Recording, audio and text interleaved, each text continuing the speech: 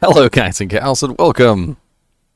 Today is what? Or day number 3 of our countdown to Diablo 2 Resurrected, and as you can see, we have our countdown timer up there on the screen. So we are currently at 5 days, 17 hours, and 23 minutes left to go. That's not bad at all.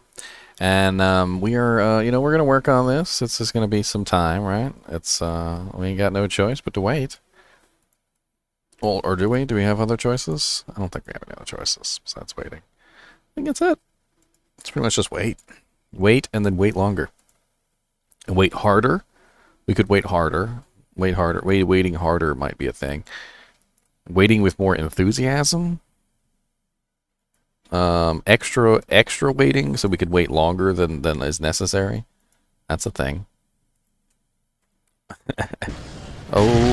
Oh no, that's not what I meant to do. All right, so I'm going to make a quick post here real quick, and then we'll get started.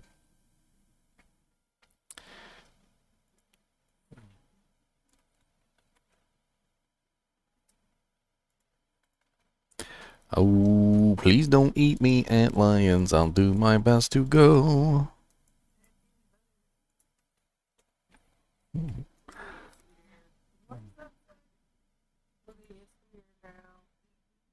He. Woogie is here now. He.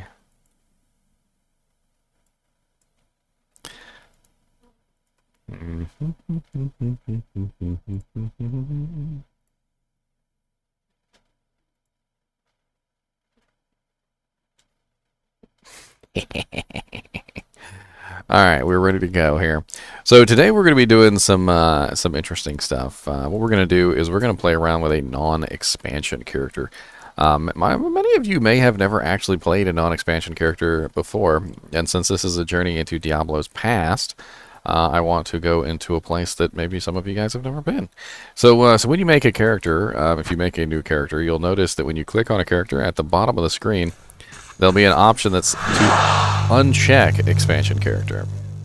Now, the interesting thing about this is it's always checked, so unless you deliberately uncheck expansion character, you're never going to see the non-expansion game. Now, unfortunately, this is not going to give us a full glimpse into what non-expansion is really like.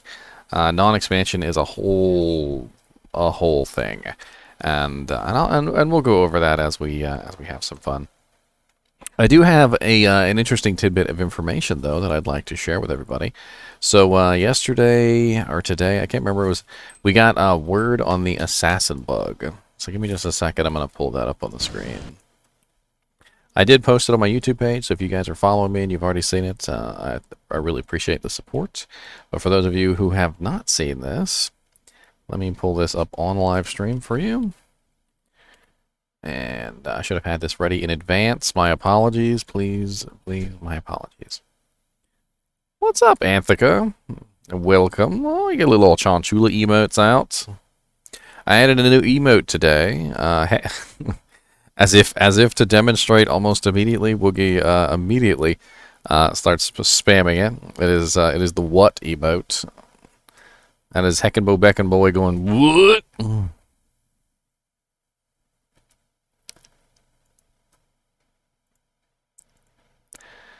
Alright, so we've got a little doojanks here. Let me get this in here.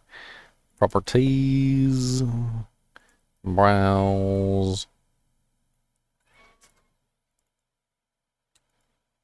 Alright, let's bring this up on the screen, and let's make it real nice and big so you guys can really see it. So here we go. It's Adam Fletcher says, the trap sin bug is fixed and will be included in a day 1 patch. Rejoice for trap sins everywhere. Basically, he was replying to somebody who said, can you guys tell us if you know and are looking into the trap bug for assassin players having to spawn the entire zone before laying traps so we actually get champions? It's kind of game breaking for us assassin players when it comes to Magic Find. So basically, if you're unaware of how this works, the assassin's traps actually count as monsters. And so when you spawn them, what happens is they will prevent the spawns of other of other monsters. And it's really interesting because It causes a problem for magic finding assassins because you have to run across the entire map and spawn everything, and then before you actually use your traps. Otherwise, your traps will interfere with the spawns of the monsters as they naturally spawn. As you come close.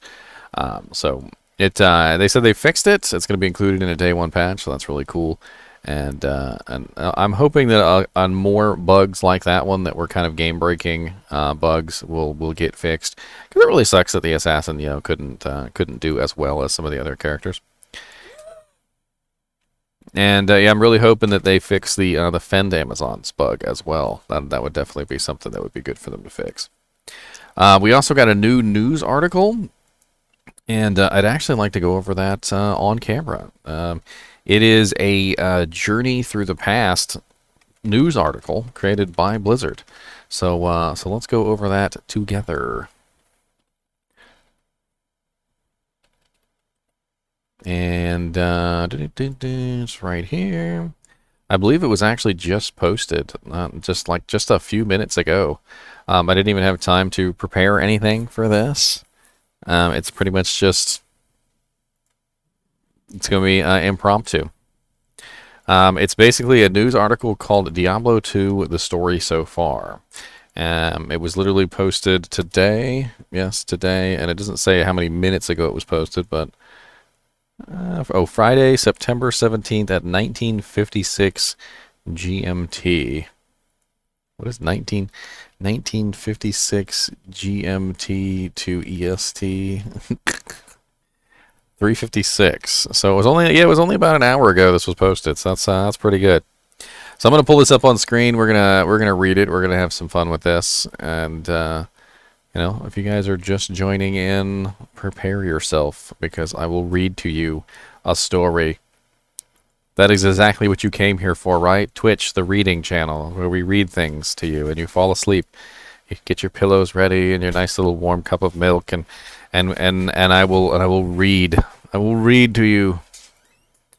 Do not ask for what the ginger can do for you. Listen, and he will tell you. Because he will read to you and read.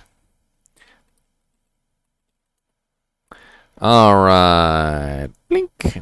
So here we go. We got this up on the screen here. I'm gonna pull this up real nice and big so you guys can really see it. Really, I want you guys to see it real good as I scroll.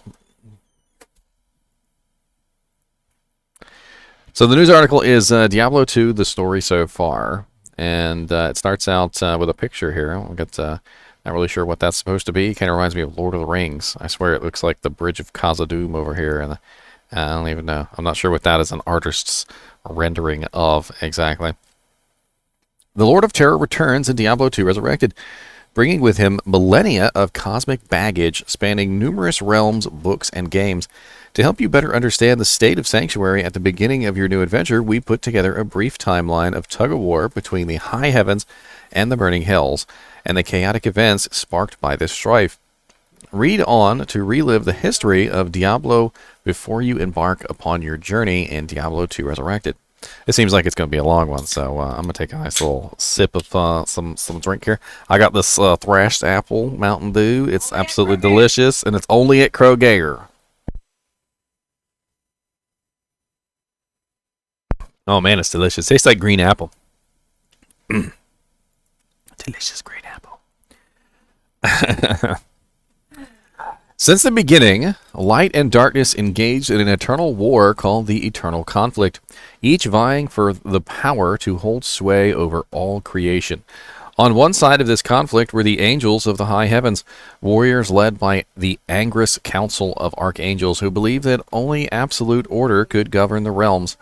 On the other, the demonic denizens of the burning hells, led by the prime evils Diablo, Baal, and Mephisto, who claimed that darkness and chaos were at the center of all things. Yet despite the length and sheer magnitude of the battles between these factions, neither could gain dominance over the other for long. The archangel Inarius, exhausted by endless conflict between the heavens and hells, sought to create a peaceful world devoid of the strife that had consumed both realms for so long. To this end, he joined forces with the demoness Lilith, daughter of hatred, and gathered renegade angels and demons sympathetic to their cause to create the mortal realm of Sanctuary.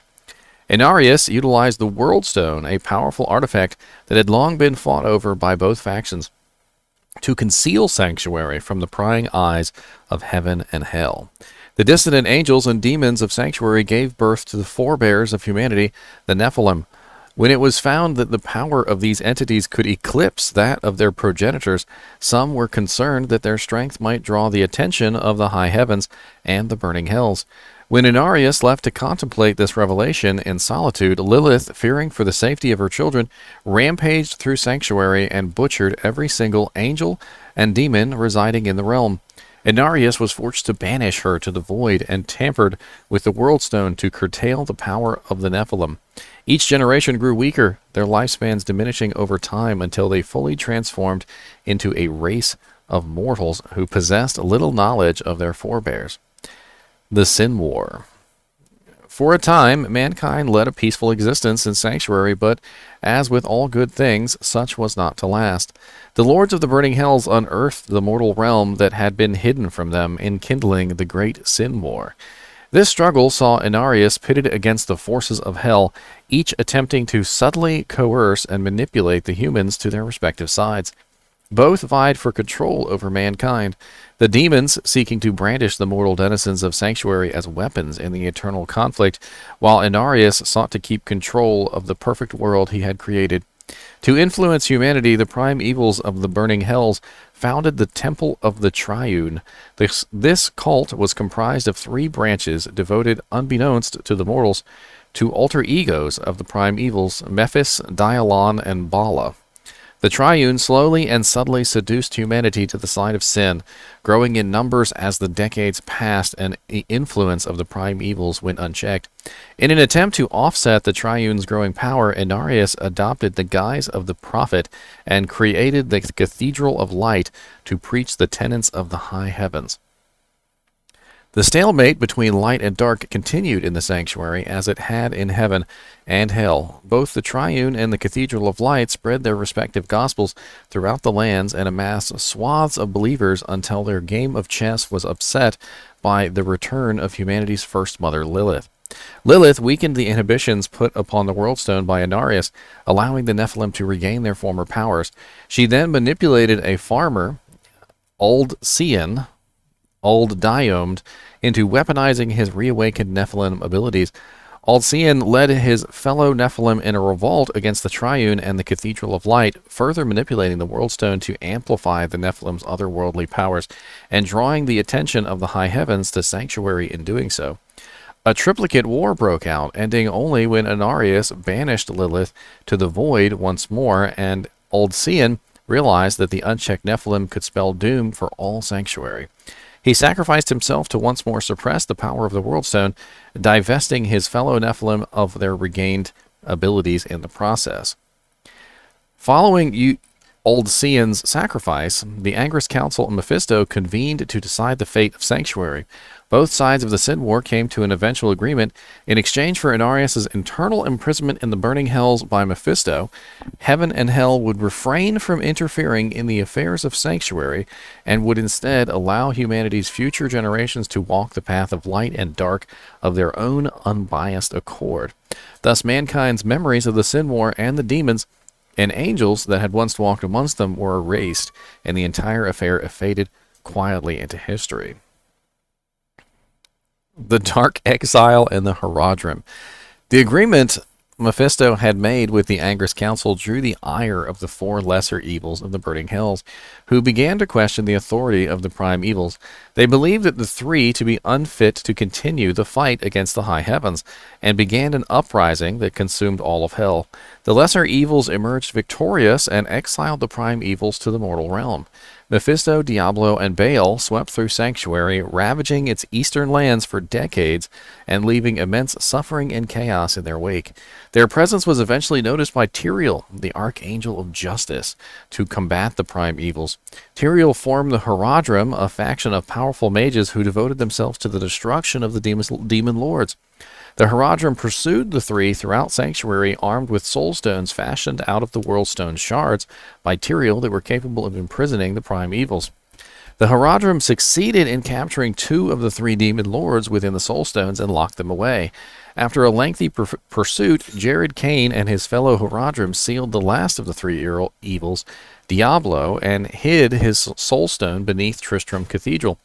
With the threat of the Prime Evils no longer looming over the land and the duty entrusted to them by Tyrael accomplished, the Haradrim slowly faded away. Once more, the people of Sanctuary knew peace. The Darkening of Tristram. Years later, a well-liked monarch named Leoric came to Tristram and named the town his seat of power. Unbeknownst to Leoric, the soulstone that had been sealed beneath the cathedral long ago had become corrupted by Diablo's power over time. Leoric's advisor, the Archbishop Lazarus, found himself drawn to the soulstone and the energy emanating from it.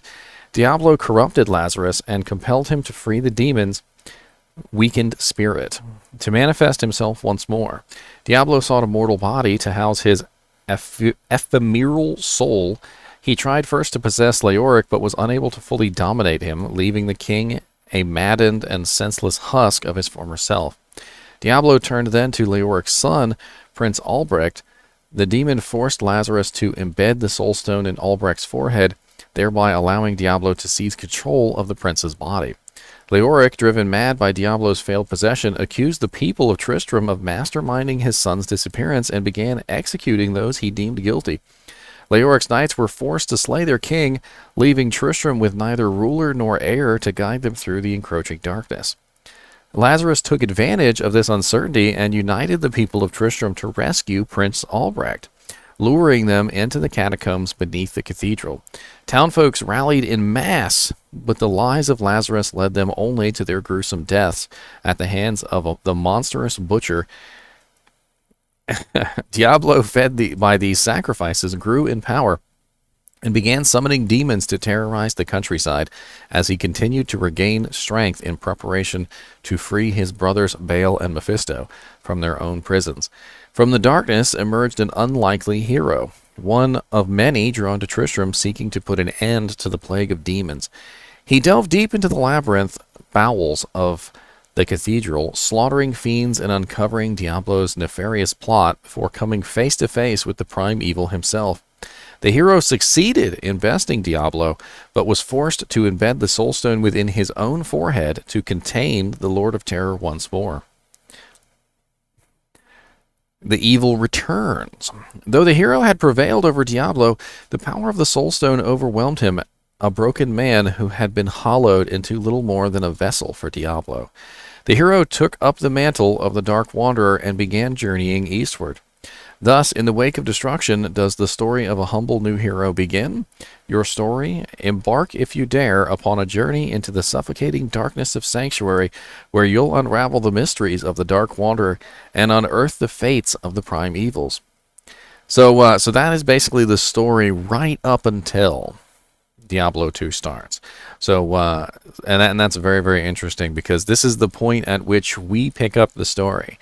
So the Dark Wanderer is traveling east, always east, and we are pursuing him. And we don't know exactly what the Dark Wanderer has planned, but we start to piece together what he has planned along the way. And as we figure out, that he is, in fact, not the hero, and he is Diablo now, and he is trying to free his brothers, we seek to stop him. And I think that's a really cool little news article by them, especially something to put out, right before the game launches. It's cool to have that kind of lore on hand. So now that we've got the reading out of the way, let's get on to the playing, shall we? And a little bit more thrashed apple.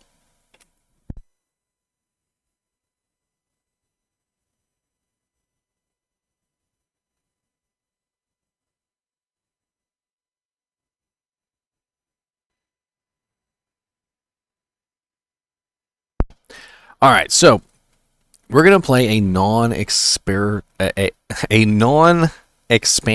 character. So a non-expansion character is a character that does not have access to Act 5, And there are some other changes as well. And I wish I could show you a real non-expansion character, like before they had added the synergies and before they added like the set bonuses and things like that. But I think at this point they've kind of upgraded the non-expansion a little bit too far, so it doesn't really represent the original classic experience anymore. But we'll take a look at it nonetheless. Where is my Twitch? There's my Twitch. All right. So what are we going to name her exactly? And why do I have no sound on the game? Oh, okay.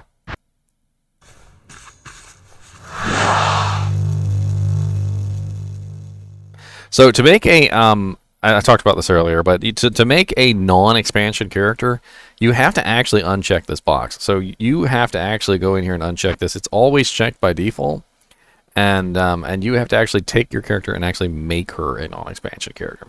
So we are going to play around with a lightning sorceress today. I figure that'll be interesting. I think a lot of people are looking forward to making lightning sorceresses for Diablo II Resurrected. So let's have fun playing a lightning sorceress, shall we? So we're going to name her Sparky Farty. No. I got one even better. Farty Sparty. Farty Sparty. There we go. Farty Sparty. Let's go, Farty Sparty. Good day.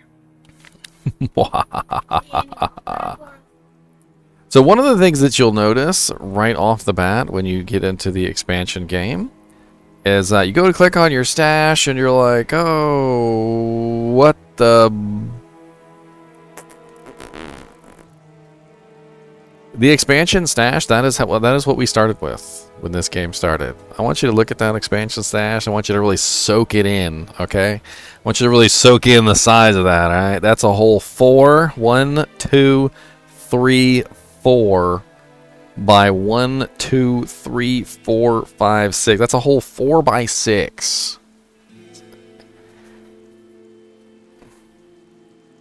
You could fit 3 armors in there. 3 armors.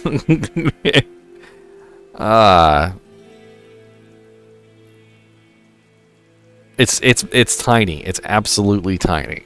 If you can imagine back in the day when you first started playing this game and this is all we had for space, okay? You have your inventory, you have your character, and then you have this. It's absolutely nothing. Now we have literally a 10 by 10 stash with 4 tabs. That's 400 spaces, okay? Right now I have 1, 2, 3, 4, 5, 6, 7, 8, 9, 10, 11, 12, 13, 14, 15, 16, 17, 18, 19, 20, 21, 22, 23, 24 slots. Okay? We have been upgraded from 24 slots to 400. So next time you guys think about complaining about not enough bag space, I want you to look back at this 24 slot stash and I want you guys to be like, I'm glad we still don't have the 24 slot stash. I'm not surprised to see your kind. It's a shame I can't show non-synergies. So in the original Diablo, there were no synergies at all. Okay, and I really would like to play a non-synergy based character, but I think it's impossible at this point, unless I were to like install the old version of the game from the CDs, which I don't even know if that's even possible anymore. Maybe. But basically how it worked in the old days is because there were no synergies, you didn't have to build anything. So like you say, for instance, you wanted to build Frozen Orb, and Frozen Orb has a synergy with Ice Bolt. Well, it never had a synergy with Ice Bolt, so if you wanted to build Frozen Orb, you just built Frozen Orb. You didn't have to build anything else with it. If you wanted to build Hydra, you could just put 20 points into Hydra. You didn't have to put 20 points into Firebolt and Fireball to make it viable. It was just 20 points into Hydra, let's go. And you might be thinking to yourself, well, doesn't that mean it does a far less damage? And the answer is yes. But in the original Diablo, the monsters also had far less health. When they added synergies, they didn't just add synergies and go, okay, go murdereth, No, they added synergies, they increased everyone's damage, and then they increased all the monsters' HP and defense as well to make it more difficult to kill them. So they made it so that you did more damage, but then they also made it so you actually needed to do that more damage to actually make your character work. And back in the old days, you could just build whatever you wanted. You could be a thunderstorm slash Hydra slash frozen orb sorceress, and nobody would bat an eye. They would be like, "That's a pretty cool combo." You'd be like, "I like that." Tri-elemental sorceresses were totally a thing, and they worked just fine. There was absolutely nothing wrong with being a tri-elemental sorceress, and in fact, I think it was actually very common being a tri-elemental sorceress. And man, it was fun because you could do things like max out warmth, and then you could grab like firewall, and then you could go over here and you could grab like thunderstorm and an energy shield, and then you could go over here and you could grab like frost nova or something, and you could just build whatever you wanted. So what are we gonna build this girl into? I don't even know. Synergies really are a nerf. It's true. I did have a lot of mules back then, Gomax. I really did.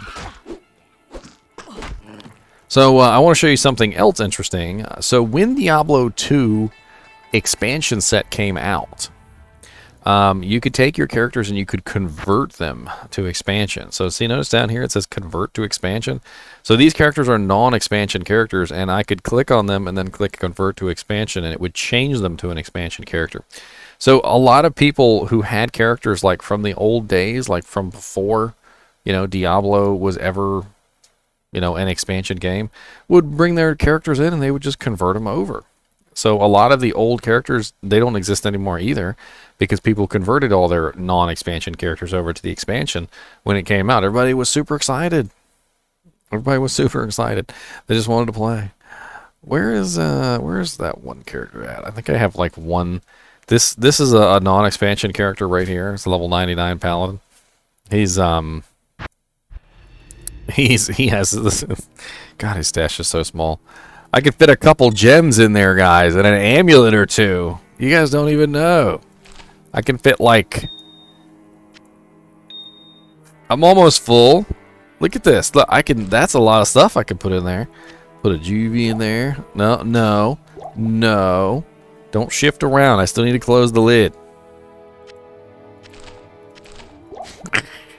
Close the lid. Like I'm packing a bag.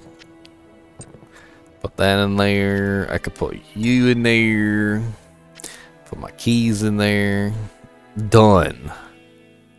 Done, guys. That's right. I know y'all are jealous. All that storage space. What's up, Deviant Brute? You didn't miss too much. You missed the Sin War. I talked about the Sin War. I think that was about all you missed. You could pick that up later, though.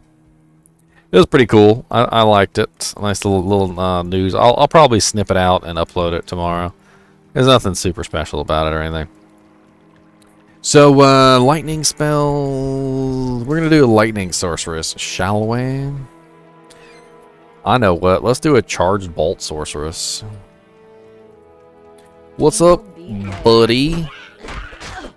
That's rude. Okay, I'm trying to hit you in the face.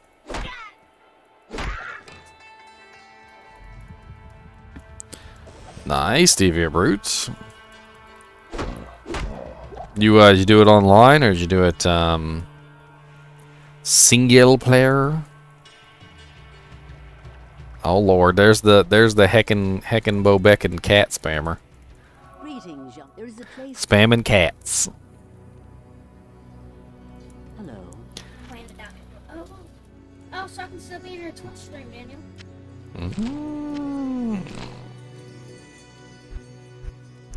We need a charged bolt staff. Huh. +2 to charge bolt. I like +2 to charge bolt.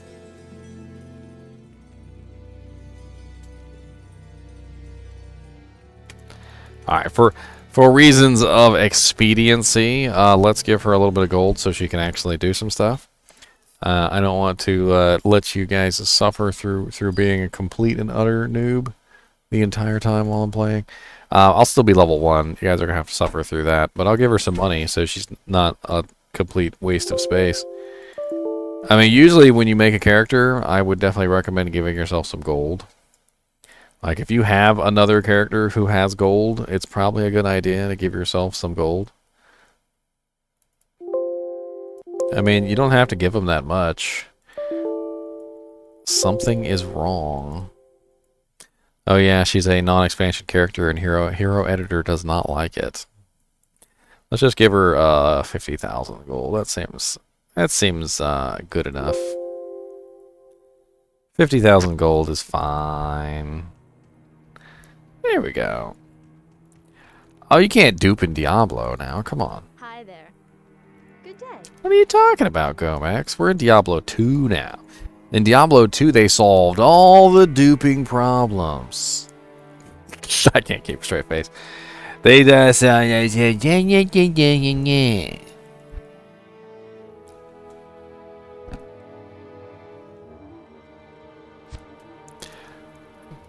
can't even wear an armor because I ain't got no strengths. I ain't got no strengths. Not a single point in strengths. Put that on there. Alright, let's go over here and see if they got a charged bolt staff. Hello, Akara. I got that bling money. I'm gonna need you to have me a 2-socket charged bolt staff. Stat. Plus 3 to charge bolt. Plus 3 to charge bolt. Ooh, yeah, that's plus 3 to charge bolt. Exactly what the doctor ordered. It's level 3 though. I gotta go whack some things. Don't you hate it when you go outside and bonk some things on the head? Why you gotta make me bonk you on the head? Why can't you just lay down? Why does it gotta be me bonking you? Bonkity, bonkity, bonkity. Ah!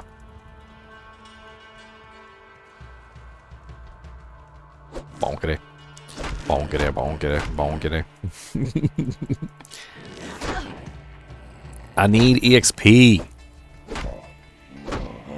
Sir Zombie. I don't need them leather gloves. I already bought leather gloves. That'd be pretty gross wearing leather gloves that a zombie had on.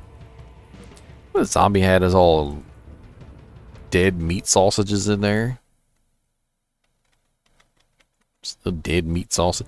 Literally, wouldn't they be on the zombie's hands rotting and jank, and the zombie's dead fingers be in them and jank? You had to pull the little fingers out. You had to pull the fingers out of the little finger slots. Be like, yeah, these are good gloves. These are still good. Yeah. Like, no, they had zombie fingers in them. They still have zombie fingers in them. They literally still have zombie fingers in them. You didn't even take them out before you put them on. Extra defense.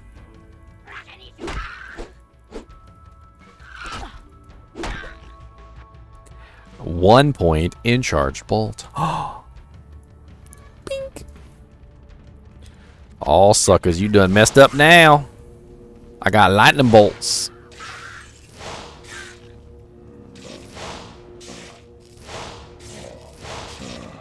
That's right, die. What's up, Diehu? Haven't seen you in a while, man. How's it been going, buddy?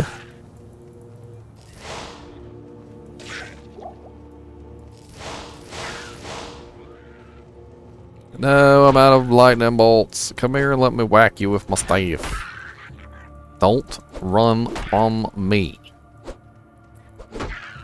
Everything runs from me. Stop running from me and come here and let me beat you. What's up, lad that you adore? Anthica, lad that you adore. Gomex, we got Deviant Brute, we got Woogie is here. Skyworker. We're doing a charged bolt sorceress today on non-expansion. This is a non-expansion character. Oh Lord, here comes the hydrates. That's okay. I came prepared. I got some thrashed apple, only available at Kroger. And I know y'all jealous of my Mountain Dew thrashed apple, and I got 2 cans because I know y'all's gonna be rude.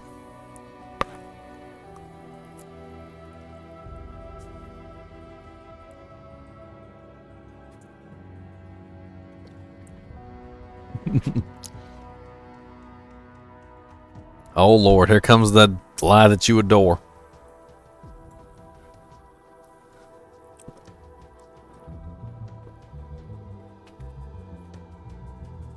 This jank's good anyway, I don't care.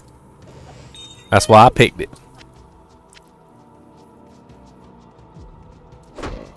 Oh yeah! I still remember that Family Guy episode.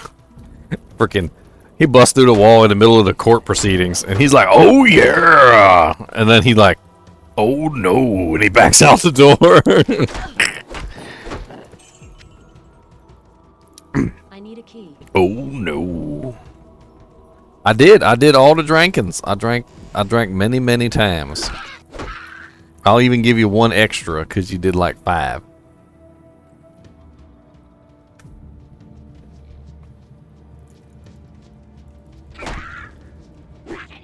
My girlfriend's staring at me like I'm crazy.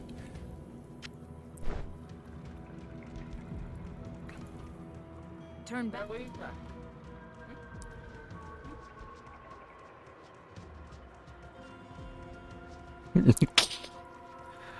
I swear I'll be thinking about stuff my girlfriend says sometimes, and it still cracks me up. Trouble. Like that one time you said my toe's itchy. My toe right there, my little pinky toe, it's itchy right there on the top of the pinky toe. Itch it, itch it, itch it. Itch the pinky toe, itch it, itch it, itch it.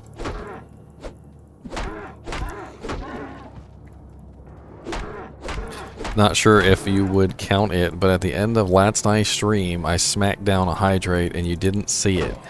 Ah, Lord, you are preying on my gullibility. There. I mean, these two Mountain Dew thrashed apples are gonna be going in like 10 seconds. Am I level 3 yet? Oh, y'all in for troubles now.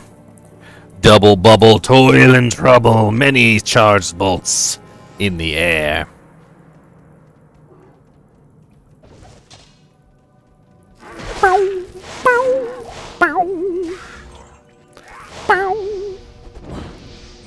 How'd that miss? I missed it. Don't be missing. Boom, boom, boom, boom, boom, boom, boom, boom, boom, boom, boom, boom, boom, boom, boom, boom, boom, whack it in. Boom, boom, boom, boom, boom, boom. Ooh, I got lightning damage on my staff too. I got 1 to 6 lightning damage. Dude, this is the most lightning staff I've ever lightninged. It is a tangerine short staff of shocking. It does 1 to 6 lightning damage, gives +3 to charged bolt, lightning resist 9%. I've never seen something that has so much lightning, that lightning, and lightning on the lightnings. Come here. Come here. I got us a whole combat shrine now. Come here, buddy. Oh, y'all's in for it now. Come over here. Come over here. I give you 1 of these. And I give you 1 of those. I give you 1 of these, 1 of those, 1 of these. How dare you dodge, duck, and dither. No dodge, ducking, and dithering. Sir, I think you have to hydrate.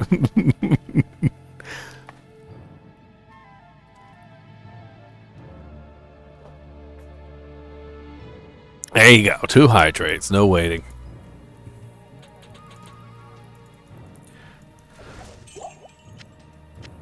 So you might ask yourself, you know, what does non-expansion actually mean? So despite the tiny chest, there are other disadvantages to non-expansion. There are no runes in non-expansion. So you might be thinking to yourself, hey, why don't you get a 2-socketed staff and make yourself a leaf? Well, nope, can't. Nope, because there are no runes. No runes at all.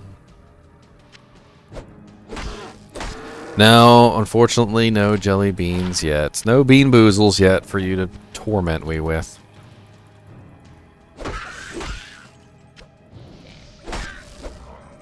I might have to just get the Harry Potter ones, because those are the only ones that I've seen so far. The Harry Potter ones are probably just as good, right? I hear there's like every single flavor in there. Any flavor beans is what they're called, right? Booger, vomit, cat turds. I'm a big Harry Potter fan, so I've actually always wanted to try the Harry Potter ones. We should just order them to make sure he gets them. Even the bad ones are sold. Whatever tastes worse. Y'all guys are the best. Whatever tastes worse. I hope you really enjoy that spoiled anus crack. I hope that's not a flavor. We do it out of love. I don't think it is love, sir. What's the best Harry Potter movie? I don't know. Probably the one where Snape dies, because I really don't like Snape. Snape was a horrible person. I know that that according to the author of the story, Snape was supposed to be like the hero or whatever. But I really couldn't stand Snape. I felt like he was a very evil person. He was probably more evil by a factor of 10 than Voldemort. Voldemort was evil, but Snape was like evil on a whole nother level. He was like super evil. I feel like I need to go over how evil Snape was. That's that'll be a whole thing. Let's see if I can just do this. How about this? And over here, click on that.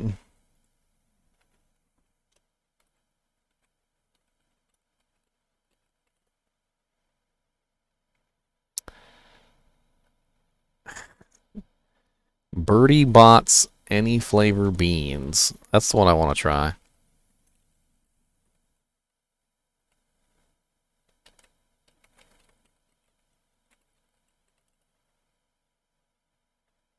I want to try the Birdie Bots any flavor beans.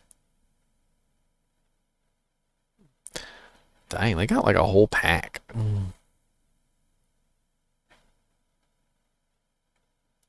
Where's just like a little a 6-pack? That sounds good, I guess. A 6-pack.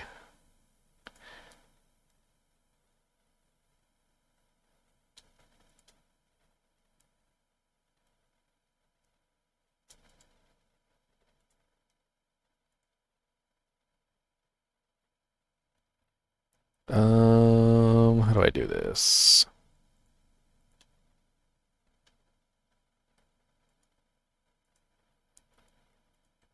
Here you go. There's my Amazon wish list. There you go. Have it. Have it. What did I miss? He's trying to distract us, and it's working.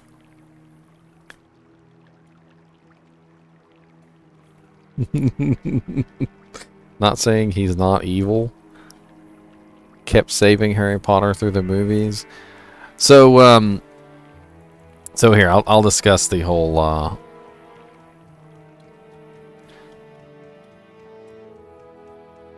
how does your 400% MF become 150? It's because of how it affects the drops. So 400% MF is effectively 150% for uniques. So if you're searching for unique specifically, like that Shaco or that that stone ring, the ring of Stone Jordan, the you know, Ravenfrost, whatever it is you're looking for, if it's a unique item, 400% Magic Find is effectively 150%. Because essentially how it works is you have a chance to make a white item a blue item. You have a chance to make a white item a rare item, a white item a set item, and a white item a unique item. and each one takes more magic find to make happen. Uniques are the hardest items in the game to make turn into something else. So with 400% magic find, you have a 400% chance to find a blue item, but you only have a 150% chance to find a unique item.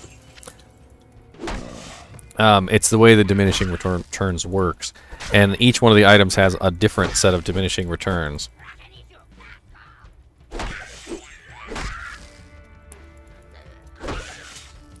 Those are the Harry Potter ones. I want to try the Harry Potter ones.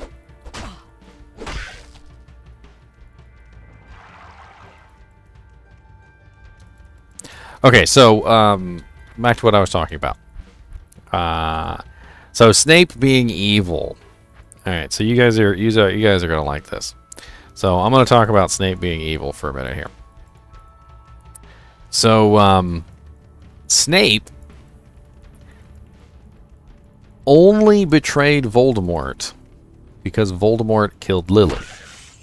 Okay, if Voldemort had never killed Lily, Snape would have gladly stayed under Voldemort and done everything that Voldemort asked him to do. Okay? And he would have done all of it.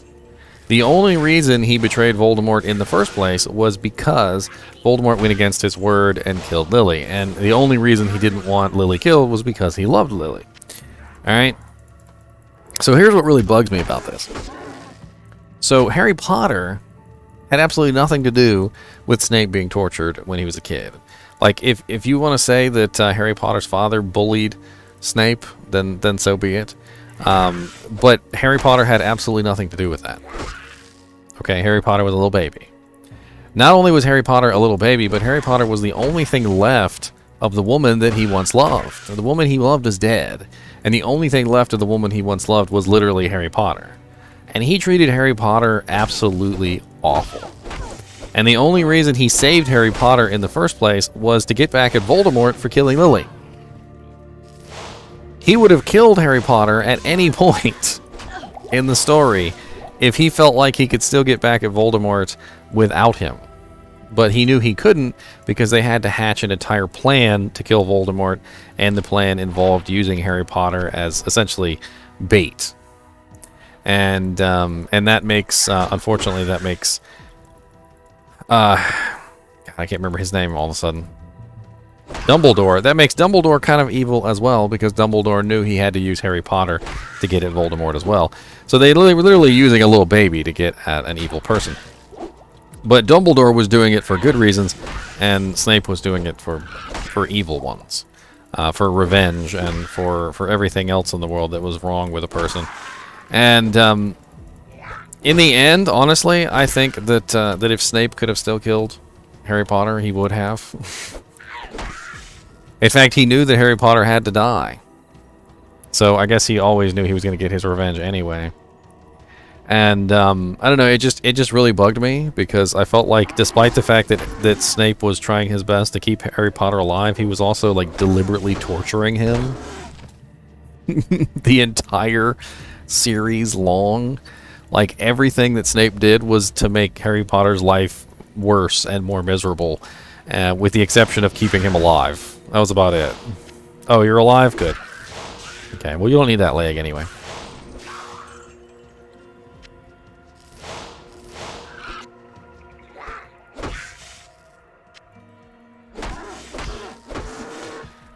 Okay, but you can't even say that Harry Potter was responsible for Lily's death, not even in a twisted mind. So even in like a twisted mind, if you're trying to say that Harry Potter's mere existence caused Lily to sacrifice herself in defense of her child, you can't ever expect a mother not to defend her child. That is just absolutely insane. So if in your mind you have this idea that Lily would not have jumped in front of her child to save him or her, then you're an idiot. So Snape, again, fails on that count as well, because he should have assumed that Lily would have jumped in front of her child to save his life. And that just goes to prove that he's really evil, because only an evil person wouldn't think in their mind that the mother was going to sacrifice herself to save her child.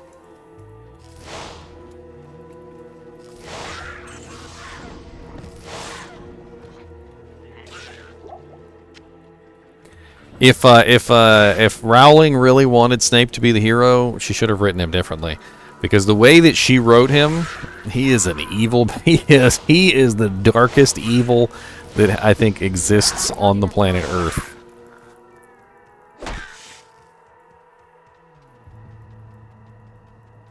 There's a Harry Potter game coming out. What is it? The only Harry Potter games I've ever seen are like Lego Harry Potter games, and I've played those. They're kind of fun. I mean, they're not nothing like super duper special, but they're kind of fun.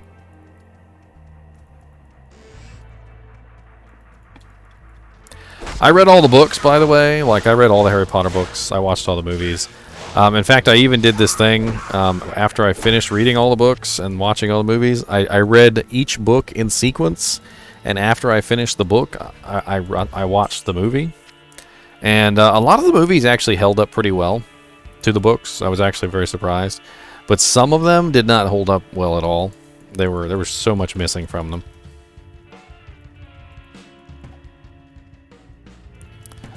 I feel like he hates Harry Potter entirely. Like, he hates the part of Harry Potter that is James. He hates the part of Harry Potter that caused Lily to jump in front of, you know, the bolt that was meant for him. You know, he hates the fact that Harry Potter has become the only way that he can kill Voldemort, who he also hates, because Voldemort is the one that killed Lily in the first place.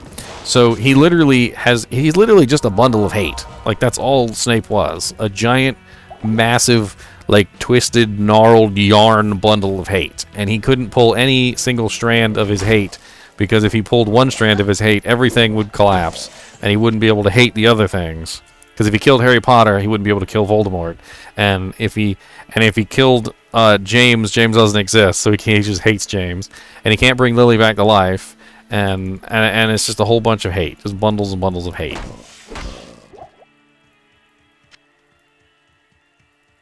Even when he was a kid, I feel like he wasn't a good person. Like, there were so many little, like, in his little flashbacks where we're supposed to feel sorry for Snape. I don't feel sorry for him. I don't know what to say. Like, I feel like he kind of put himself in the position that he was in. And I always felt like Lily was this, like, I don't know, like an angel, like reaching out her hand, like trying to draw him back to the light or whatever. And he was always looking at Lily's hand, drawing him back to the light, and then still deciding to not go back to the light. I'd be like if God came down and was like, hey, you need to tighten up, all right? You're getting kind of bad. Like, I need you to stop doing this, this, and this, and gives you a little list. And then you just keep doing this, this, and this, despite the fact that he came down and, like, literally told you need to stop. Like, it's getting to be too much.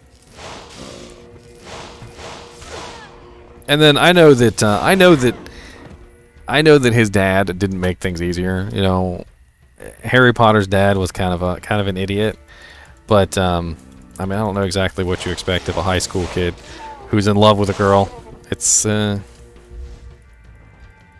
always going to be a little awkward. It's a little awkward. I said, no, die. Why are you still alive?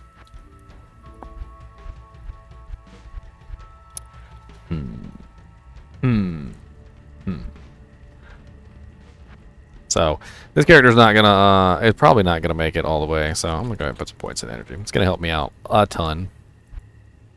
Early points in energy actually help out a ton. I know people don't put points into energy for the reasons, you know, putting more points into vitality is the most amazing thing. But, yeah, I tell you, putting more points in energy early game will help you out massively. Sparkies. Oh, that's one of my brother's favorite characters is the Sparky Girl. That's what he calls them, the Sparky Girls. Her name is Farty Sparty. Don't be jealous of Farty Sparty. What's up, Moocow? How's it going, buddy? You're a chonker of a boy, ain't you? Look at you just chonking. I'm gonna call you Flo. Look at this cow, babe. That was one chonky cow. That's Flozilla right there. If she were a cow.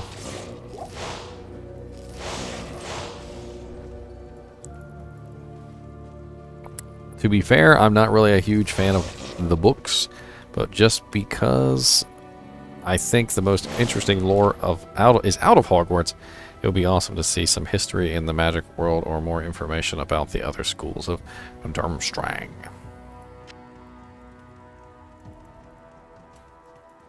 Durmstrang.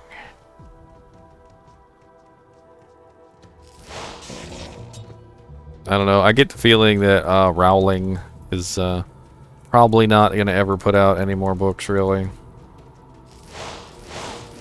I'm not like a super big fan of the new movies either. The I need mana. what are they called? The ones that are not written by J.K. Rowling. They're written by like some sort of fan group, and Rowling basically authorized it. The ones that take place in America. Why can I not remember the name of them all of a sudden? I haven't seen the newest one though. The newest of the series. Of the new ones that take place in America. I am indeed a Trekkie, Gomex. I'm a Trekkie. I like Star Wars. I like, yeah, Fantastic Beast. I like Stargate. I've seen Battlestar Galactica. I'm probably the biggest nerd you guys have ever met in your entire lives. I hope you guys know that. It really breaks my heart too because my girlfriend like doesn't watch any sci-fi shows at all. Like, not even one.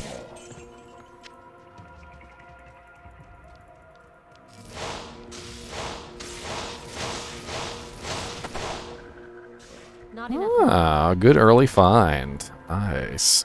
Nice, Arctic.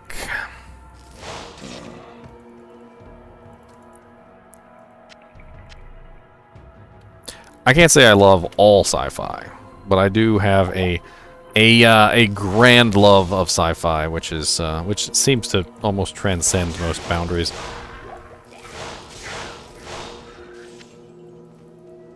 Anime as well. I really like anime, and there's a lot of sci-fi anime. Mana. I'm an equal opportunity sci-fier. Like some people are like only space sci-fi, and some people are only like fantasy sci-fi. No, I like both sides of it. I like the fantasy and the science fantasy. I like both of them together. In fact, I've seen a couple like movies and TV shows which were definitely like half and half. Farscape, yes, I've watched the entire Farscape series, as well as the movie that came out, the Peacekeeper Wars. Ow, Rakanishu, why are you so ouchy?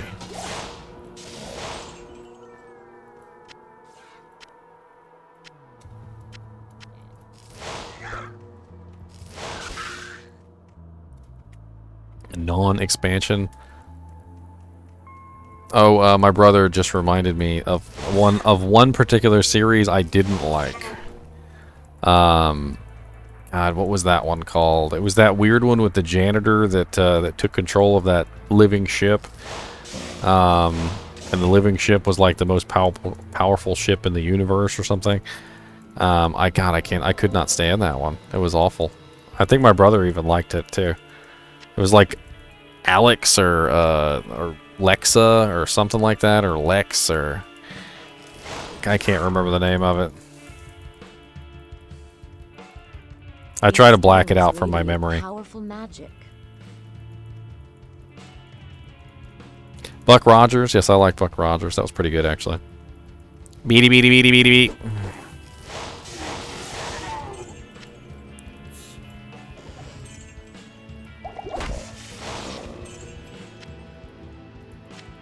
Beady beady beady beady beady beady beat.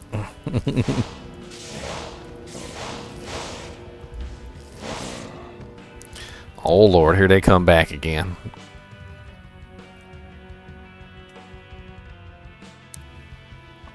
Doctor Who is really awesome.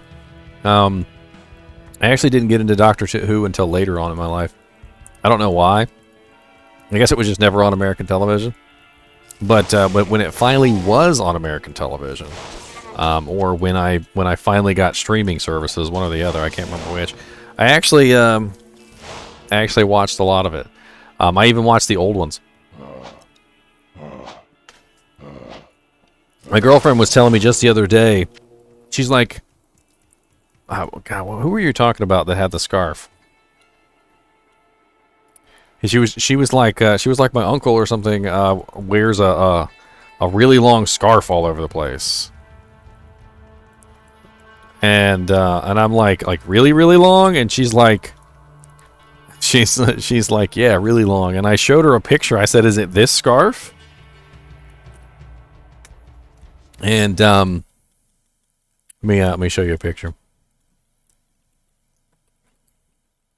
Like, you can literally just type in Google Doctor Who scarf, and if you type in Doctor Who scarf, it comes up. Like, it's super simple. Like, everybody I think who's ever watched Doctor Who knows about the ridiculously long Doctor Who scarf.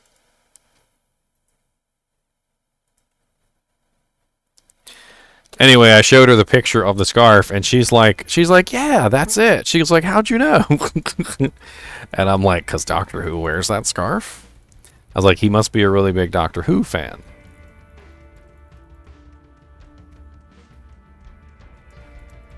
I need a key.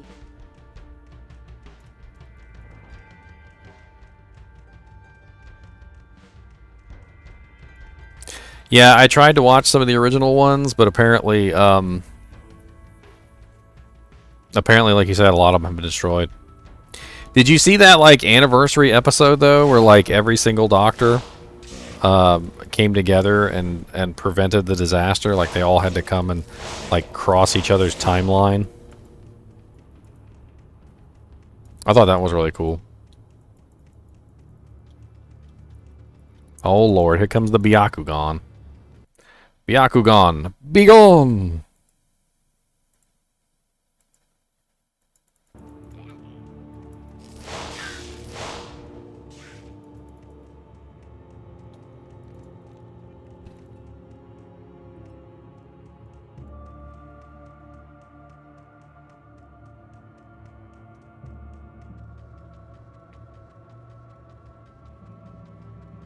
I don't know, my sister was like enamored with that one Doctor, the skinnier one. I can't remember his name for some reason. I actually really liked the one before him, the one that was bald.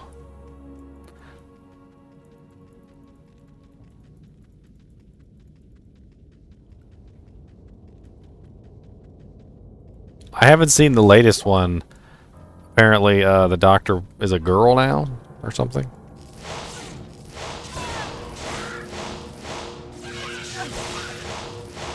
How many cans he got left? Don't be plotting my demise now, alright? Don't be plotting. Or at least do it quietly so I don't know you're plotting.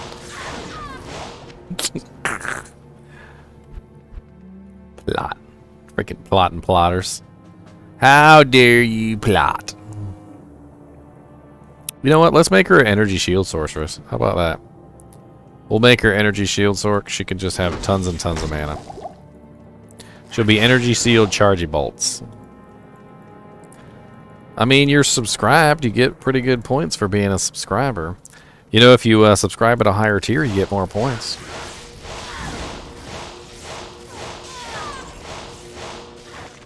Yeah, David Tennant. That's the guy. Yeah, she absolutely loves David Tennant. I need mana. See, here's the thing that I don't understand, and you know, this is just a really simple thing. Have you ever watched an anime or like a TV show, and they make like a standalone movie, and the standalone movie has like no effect on like the rest of the series? Like it's as if it doesn't exist. The Doctors may be like, you know, changing out, right?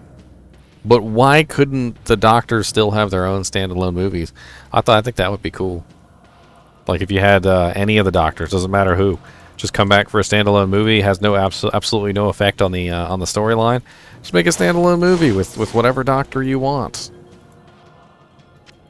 That's something that you could totally do, and it would have no ill effects on the franchise whatsoever, as long as you use the right the right story writers, so it still fits within the in the world of Doctor Who, and you're not making them do like stupid things that they would never do. To quote Tuvok, the actions of a character have to come inexorably from the character's own motivations and thought patterns. So, you wouldn't make the Doctor do anything that he wouldn't otherwise or normally do. And you could just name it that, Noir. You could name it Doctor Who Paradox on Earth or something, or Paradox on Mars, or whatever you want to call it.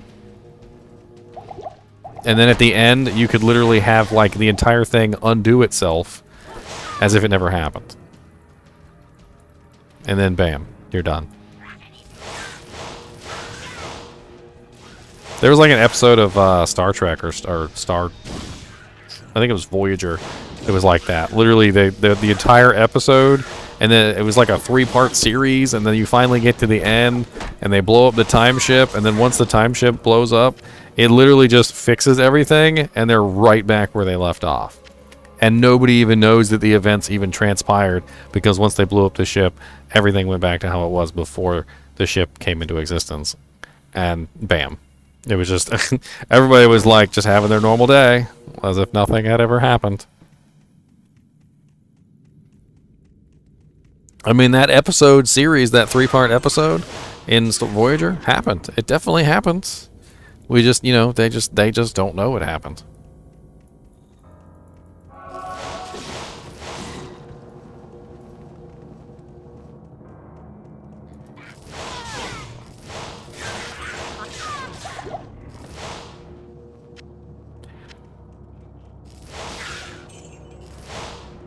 Look, Hemlier serves. Does that feel good? Feel tasty? What do you think of that? What do you think of that? Not enough mana.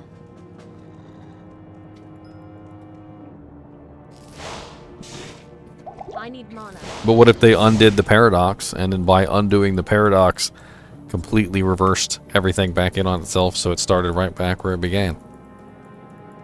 We're talking about fixing the paradox, essentially.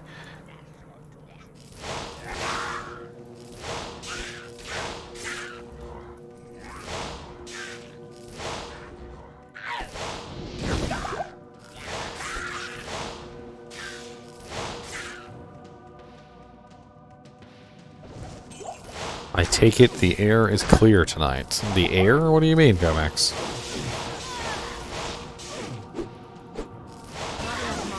What are we talking about, sir?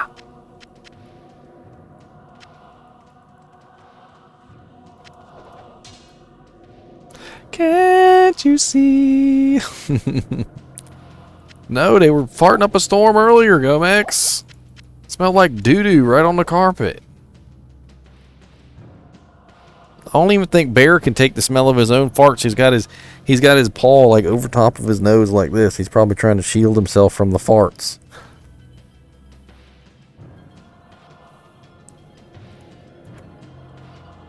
He's over here like, Lord, I stink. Lord, that's bad. That's so bad.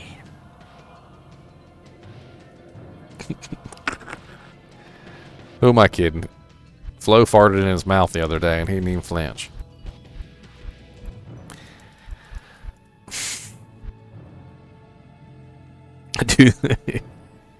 Dear Lord Jesus. Something's wrong with me. I hope you guys have figured that out by now. Something is actually wrong with me. So we're just going to build an energy shield sorceress. We're just going to make this easier on ourselves. By building an energy shield sorceress, we have to focus our points into energy, and by focusing our points into energy, we give ourselves more mana so we can kill things faster, and that's beneficial to us.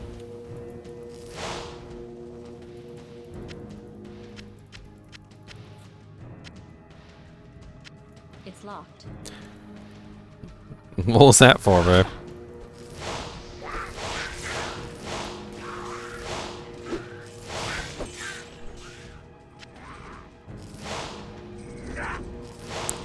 Well, you don't know. That is why we watch. It keeps things interesting. I thought you watched for the games, not the dog fights. Although if you see my face suddenly twist up in horror, it's probably a dog fart. Like I'm just like talking in a mid-sentence, I'm just like...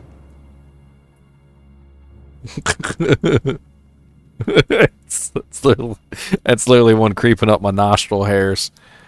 And I'm just over here like, Oh, you know what we forgot to do?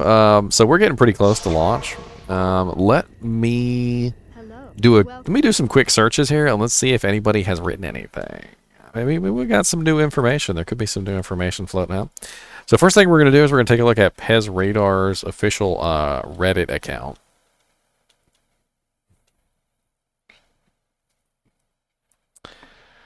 We're going to look at his comments.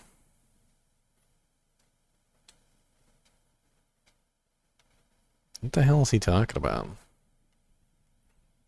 Oh, he made a comment about next hit only misses. A really long one, too. Uh-oh. We're going to have to look at this. Are you guys ready for this? So next hit only always misses is a thing. Next hit always misses is a bug that's been in the game for a really long time. And he made a whole really long post here. Let me see if I can pull this up on stream for you guys so you guys can see this. I gotta make this smaller. Oh, here we go. So, next hit always misses is an interesting one. I know Rod chimed in briefly, but I have some further details on how and why it works in a specific way, depending on how you look at it. We didn't touch it, but in another way, we fixed it. First, let me explain what D2 Legacy does and what you see as a player and why it is perceived as a bug. There are two places where logic is happening when you play D2. One is on the client, that is your computer, and the other is the server. That's our computers here. When you play with other players, they are doing things on their client and updating the server as well. The server sorts it all out and sends the information back to everyone. When the information on one of them is different than the other, we call that a desync. A good example of this is when you are standing in one spot and the server thinks you are in another. This causes the rubber banding when you snap back to a spot where both locations are the same. This is why you tend to see rubber banding more if you have a poor connection versus a strong one. As we modernized D2L for D2R, we did a lot of work to keep our desyncs to a minimum. D2L, so Diablo II Legacy and Diablo II Resurrected. Gingy, it's you. Is it really you? What's up, charming person? Charming person has left me some very interesting comments. Very, very, very interesting comments indeed over the years.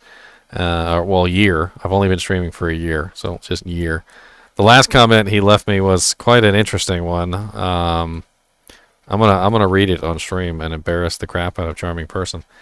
Charming person said, what did he say?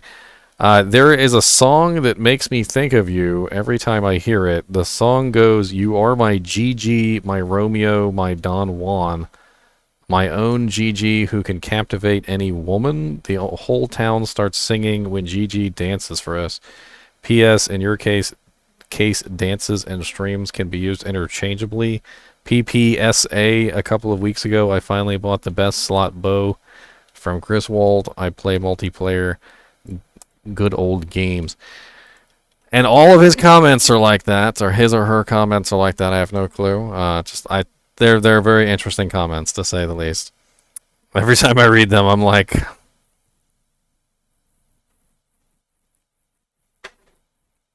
that was a dog fart, by the way.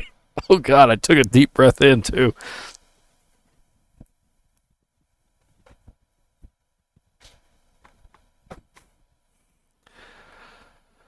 Whew. Okay. So, one other example of a desync is when a player that is doing something, i.e. teleport or frost nova, takes a hit. On the client, the player starts playing the animation. Attacks and other abilities don't actually occur on the first frame of animation. They will occur at a later point in time. with the teleport. You'll start to see the lightning form, but the actual translocation of your character doesn't occur till later in the animation cycle. If you were to get hit while you were playing that animation, you would get knocked out of the ability and it would be cancelled. In Diablo II Legacy, it was common for you to see the animation continue for much longer than it should have. This then caused it to look like your next ability missed because what the client saw and what the server saw were two different things. The client would then reject any successful abilities because it knew you were still in the get hit state. However, as a player, the client had become desynced and let the animation continue. This would then make it look like your teleport went off or your Frost Nova fired off, but in reality, nothing happened. This next hit always misses bug are people seeing a slightly tied to example above as your next attack / skill after a hit reaction just wouldn't work. The reason that occurred in Diablo II Legacy is that you would act on your client, but the server was still in hit recovery and rejected / ignored the command. Diablo II Resurrected has made significant improvements so that if the player now sees what the client has been doing all these years much more accurately. So when you take a hit on the client and are still taking a hit on the server, you'll see the exact same thing in both places. The logic is still the same as it always has been, but we have now fixed how it is being shown on the client. I think feedback post-launch will be important to see and hear from everyone regarding this. As Rod mentioned, we will continue monitoring feedback post-launch, but we think getting in front of more people and for more time will help build a better idea of how it feels with the community. Sorry for the lengthy post here, but it's a fascinating topic for sure, and it's tied to many other things as well.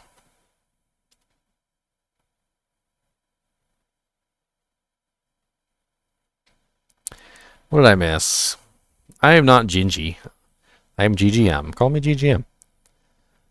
Oh, and if you can back all of your merch or like front pocketish area, should say GGF, Ginger Gaming Fan.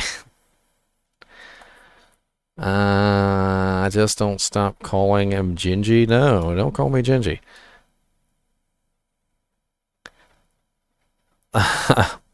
So there's a reason for that live that you adore. The reason why Chonk got locked.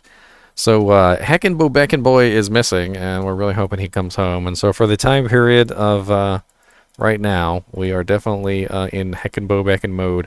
So this is Heckin' Bobeckin right here. So that is the first emote, and I actually made a second Heckin' emote.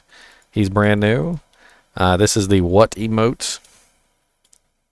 So Heckin has taken the place of Chonks, and Chonks has moved up to the 1K bits section. So you have to donate 1K bits. If I could keep Chonks in there, I would. There's just not enough slots. There's just not enough slots in the whole world. Let's see if Pez Radar said anything else.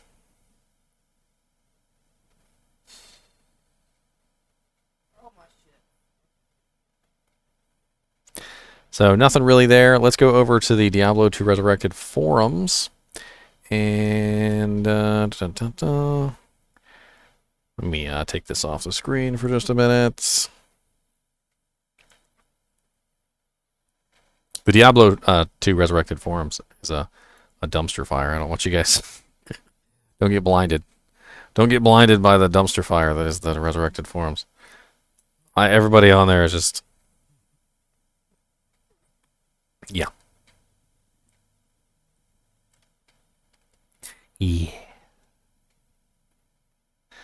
What is this? That's the... okay, that's the old one.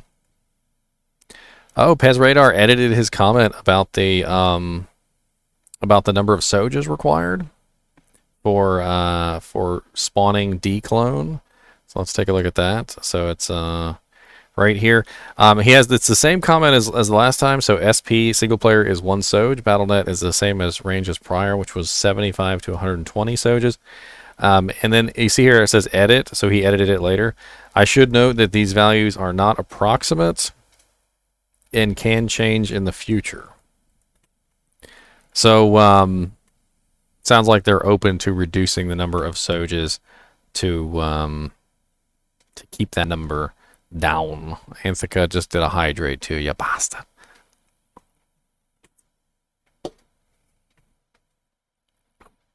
Bastard. Dang it. How are you guys getting their turds so fast? Oh Lord, there's Kasha haha.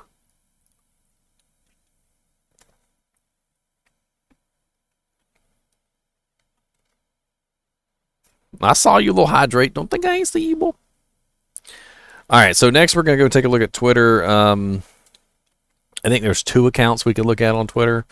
Let me go take a look at both of these. The first one is Rod Ferguson, I believe. Yes, Rod Ferguson. And let's see what he has posted recently.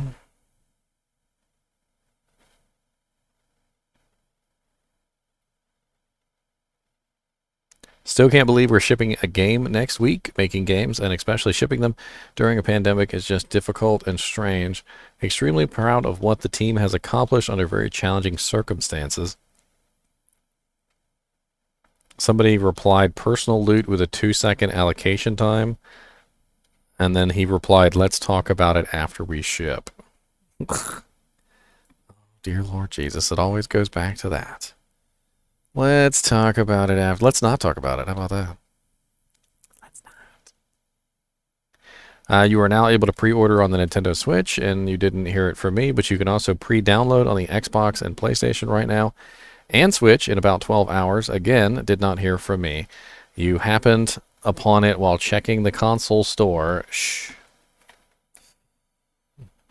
We can preload on the Switch? I didn't know we can preload on the Switch. Dang, that jank said software successfully downloaded. It already did it in the background while I wasn't paying attention.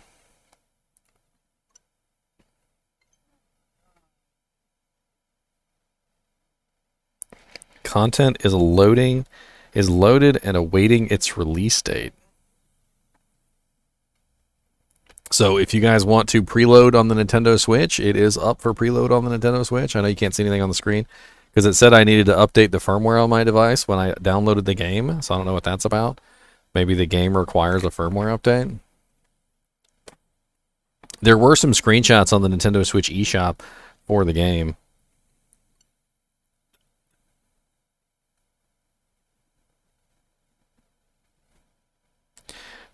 You cannot play this yet, but hype, there it is. There it is, Joy-Con boys. There it is, Joy-Con boys. Joy-Con boys. Ready to go. Can we download it on the PC yet? Let me double check. Let me quadruple check the PC version and see if I can download it on the PC version yet. Where my Blizzard? Where my Blizzard launcher? Let's do double quadruple check. Cannot install. All right, let's do a quick file exit because sometimes that'll refresh the database. And let's open it back up. Just did quadruple check. Quintillion times.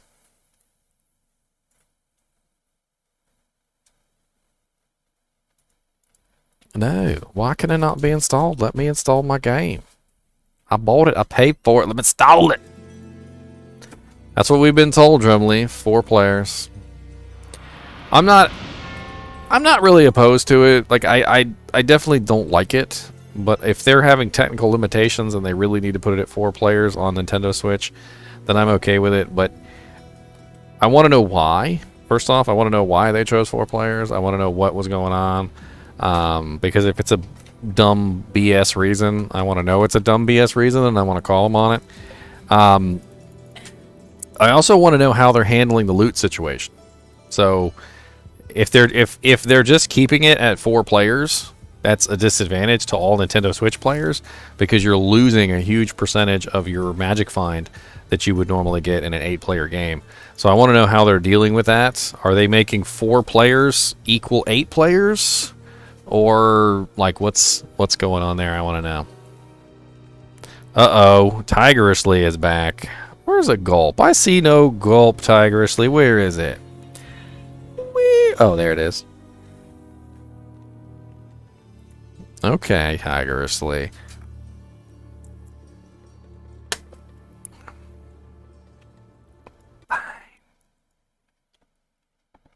Are you excited for Diablo II Resurrected, Tigerously? I haven't seen you in a little while, so you must be busy. Busy. God, look at all these hydrate requests. Mark is complete. Mark is complete. Mark is complete. Mark is complete. Mark is complete. Like, God, there's like 18. There's like literally 4 pages of hydrate requests. Y'all guys is ridiculous.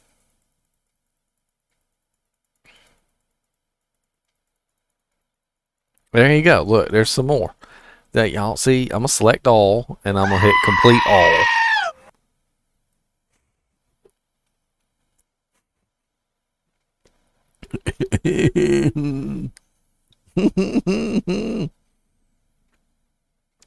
This is really good though.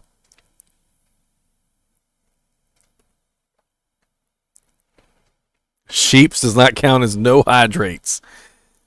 They do not count. And the thrashed apple is really good. If you haven't tried it yet, I would definitely recommend trying some thrashed apple.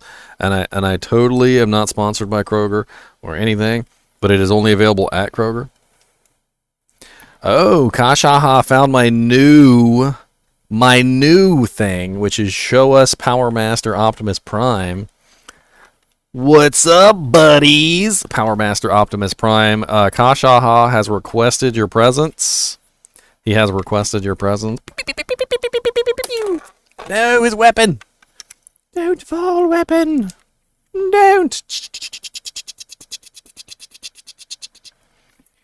Power Master. He can just stay right here. He'll be alright. He can just stay right here. What are you linking in there? Yeah, the trap sin bug being fixed. That was good. I can read that one. I think I already talked about that one, but make him twerk. Optimus Prime, you ready to twerk? He's doing the splits.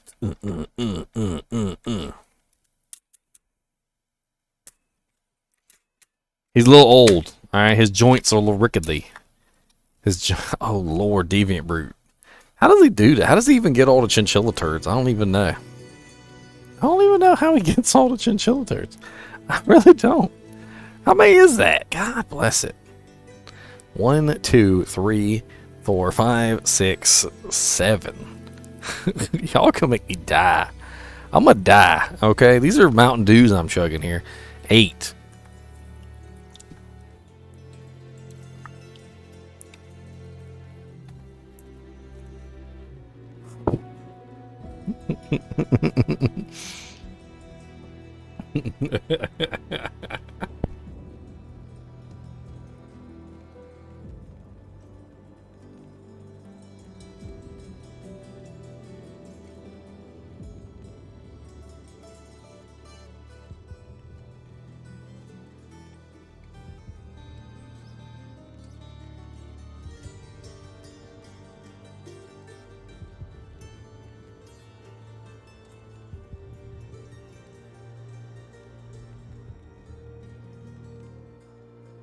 I'm getting thrashed on some apple.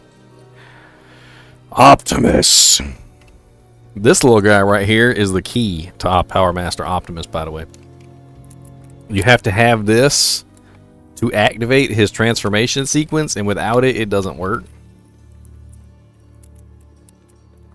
This is literally my original Power Master Optimus, by the way.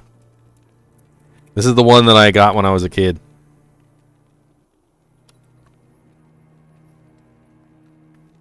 He's really cool.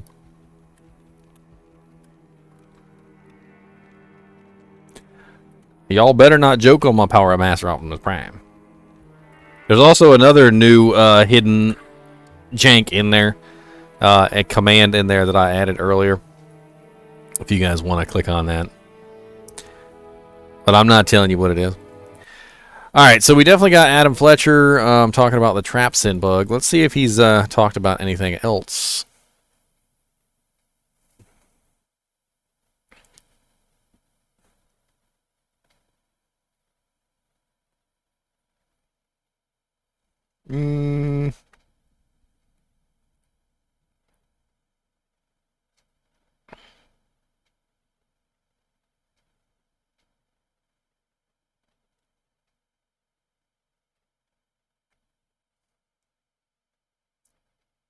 It doesn't look like he is doing a lot of commenting on anything, really.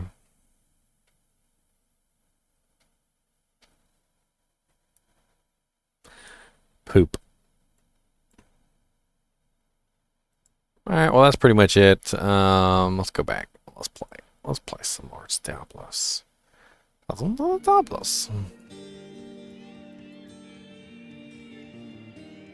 I came for the drinking stream, stayed for the Diablo. We out of points, guys. It's up to you guys. Frozen Orb is good up to Act 1 Hell. You can telly and do Andorial runs.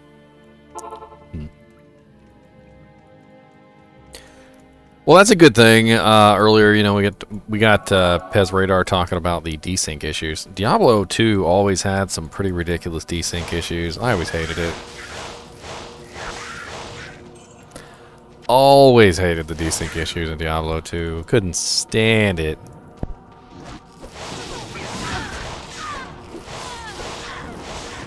Not enough mana.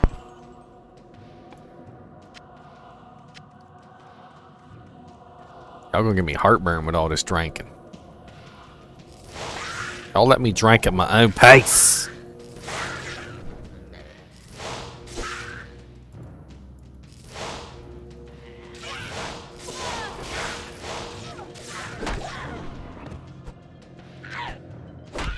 You get a fast team.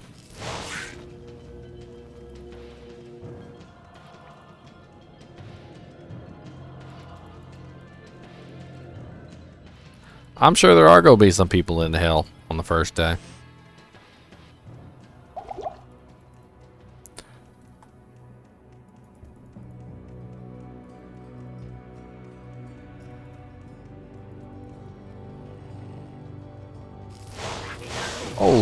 Holy freeze. I need mana. Holy rusted sheet metal, Batman. Not enough mana. Oh, holy rusted sheet metal. Where did you come from?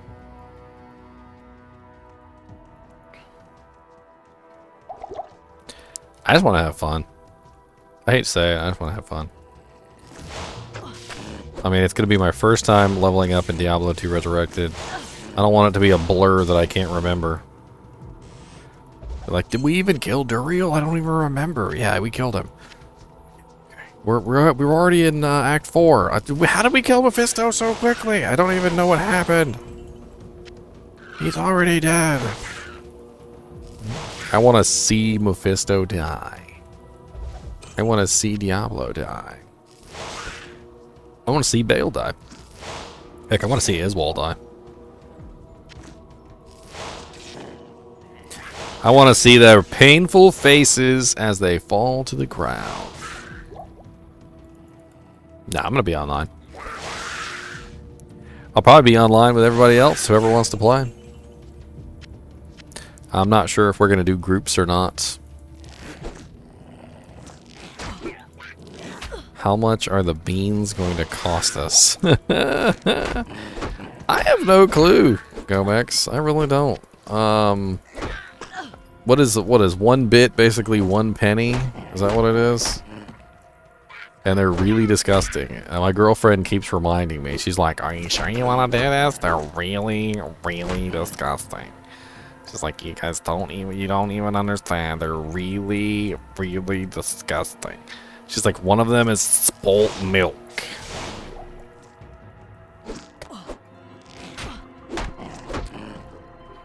$1 for 1 jelly bean?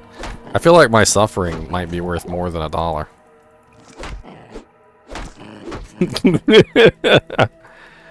Well, I can't really say my suffering. It's potential suffering, right? Because some of them are actually fine.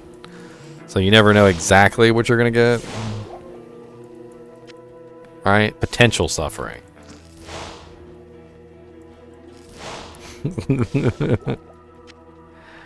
Alright, Gomex. If I had one in my hand that I could guarantee you was rotten fish, How much would you take to eat that rotten fish jelly bean?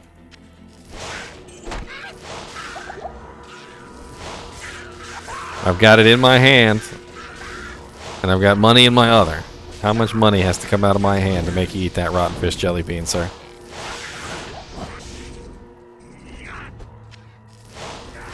Maybe that's how I should do it. You guys got to eat one too. Ah. Same time, same time. I don't know you.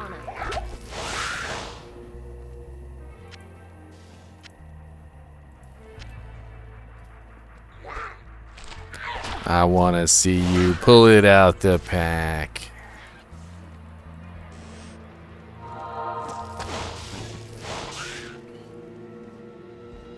Oh, I got a little sash.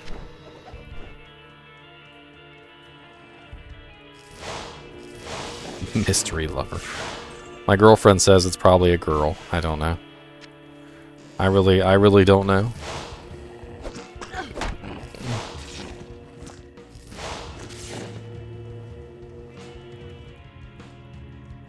I mean, I eat hot stuff too, Gomax. I just don't eat, like, ridiculous hot stuff. Ooh, 10% faster cast and +1 to mana after each kill. Freaking clutch! That's freaking clutch! Hell yeah, +1 to mana after each kill and 10% faster cast.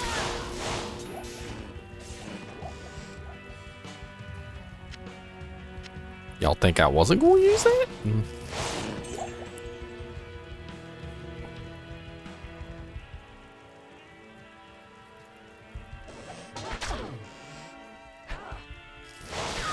Two bits. Not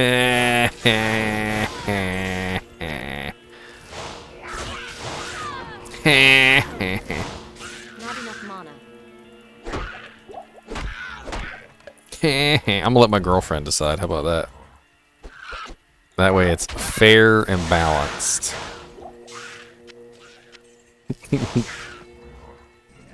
I'll be like, how many bits would it take you to do a bean boozle? And she'd be like, 10,000. And I'd be like, alright, 10,000 it is.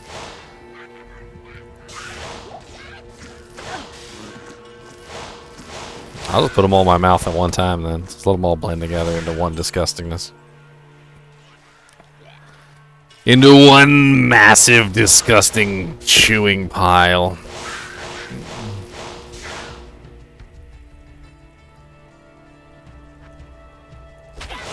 I'll look like, what's that? I look like Jim Carrey on that one movie where he was chewing like 10 pounds of bubble gum.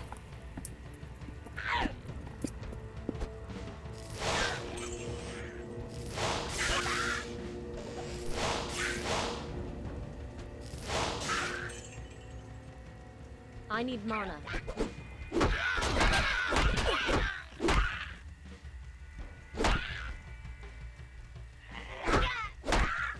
Money, money, money! Money!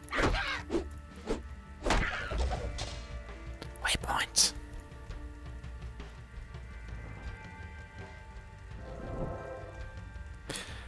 Points. Pointy, pointy, pointy points. We do a whole 4 to 6 damage right now. We need some more warmth. That's what we need. More mana. Y'all don't get off me. Don't be coming at me like that. Y'all know me.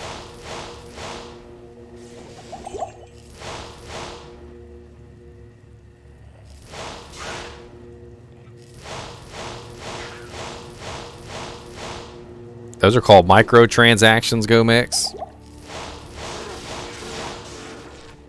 That's a microtransaction I can get behind. Not enough I'll mana. pay you to eat this sardine. I'm like, I want to. Now, jelly bean, on the other hand.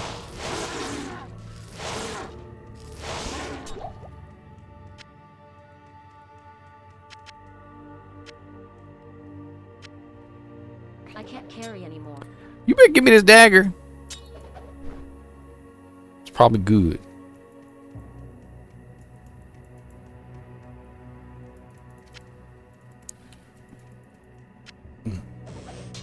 Like, I'll be the first person to champion the cause of the death of microtransactions. But before I champion the cause of the death of microtransactions, let me just say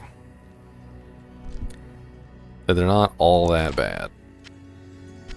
Now, don't throw any rotten apples just yet. Alright, I said they're not all that bad. They're mostly that bad, okay? Most of them are that bad. There are games that have done microtransactions very well. And there is a fine line between doing microtransactions well and doing microtransactions horrible. And the fine line is very easy to cross. Like, extremely easy to cross. And I've seen some games like World of Tanks do microtransactions very well, and I've also seen some games do microtransactions like the absolute worst humanly possible in the freaking world of microtransactions, and I don't understand how you can get them that horribly wrong. Ahem.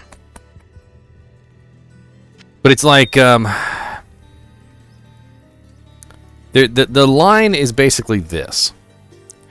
Microtransactions in a game is fine if it's not gambling and it does not offer any advantage to the player who is playing the game. And those two rules have to be followed.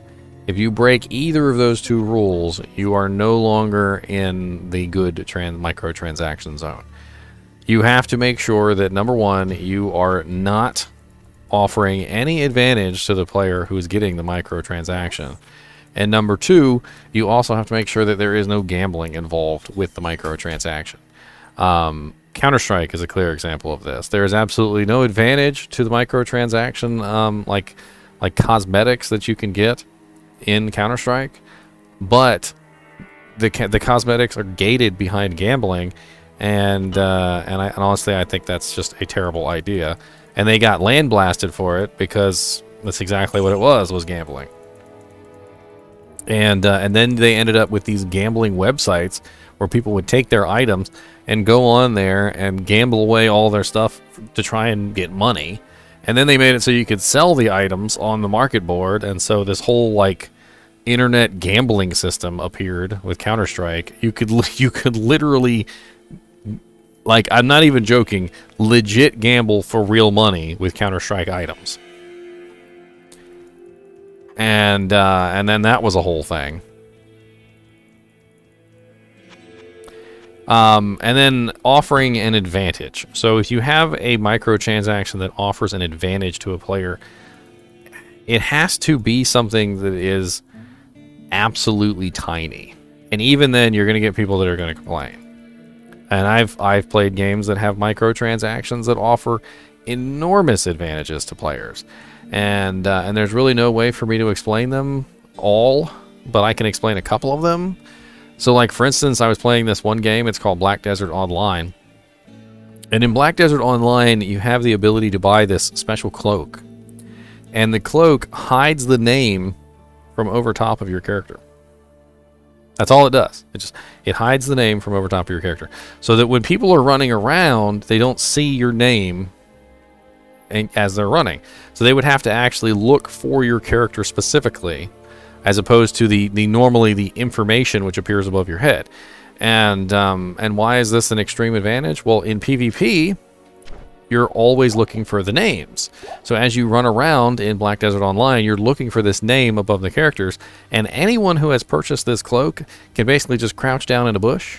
Their name disappears because they're wearing the cloak, and you literally can't see them. And so you can literally just stealth up anywhere, so to speak, stealth up. And and no one knows you're there unless they actually click on you to target you. And as soon as I found this out, I was not a happy camper. I didn't want to play Black Desert Online anymore. I was like, that is such a pay-to-win feature. And the players, the people who played the game, were totally defending it too. They were like, "It's not pay-to-win. It's anyone can buy it, and it's only like $29.99." And I'm like, it's like what? It's like $29.99. I'm like, what? Only like $30 for a cloak. And when I went to go PvP, like everybody had the dang cloak. Like everybody had the cloak. It wasn't just like one or two persons.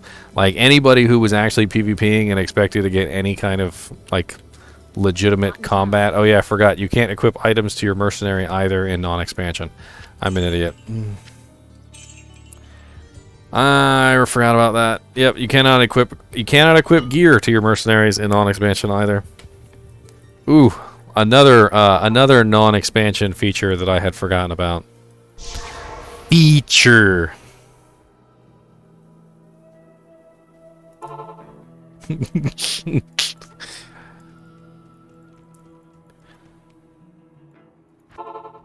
So anyway, when you're talking about microtransactions in a game, it's so easy to do them wrong, and it's so easy to make it so that it is an unfair advantage to the rest of the group and the rest of the entire community. And this is one of the ways that you can always mitigate this. So, if you can earn whatever the microtransaction creates in the game, like as a result of playing normally, then usually it's okay. So like if I could buy like a random rare belt or like an Arctic fur or whatever as a microtransaction, it wouldn't be like the worst thing in the world because you can always find your own Arctic furs, and a lot of people might not even take advantage of that because you know you can find them fairly easily, right? But where microtransactions really mess up is when they offer items that cannot be gotten in game. So for instance, with that cloak, the one that I was talking about in Black Desert Online, you cannot buy that in the game. No matter how much currency you make in the game, no matter how much, you know, trading you do, no matter how many bosses you kill, no matter how many raids, you know, you complete, there is no way to obtain that cloak. So the only way to get it is through the store. And when you gate an item through the store only, you create another disadvantage to the players. So you've now made it so that anyone who is willing to spend money is now better than anyone who is not. And that's a very dangerous piece of territory to roll into. And if you ever play a game that offers advantages to people who pay versus people who don't pay, and those advantages are real and serious advantages, just do yourself a favor and back right on out of that video game and don't play that video game anymore because it's a bad idea. Because it's only going to get worse. It never gets better from that point. The developers, once they start going down that rabbit hole of offering the paid players advantages over the regular players, it never stops. It just gets worse and worse as time continues on. Why is it not letting me do anything? Did I forget? I think I forgot to even click on the stupid tree, didn't I? It's because I'm busy yakking my lips.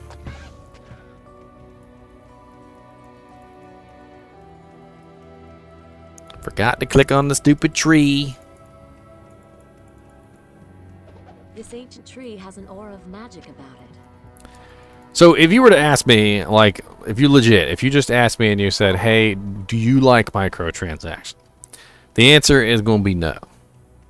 Like, I'm never going to tell you I like microtransactions. Do I think microtransactions can be done in a way that works and is not something that people will hate? Yes, I do. But the problem with it is this. They almost never are.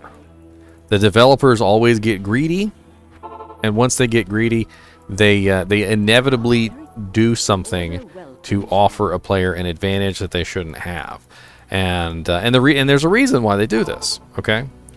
If I can earn an item in a video game without spending money, a lot of people will actually not purchase the item because they will be like, well, why would I pay $2.99 for that when I can just spend a little bit of time and get it for free?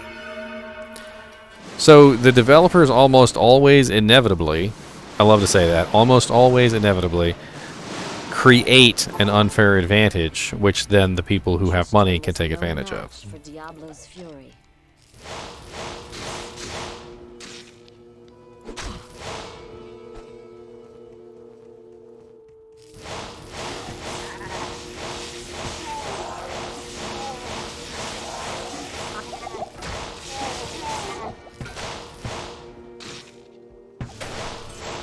World of Tanks is probably one of the few games that I think has actually like sort of walked that fine line. If you guys have never played World of Tanks, it's definitely a very interesting game. It's free to play, which means anyone can play it. You don't have to be a premium user. You don't have to buy premium vehicles. But it does make things easier. I spent the majority of my time playing World of Tanks as a non-premium user. And that was because I really just didn't have any money to do anything. And later on, as I, as I got a job and I got, I had money that I spend, I started to invest wisely. There are definitely some things on World of Tanks which are very unwise investments as far as the money that you spend on it.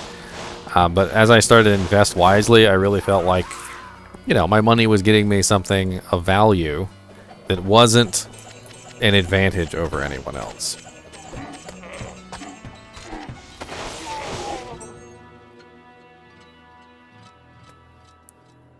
Yeah, so Onyx brought that to my attention earlier. Basically, there's going to be these like special game rooms in Korea. I'm assuming there's not going to be very many of them. You're talking about a place of business. You're not talking about a you're not talking about like a house that somebody's in, or a or just like any place of business that offers internet service. We're talking about a specific internet place that offers the ability to play games, and in this specific place, if you're playing Diablo, you can get that magic find bonus, and it's only in Korea, and it's only 25%, which I think is absolutely nothing. 25% is, in the grand scheme of things, probably the equivalent of like 2% effective. The only people that it's going to help, like literally the only people that it will help, is the people that are brand new to the game who have absolutely no magic find whatsoever. Because at 0, 25% is 25%.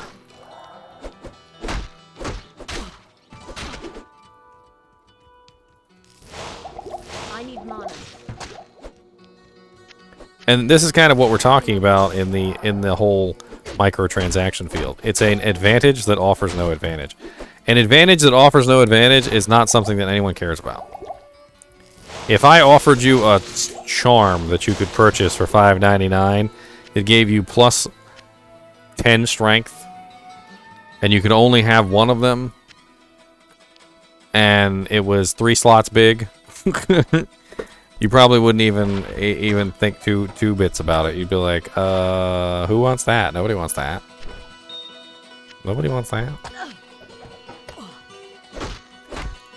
Like, there's a fine line of trying to make an item that is purchasable that people might actually want to buy, but doesn't actually offer an extreme advantage to anyone. Exactly. If you can buy a Burr or a Jaw rune, then that becomes a huge problem. Oh, Onyx did the doll. You guys want to see Mr. Hollow Knight doll? Here he is. This is him. What's up, Mr. Hollow Knight?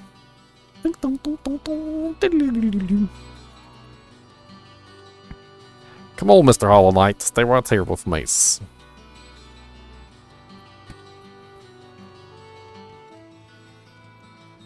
He's white on his head. He's got black eyes. He's got gray.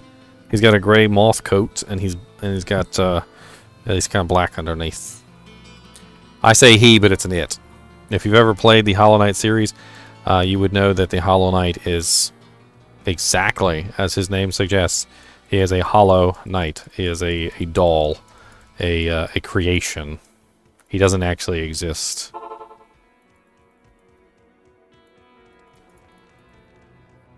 Yeah, that's the green screen.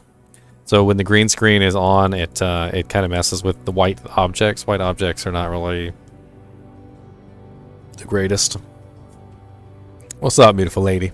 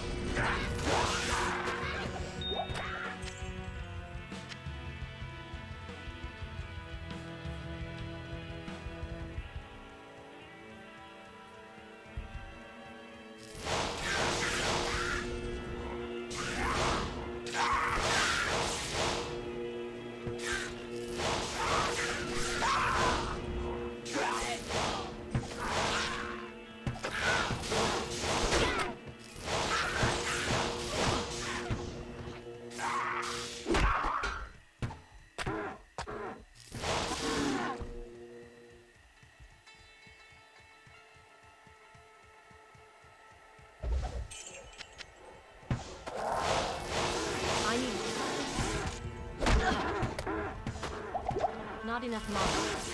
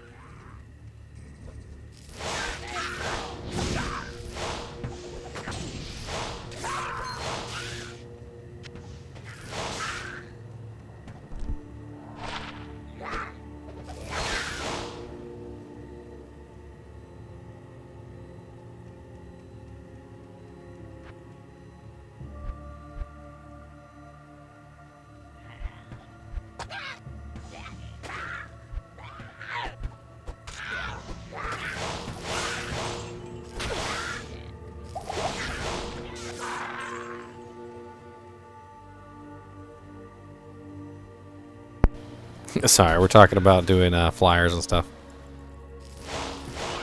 Oh, really? Got some Russian. Translate to English. Thanks for subscribing as a gift.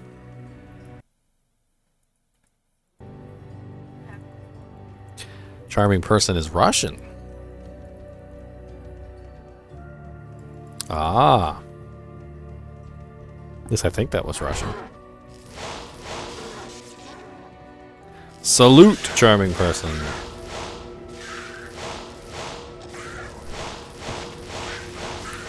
Sorry, I was talking about the cat, and we're gonna do some flyers, and we're gonna put them out, and hopefully we'll be able to find him. I don't think he's dead. I don't think he's. I think he's missing. He's a very pretty cat, and my hunch is someone picked him up.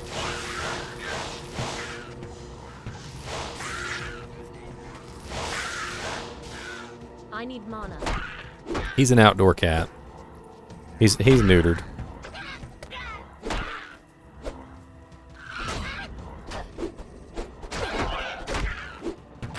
But y'all little carvers in there.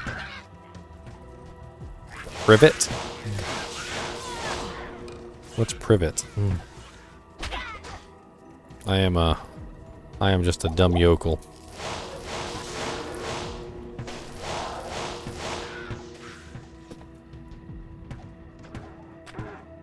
Leave a litter box outside. I mean, I don't think he's lost, Lie That You Adore, if that's what you're getting at.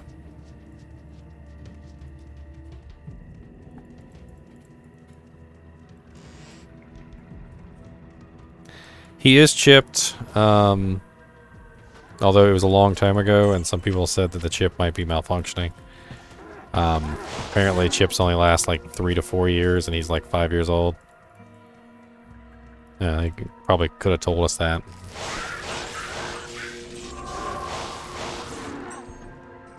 Plus, he's constantly going outdoors.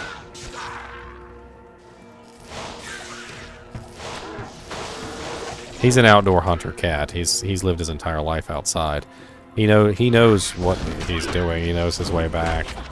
I mean, he's been going in and out of that door for 5 years. So I think that's why they're worried about him the most, is because he is such an outdoor cat that the fact that he hasn't shown up is it's a bad sign. But honestly, I think it probably means he got picked up by somebody.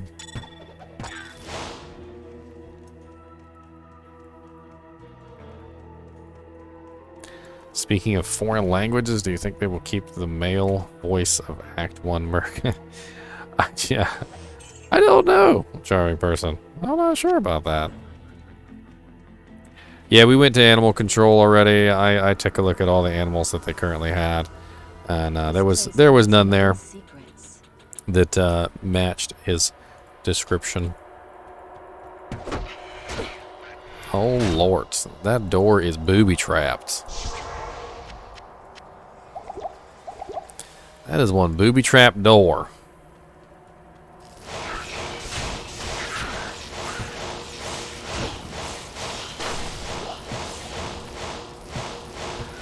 It's a good thing I've got an AoE skill.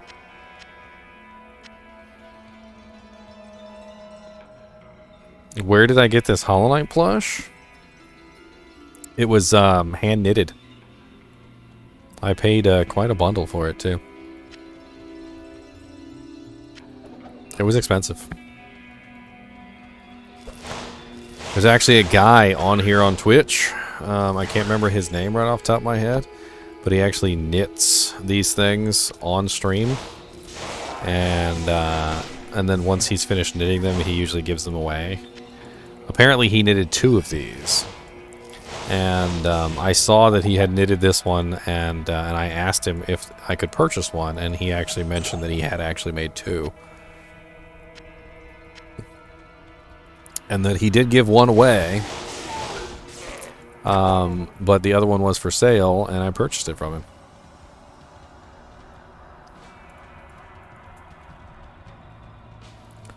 I don't know if he ever would have another one. I really don't know. I don't think so, anyway. I might could find him and try and link him in chat, but I can't remember what his name is right off the top of my head. But we'll try a precursory Google search though, just to see.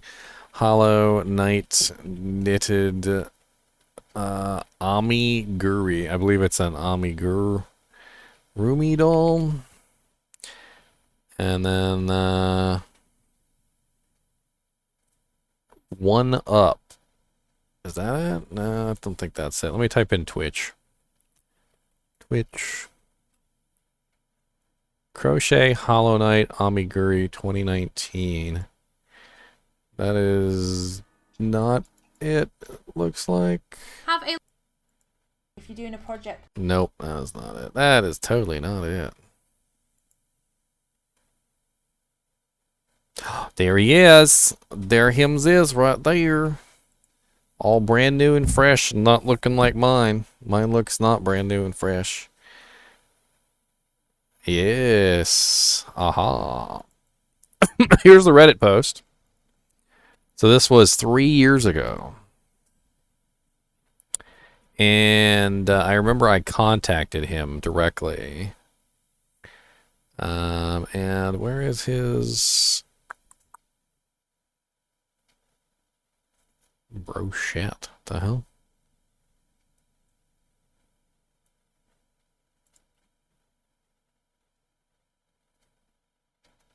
That's not it. Where is your Twitch channel?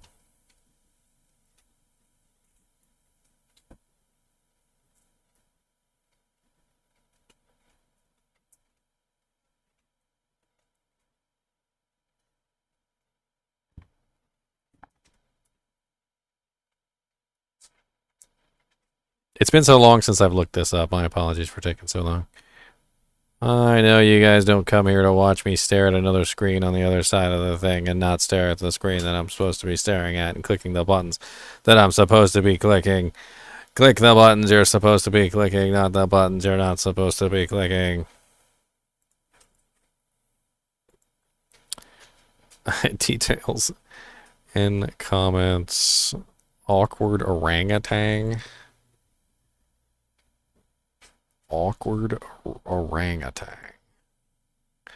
Oh, he's done some other stuff too. Or she. I'm not sure. She did a Wooloo. Look at this Wooloo. There's a Wooloo from frickin' Pokemon.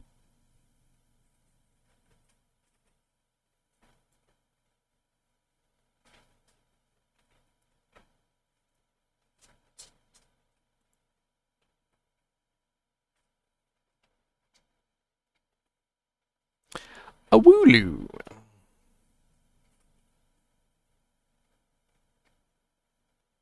Anyway, I'm sure if you contacted the person, you could probably have one custom made if you're really interested in that sort of thing. I mean, that's pretty much what I did.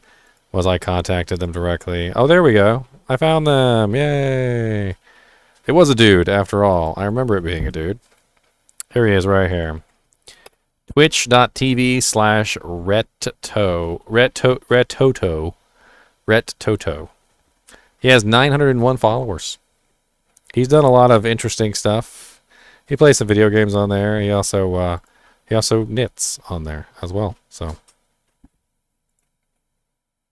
and anybody who knits something as awesome as this deserves a follow. I went ahead and followed him because I didn't have him followed before. If I ever see him streaming, I might have to raid him. I'll be like, Amiguri Hollow Knight raid.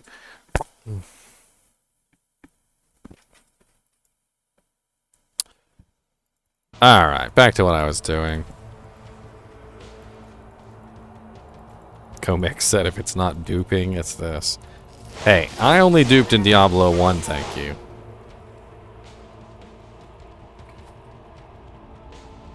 I doubt it would even work in Diablo 2.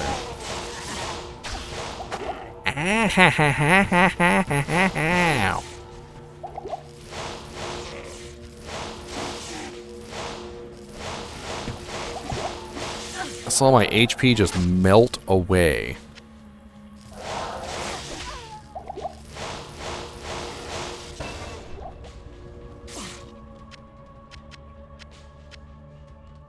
Okay.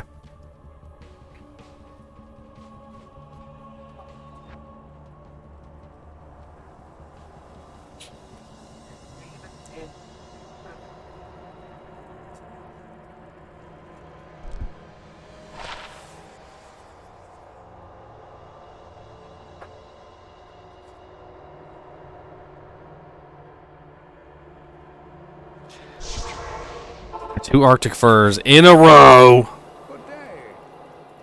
Let me put the Arctic fur in my stash. My amazingly massive stash. No Onyx. No Onyx. Merc will not be happy because Merc cannot wear gear in Classic Diablo. You also cannot resurrect your Merc in Classic Diablo. And I just accidentally exited the game because reasons.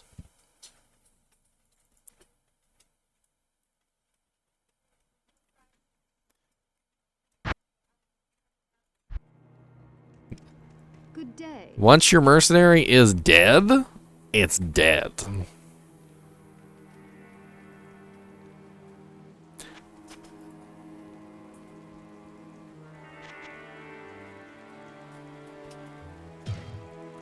And you can't give the mercenary any equipment.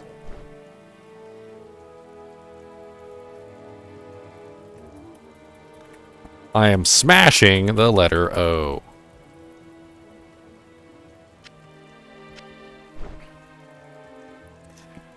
Yes, Classic was a whole different experience. Mercenaries were absolutely useless for the most part.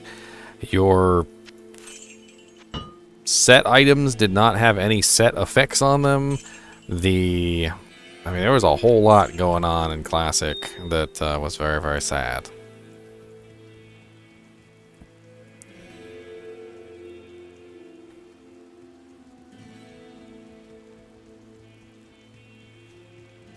I have problems keeping my rogue merc alive. You have risked your good day.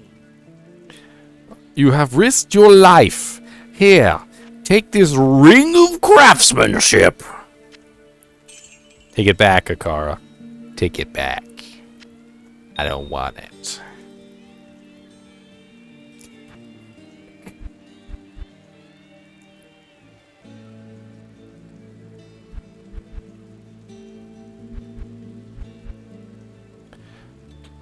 I need a couple more points into vitality. Just a couple. I mean, that's the reason why I wanted to take you guys on this journey. I wanted to take you on the journey through classic Diablo. I wanted you to see this crazy stuff. I wanted you to actually experience it with me and be like, what? Your mercenary just dies? She's just dead? You can't summon her back from the grave or anything? There's no ritual? I wanted you to see my stash. Oh yeah, let me go put my gems in my immensely large stash real quick. You guys are going to be jealous of this stash. Oh, look at all these gems I can fit in here. I can fit a whole handful. Look at this. Oh, beautiful stash. Man, I know y'all are jealous of that room.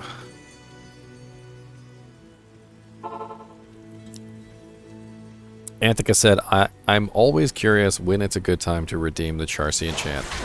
I always let it for later and then forget about it. The hyper elite try hard answer is level 94.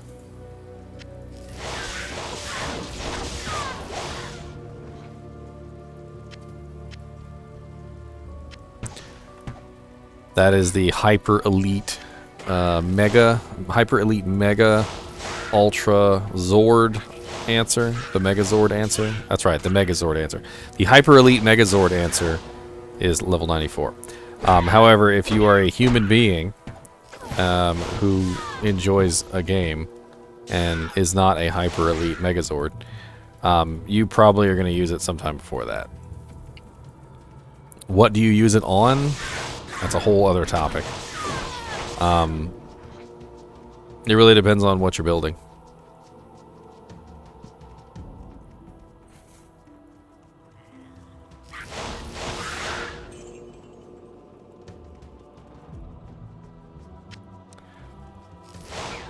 I mean, basically, long story short, is that the gamble item that you get is based on the level of your character when you perform the enchant.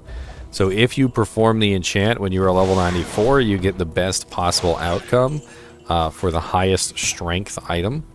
And the highest strength item that you can get, essentially, can be very, very good. So people will save that enchant to level 94, and then they will use it on something like a circlet or a diadem, which has a very good chance to be something good, but also has a very good chance to be something absolute garbage. So, I mean, you could wait all the way till level 94, and then you could still get a piece of garbage.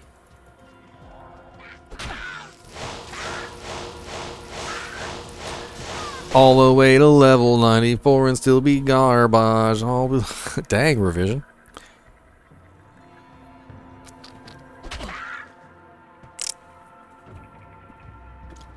Oh no, I got drink on. Nah. Power Master Optimus Prime again, revision?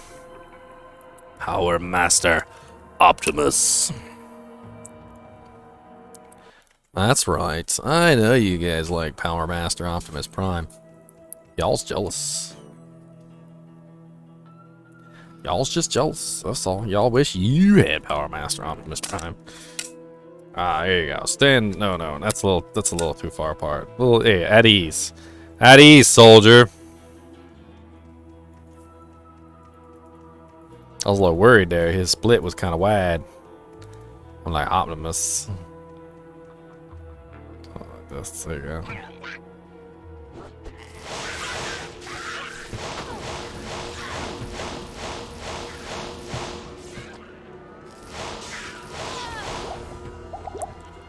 Optimus.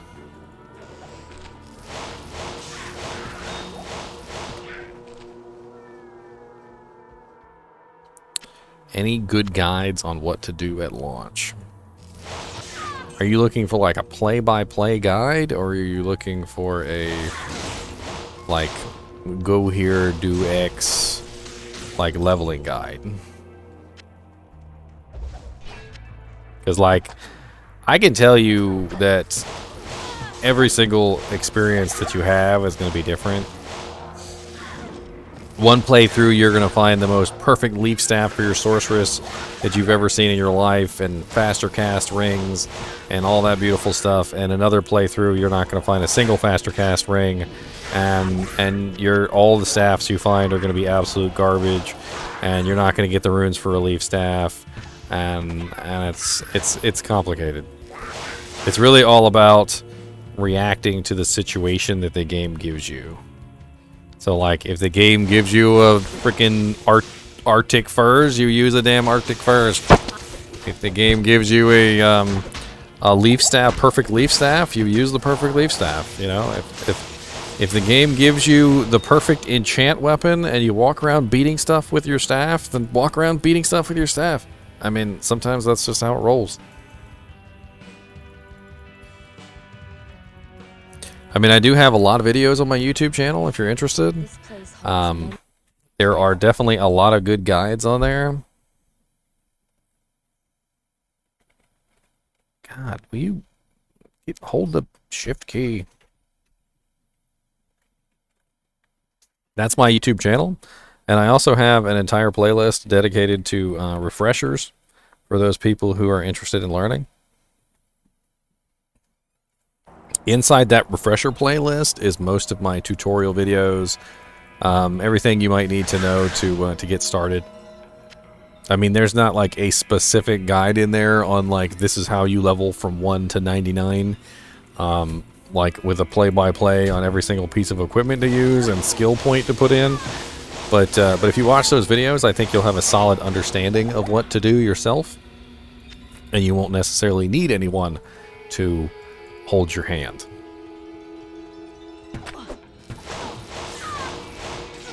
I mean, speedrunning Diablo is easy. It's not really a hard thing, revision. The thing about Diablo is once you learn the basics, once you learn like, you know, how you're supposed to build your characters and what you're supposed to do, even just one build, you can usually speedrun very well. I tend not to like to speedrun though, because I like to enjoy the game. But I have speedrunned on occasion. If you take a look at my ladder series, during the ladder reset, I do a pretty effective speedrun.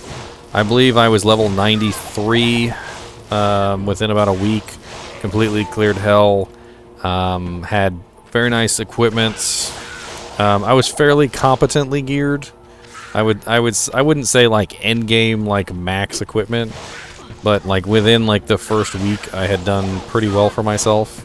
I had made multiple characters. I think 1 week with multiple characters in hell is pretty good, I think.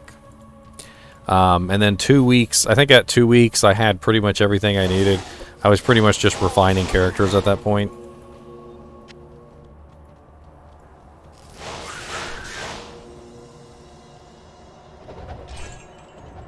But that's a ladder reset. Ladder resets are completely different than like the regular game. The regular game is less competitive and more relaxed. I mean, you will find players that are playing at your specific speed. You don't necessarily have to rush. So I mean, if you're going slow, just find other players who are going slow, and if you're going extremely fast, find other players that are going extremely fast.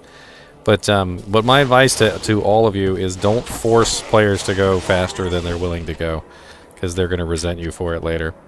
Many people play at their own specific pace, and they like to enjoy the game. And if you're forcing someone to go faster than they are comfortable with, they're not going to look back on that time that you play together fondly. Especially if they're brand new to the game and they have absolutely no clue what they're doing.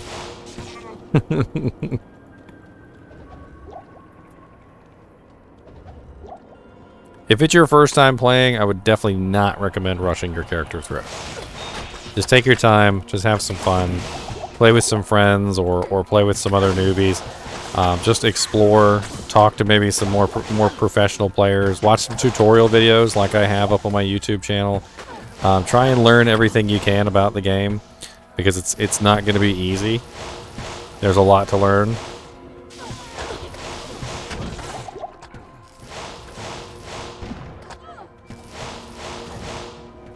I wouldn't recommend playing hardcore as your first playthrough, that's for sure.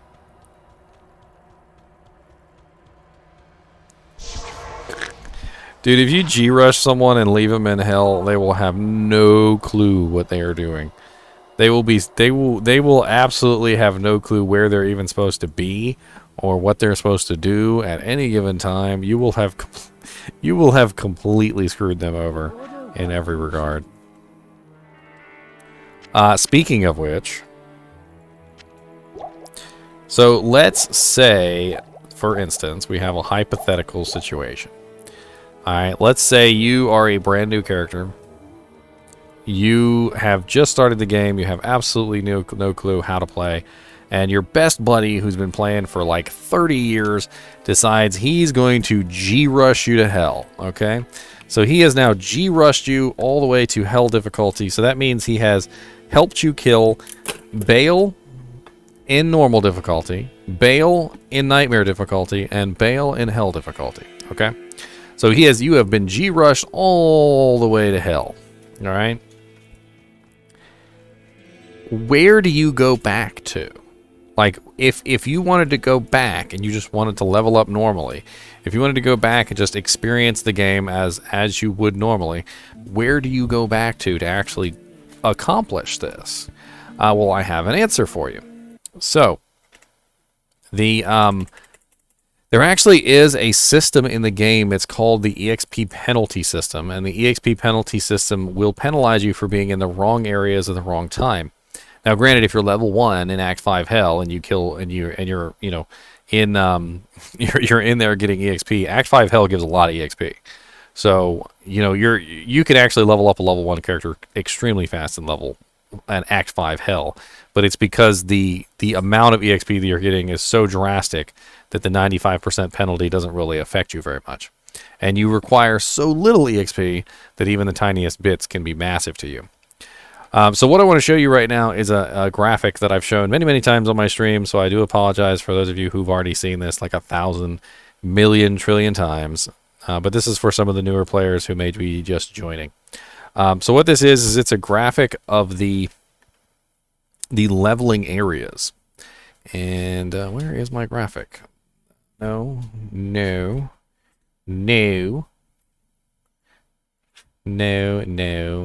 It's not any of these. Where is it? Here it is. Is it this one? Yes, it's this one. Okay, so this is the list of the EXP penalties. All right. So this is the general area that your character would be in at any given time, at any given level. So, for instance, let's say you got G-Rush to Hell and you were level 26. Well, take a look at the list. At level 26, you should be around Act 4 normal difficulty. Or let's say you got Rush to Hell difficulty and you were level 47. Level 47s should be around Act 2 Nightmare. And you can take this to heart because that is around the correct area that you should be so that you are progressing normally.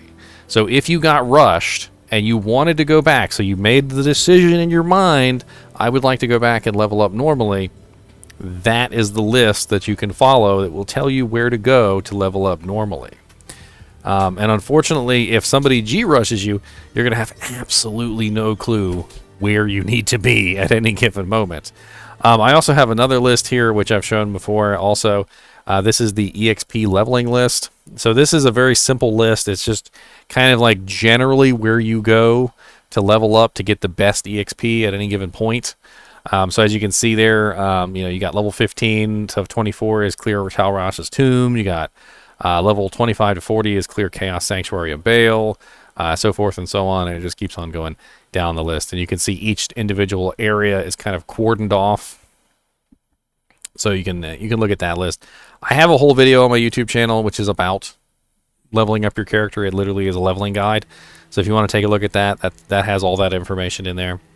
There's also another video on there about monster resistances and immunities. There's also another video in there about player resistances, so forth and so on. Just tons and tons of knowledge in there if you guys need to refresh yourself before Diablo II Resurrected launches.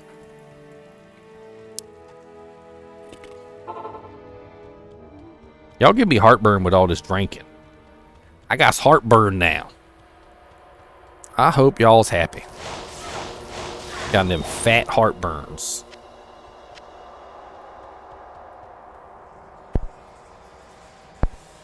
and gas in my I'm burping gas.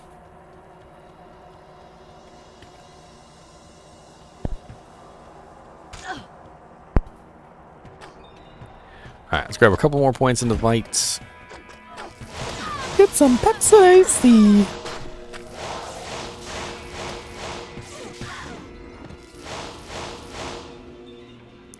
Gomek still on that 2 bits of bean. You know it ain't gonna be 2 bits of bean.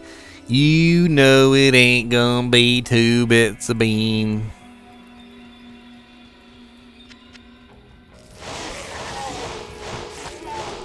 Leon ate a lot of sugar for beta.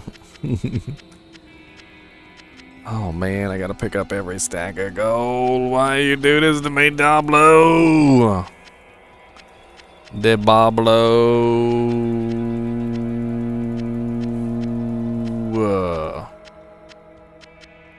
You maketh me pick up everything.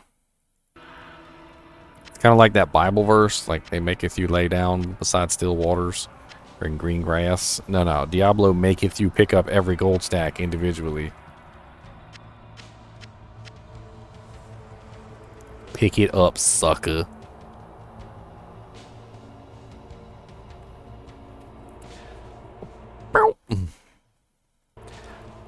Also, I'm gonna be streaming every day until launch. So if you guys want to come in, ask me questions up until then, you know, that's perfectly fine. I don't really care. I love answering questions. Ask away. Look at that. No runes. No runes.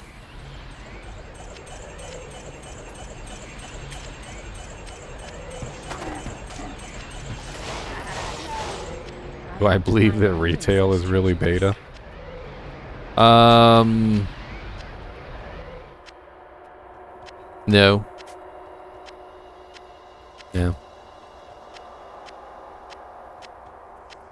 I mean, that would be like calling Diablo 2 a beta game.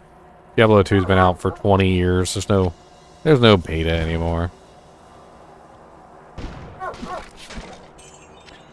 A little advice, Leon. Bear, what's the matter, buddy?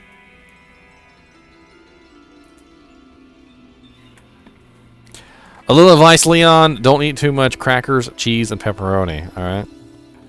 It's bad. It's a bad thing. I wound up in the hospital one time because of that. Crackers, cheese, and pepperonis may be good, but in excess. Let me just warn you in advance. They are not good.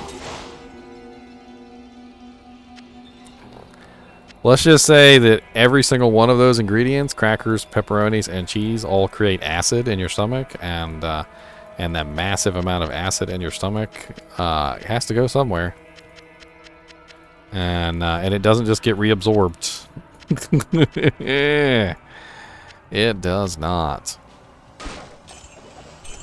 I'm not saying eating pepperoni, cheese, and crackers is a bad thing. What I'm saying is if you eat so much that literally your body can't handle it, you're going to have some issues. Alright, I'll do that, L West GG. But first, let me ask you a question. Do you prefer melee, ranged, or magic classes? What is your preference? Because that's the most important thing here. Do you prefer melee, ranged, or magic? Because once you give me that answer, I'll give you a couple starters, and you can make your choices from there. Melee or magic? Do you prefer like up close magic characters? Is that kind of what I'm getting here? Like a melee-ish magic character, or are you like one of them far back nukers?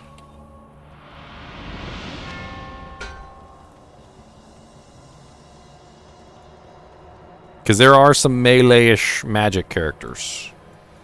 Just not into bows. Okay. Well, then the bow sorceress is definitely out. Bow sorceress is definitely out. Melee or magic? Melee or magic? Do you like supporting your team, or do you like to pretty much play solo? Because that's another good question.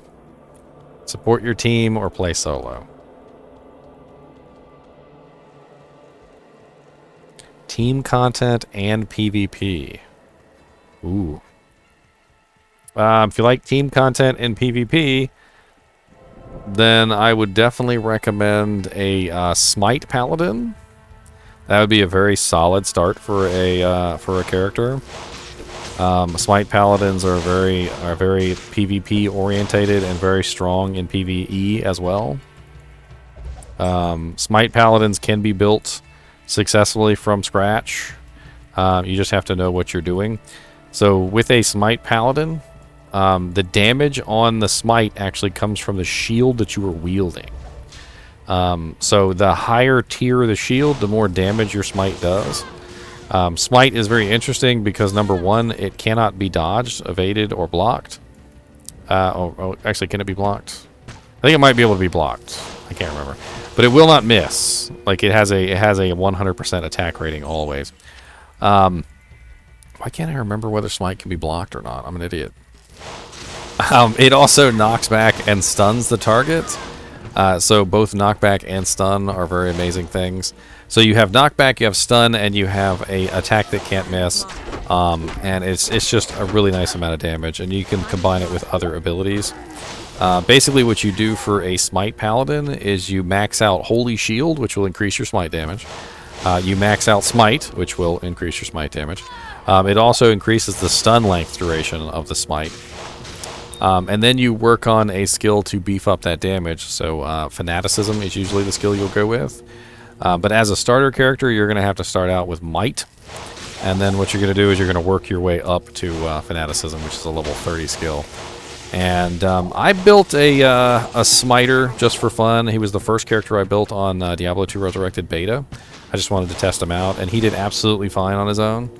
I did have to get my hands on a Spiked Shield. So a Spiked Shield is the highest damage, like, normal difficulty shield that you can find easily. I mean, if you can really find a nice Paladin-only shield, I can't remember the name of it right off the top of my head. There is a really nice Paladin-only shield which rarely drops in normal difficulty, and it does have a little bit better smite damage than the Spiked Shield. But for the most part, the Spiked Shield's going to beat it out.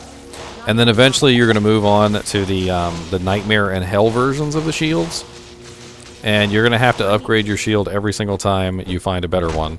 Because every single shield that goes up one tier is going to have better smite damage so that they last.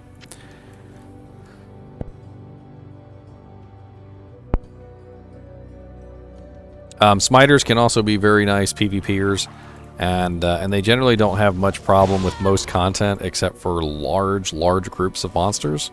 Because they're very single target damage-wise, they tend to have issues with large groups.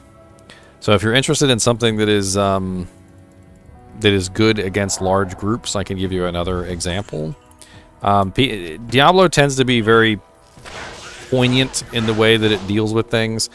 And what I mean by this is some characters are extremely good at AoE and massive amounts of damage to multiple targets, but not so great against single targets. And other characters tend to be absolutely amazing versus single targets, but not so great against groups.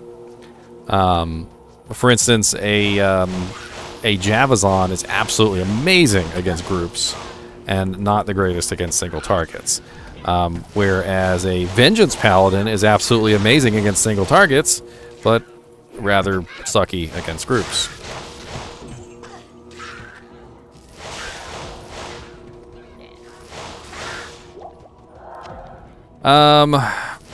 I mean, there are some things that counter a really good Smite Paladin, but it's kind of difficult to counter a really good Smite Paladin because they have that stun. And apparently they broke the weapon swap glitch that takes you out of the stun. So unless they fix the weapon swap glitch that takes you out of the stun, it's probably not going to be beatable. Oh yeah, by the way, another non-expansion feature, a pre-expansion feature, is there is no second weapon slot. So you only have one weapon slot. See if I'm spamming the W key here and we have no second weapon slot. I don't know if you guys noticed that before, but that is totally a thing. PvP is a very big part of the game. A lot of people really enjoy PvP. PvP is not forced on anyone. Like, you don't have to actually participate in it if you don't want to.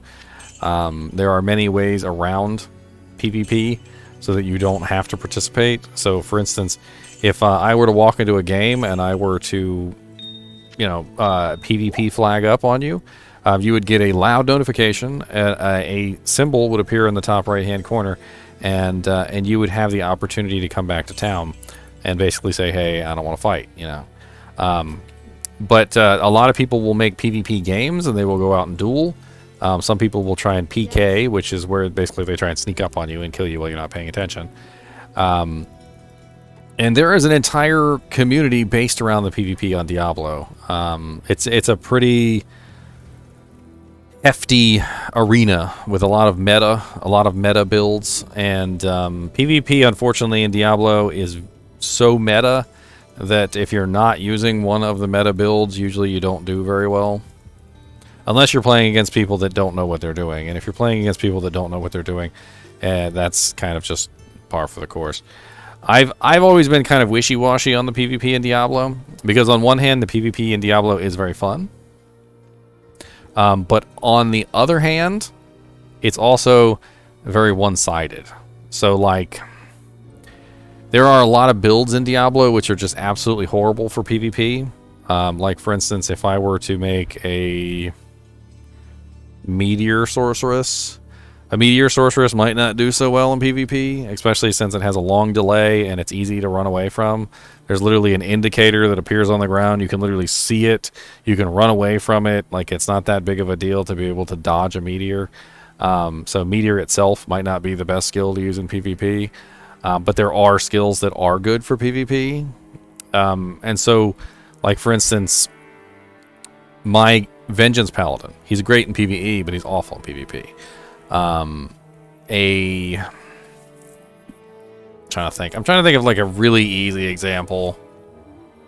A Conversion Paladin. A Conversion Paladin would be absolutely god-awful in PvP, because Conversion is a strictly PvE skill. Holy Bolt only does damage to undead enemies, so it does absolutely no damage to PvP players.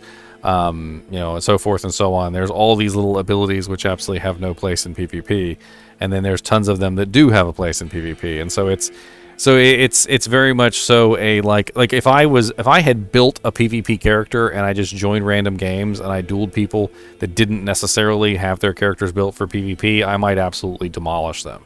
But if I joined a dueling game where everybody has their characters built for PvP and I went and fought them, they might demolish me.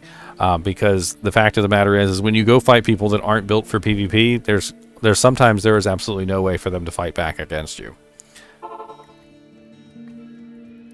Unless they just happen to be accidentally built for PvP, and that's a whole other topic. Smite Paladin is actually very overpowered. Defense is the rating at which monsters have a chance to hit you. So, as you can see here, the monsters have a 34% chance to hit me right now with 63 defense.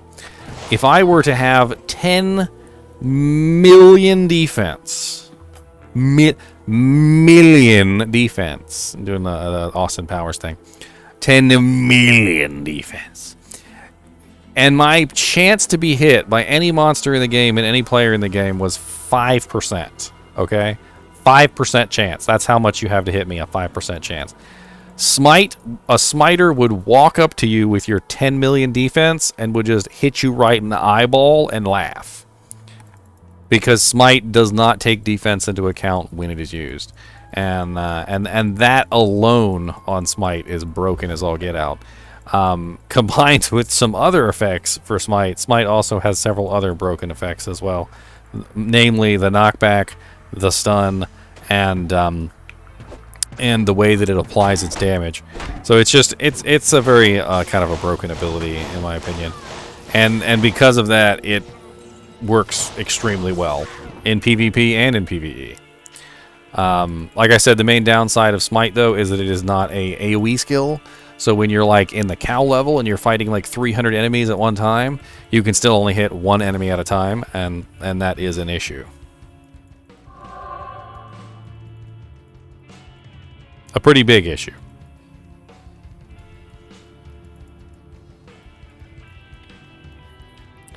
You also said magic. Let me choose a magic character. Something easy for you to build. Very easy starter character would be a Fissure Druid. Fissure Druids are extremely easy magic characters to build. You could start out as a Fissure Druid to get to about level 40, and then you could respec into a Hurricane Druid. Fissure is the fire side of the tree, so the Druid has a whole elemental tree, and in the elemental tree, fire is actually really powerful at the start of the game. It's a very sort of a standoffish tree. You just kind of cast your Fissure on the ground, and it does massive amounts of damage. And it honestly, I've never seen a Fissure Druid do poorly. Like if they're built properly, they just wreck everything in sight.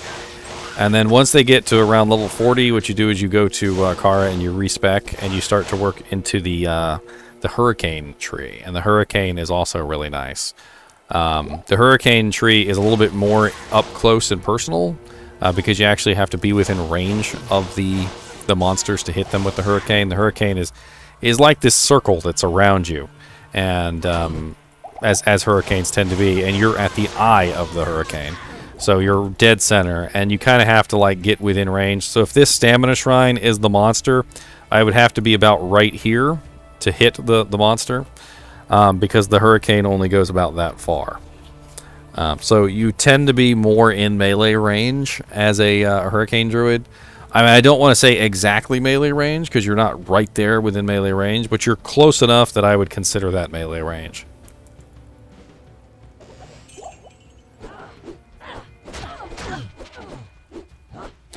Mephisto's moat trick. I mean, fixing that would require fixing his AI, and fixing his AI could have really bad consequences across the entire game. I don't know. They really don't want to mess with the AI of the monsters. I mean, would I like to see Mephisto not be exploited? Yeah. But I don't see how they could do it without messing with the other monsters' AI as well, and in doing so causing issues within the game.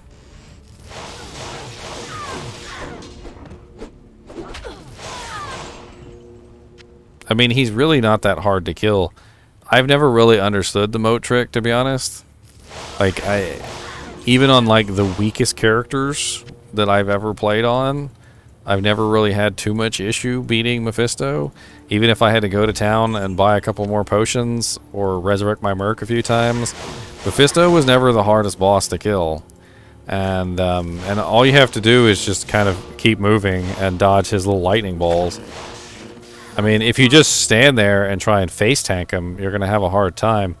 But usually when you're fighting Mephisto, it's pretty much just a like attack, move, attack, move, attack, move, attack, move, attack, move, and you just keep doing that, and usually you're fine. It's locked. I mean, if you're a melee character, you do it a little bit closer. Attack, move, attack, move, attack, move. Now, the only difference with being a melee character versus the ranged is that both Mephisto and Diablo both have cold touch. Cold touch is a skill that they share. I don't know if you guys have ever seen it. His hand turns blue. He goes like this, and his hand turns like solid blue, and he goes like, "Urgh," and he gives you a nice smack in the face with his cold hand, and it's all icy and it chills your bones. That's the cold touch ability, and that ability is actually pretty killer early on. I've been killed by that cold touch ability before, especially if my resistances aren't quite right. You need some pretty good resistances to fight Mephisto. You need lightning resistance, because he spams a lot of lightning. You need poison resistance, because he spams that stupid little poison cloud. And then you need the frickin' cold resistance too, because he'll hit you with that cold touch. And then once he hits you with the cold touch, it chills you. And if it chills you, you have a hard time dodging his stupid lightning attack, because you're running real slow. It's a pretty deadly combo, to be honest.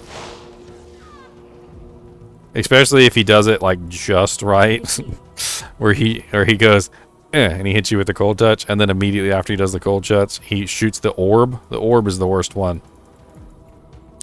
The lightning bolt that he fires isn't so bad, but the orb that he fires does massive amounts of damage. I think that one might be like 50% physical damage or something, because it always does so much more than his lightning.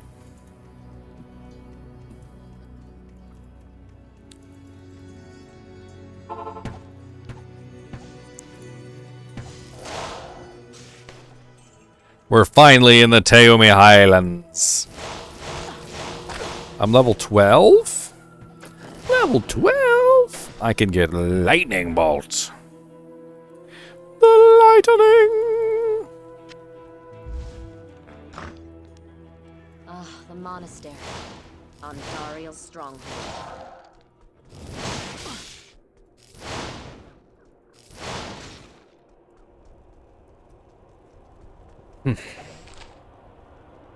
I don't think Fortitude is easy to get. It's a freaking low rune. An LO rune. Not a LOW rune, an LO rune. I always have trouble getting an LO rune.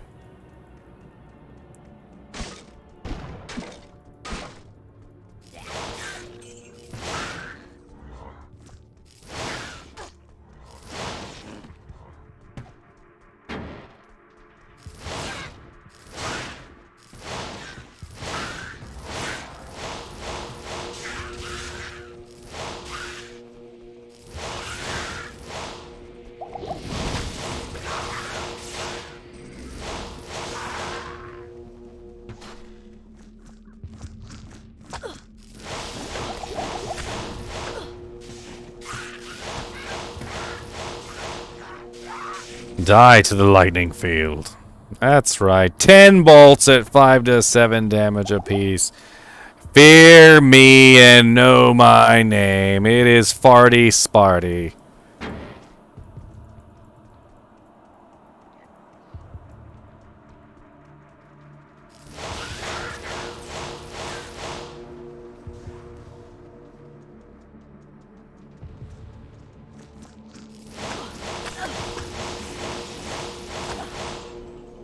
I always found melee characters, with the exception of the Smite Paladin, I've always found melee characters rather difficult to build at launch.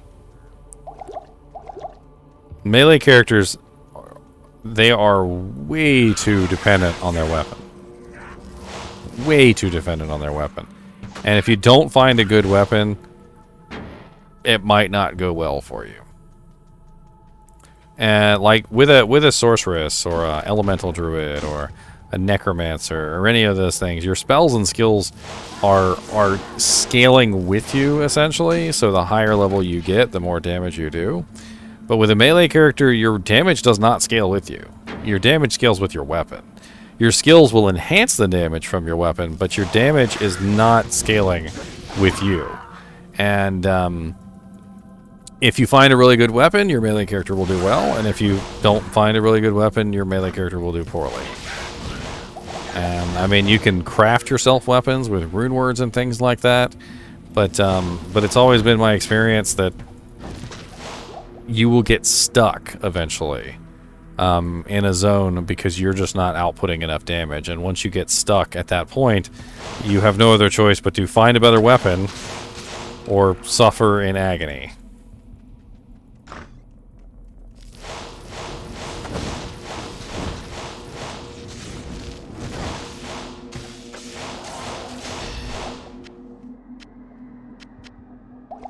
Suffer in agony.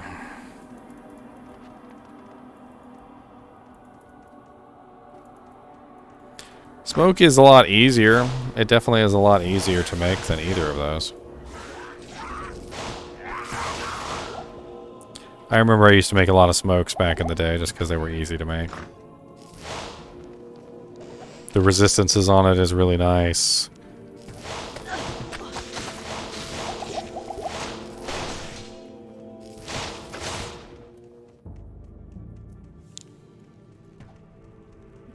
One guy planning to farm keys non-stop.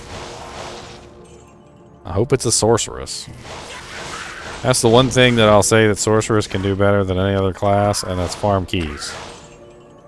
Teleport is definitely needed for key farming. I wouldn't take my Necromancer, my Magic Find Necromancer key farming. I mean, I might still do it anyway, just for magic finding potential. But don't expect me to find very many keys. Because I won't.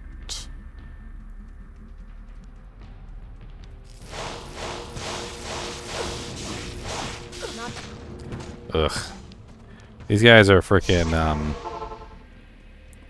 already resistant to lightning.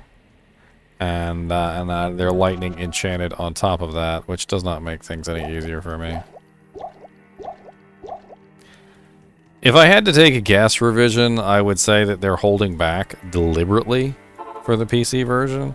And the reason why they're holding back deliberately for the PC version is because they don't want the PC users to be ripping the files apart and finding all the little bits and stuff out of the game, which they will totally do.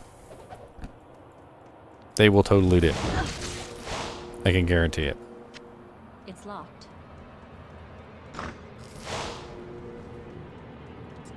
So as soon as the pre-download starts, I guarantee you, they will just simply go into the files and they'll start ripping out pieces of data.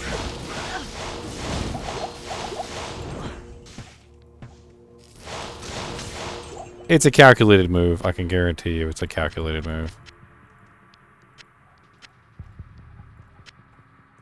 They're trying to keep a little bit of secrecy.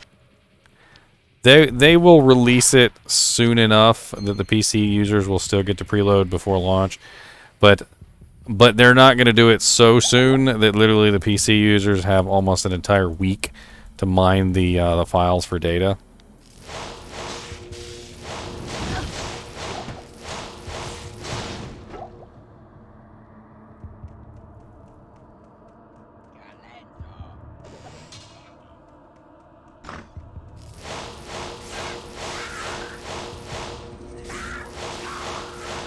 Sparky, sparky, sparky. Sparky, sparky, sparky, sparky. You're going to get a weapon from nobody's bones. Nobody's bones are getting weapons made out of, sir. Calm it down. Calm your weapon bone making. That's right. Calm your weapon bone making down. Nobody's making weapons out of nobody's bones today.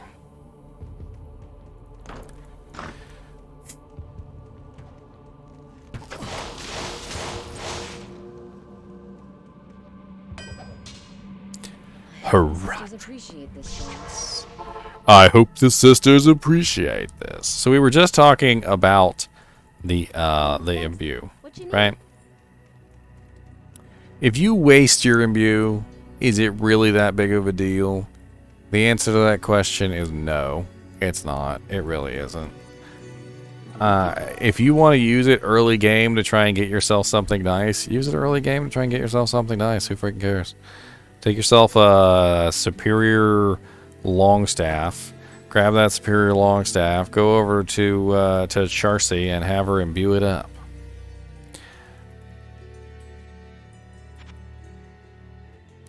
I was literally just talking about how melee classes have trouble at certain points if they can't find a good weapon. This could be a good use for you. Like, say you get to the end of normal difficulty and you still haven't found a good weapon. Go back. Find yourself a nice white item, go back to Charcy and imbue it, and see if you can get yourself a decent weapon to carry you into Nightmare. Same thing with Nightmare into Hell. You could use it that way. Or you could hold on to it till you're level 94. It's really not a big deal. +1 to charge bolt, 4% lifesteal, fire damage, energy, mana, fire resist, and mana to after each kill. I lose 2 charge bolt, but that's a lot of nice bonuses that I gain. That's a lot of nice bonuses. I'll put you in here for safekeeping. Let me load the rest of my gemmies in here. Hold on. Hold on. Let me load all these gemmies. Oh, I got some jammies. I got them jammy jams. I got them jammies. Can't fit them all in my stash. Oh, yeah, got a color code. Gotta color code these jemmies. I know y'all's jealous of my color coded jemmies. I know you are. Don't even lie. Look at all my little and a skull. Mm-hmm. And a skull.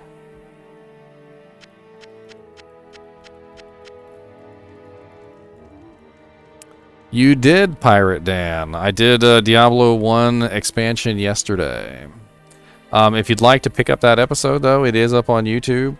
That was actually a pretty fun episode. I actually really enjoyed that one. We did kill Diablo, and we had a lot of fun.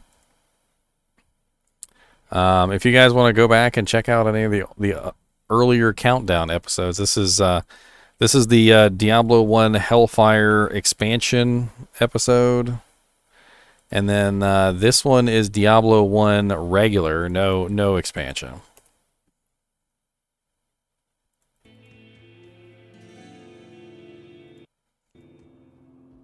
And right now we are doing Diablo 2 no expansion, which we have already found out is quite a treat. It is certain that we face... It is certain that we face the demon Andariel.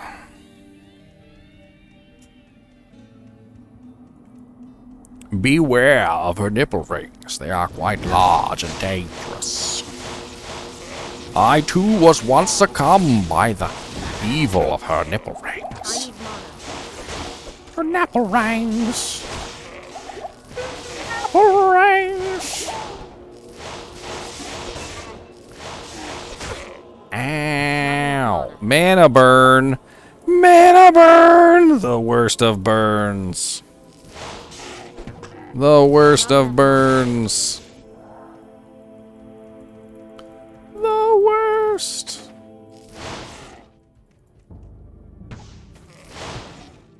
My Kane voice is on point. Well, thank you. Now you're gonna make me wonder how I did it. Not enough mana. No, ye too. Not enough mana. I need mana. I need mana. I need mana. How I need so much mana? I got so much mana. I got 139 of them janks. Back off me, sucker. I don't care about you. I care about you looking at me their ways.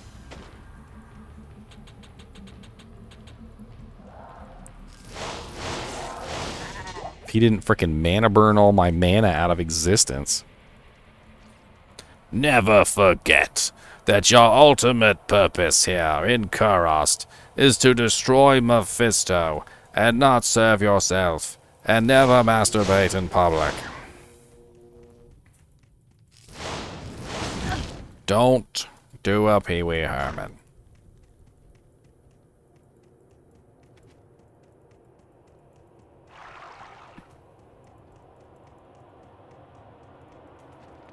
Like, dang, Decker Kane, I didn't even know you knew about that. Oh, Lord.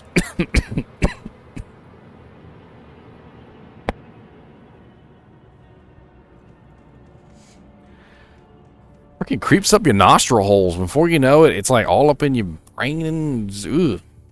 If there was magic here, it's long gone now.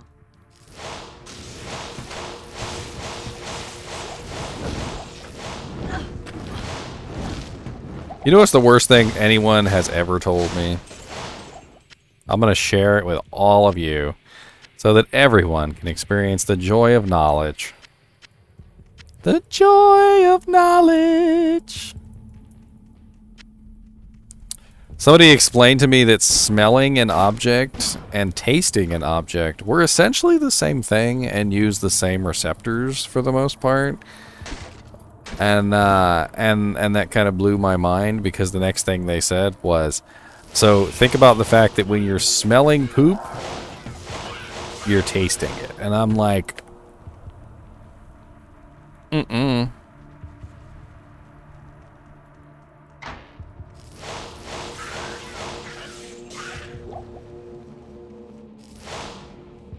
Probably not that healthy to inhale poop smoke. You know, you could be right, Lie that you adore. You could be correct. There is like a 90 some odd % chance of probability of that.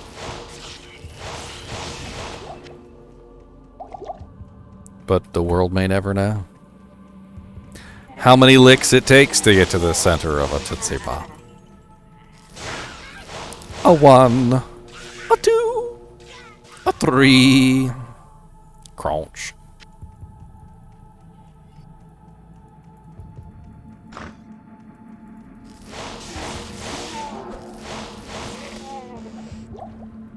Did anybody else ever see the Tootsie Pop as the Blow Pop's like lesser cousin? Like whenever I saw a Tootsie Pop, I immediately thought it was a Blow Pop, and I was all excited. And then I found out it was a Tootsie Pop, and I was less excited, but I was still excited. But it was like I wanted you know, the really nice like watermelon or like the sour apple Blow Pop, not the Tootsie Pop.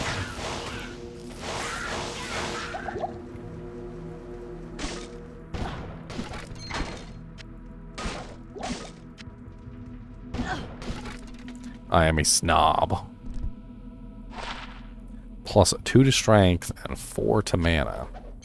Get out of here, plus 1 to strength. Mr. Owl, how many licks does it take to get to the center of a Tootsie Pop? Did anyone else feel bad for the little kid? Like every single time. The owl just took the little kid's pop. And he didn't get none. He didn't even get a pop. He's got stolen by the mean owl.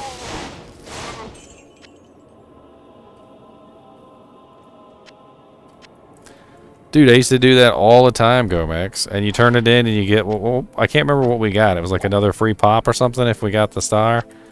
The little Indian with a star, we got another free popsicle. Oh, that's worth some money. Oh yeah, I used to hunt for them things. My girlfriend too, we were talking about that one day.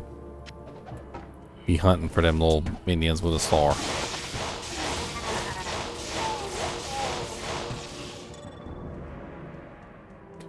I got one, I got one!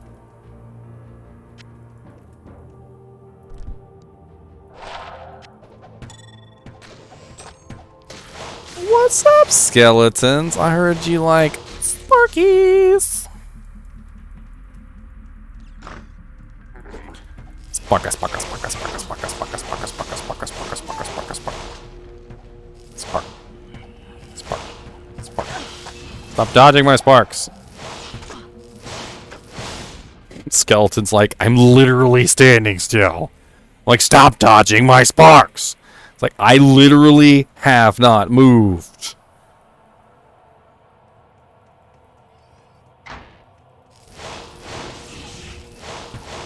Sorcerer's like, I don't know how you're doing it, but stop dodging my sparks. I don't even have legs.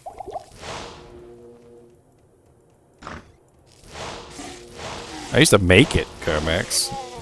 I used to make rock candy. That was like the jam. I used to put it next to the fireplace. Fill up your thing with water. You'd pour in sugar until it hit the maximum saturation point for water-sugar combination. You'd mix it up real good, heat it or whatever, get it real mixed, and then you would put a string and tie it to a little stick, and then you'd put it in there, and then you'd leave it somewhere slightly warm and let it grow, and you'd go check on it every day like a little idiot. Like, is that done? And there'd be like a little tiny crystal on there, and you'd be like, oh my god!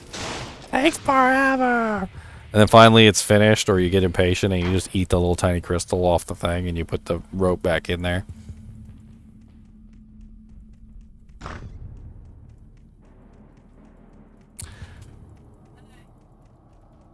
What's up, beautiful lady?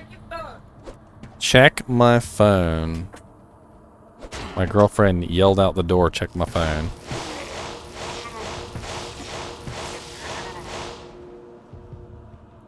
She needs some popcorn with Parmesan flavoring.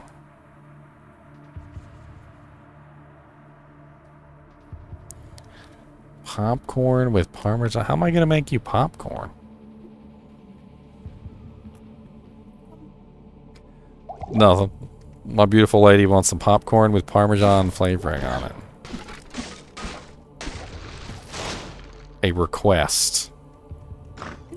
What's up, JBT Gaming Official?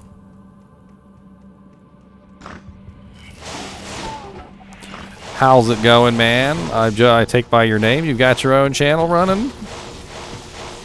You having any success over there?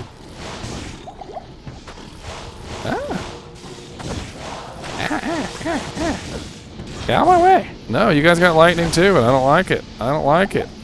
Us lightning people are not sticking together. There is no sticking together for lightning people. Ow, you cursed. You're cursed. Don't curse me. Hit recovery stun. Hit recovery stun. You little punks. So what just happened there, for any of you guys and gals who are new, I'll explain it to you.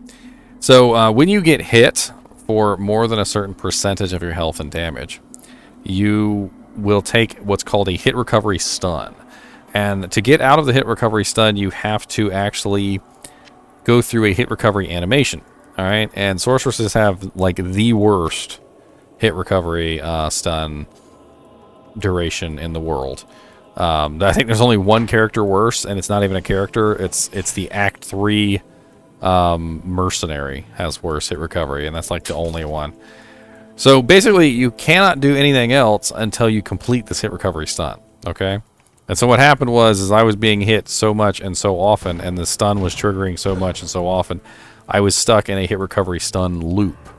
And that's why it's very important to have some faster hit recovery on a sorceress, because it will help prevent those loops, which is very, very important. And if you can prevent those loops, you will tend not to die, which is nice, you know, not dying.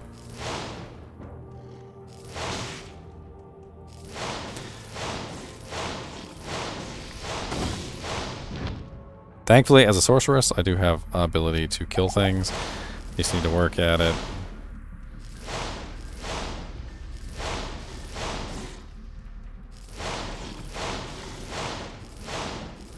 Not enough mana. Alright, so we're going to take a quick break here. And I'm going to make my girlfriend some Parmesan popcorn. Yep, that's right. My girlfriend's important to me, and I love her. So I will be right back. You guys can get some snacks of your own, and then we will resume. Help me.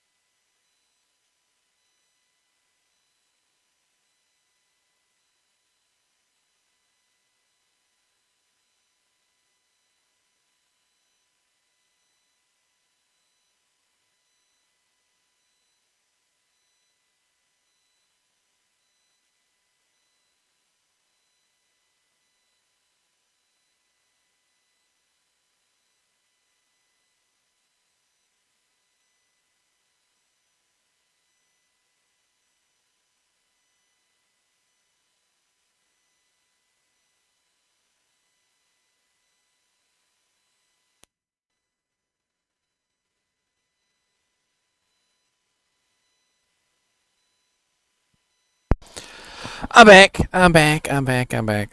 Onyx in there dropping some links, I see. What I miss? The chair is playing now. The chair does look comfy. It is comfy, actually.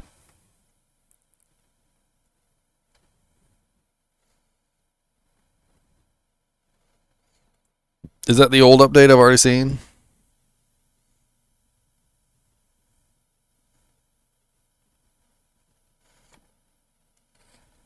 Yes. Yes.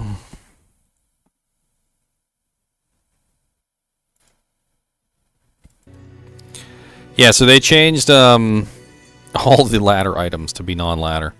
All the ladder events to be non-ladder. It's really weird.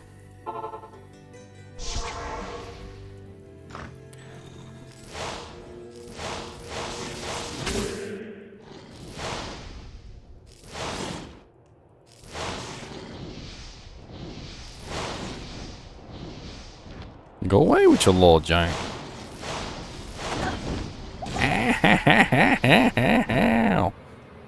You're so rude.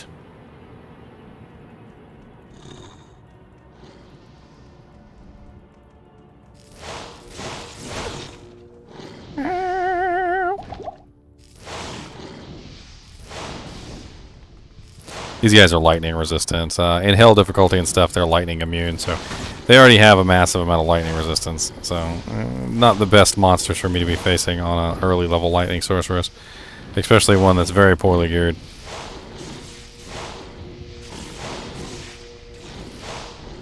And when I'm distracted talking to you guys.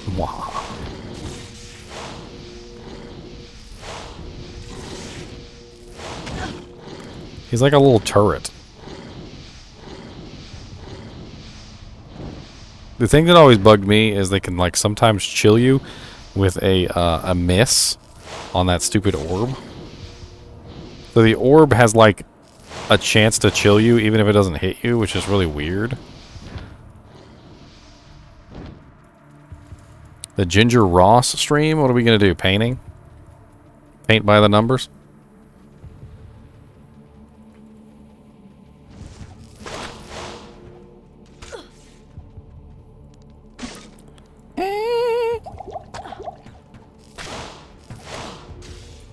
And y'all's just rude with all that giant. That's why I got stun locked. It's because of these stupid archers. Archers will stun lock you real quick. Wow, I didn't even need to come in here. It's a freaking dead end. All that for nothing.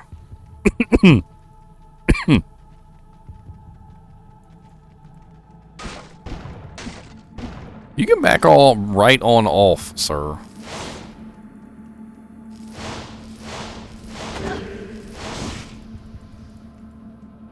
Get back right on off.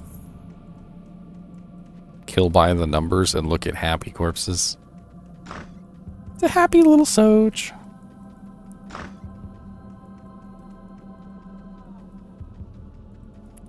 I used to love listening to him. He's got a little way about himself. He's like, and we're gonna paint a happy little tree. And he's like, you know what? This happy little tree, he looks lonely. We're gonna give this happy little tree a friend.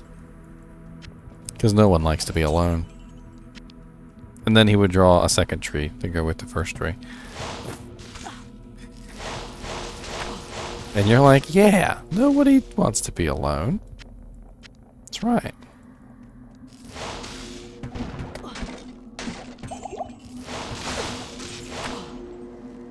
And even if he did draw a tree that was alone, he'd be like, and I'm going to put a tree on this mountain, and it's going to be a lone, independent tree. It's a tree that needs no man. Good day. I'm dumb. I know. I know it. I'm dumb as a bag of rocks.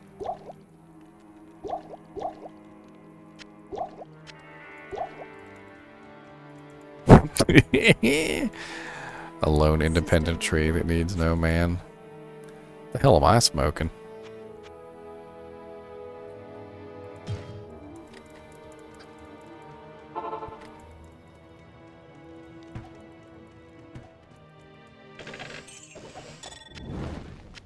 He totally would, though.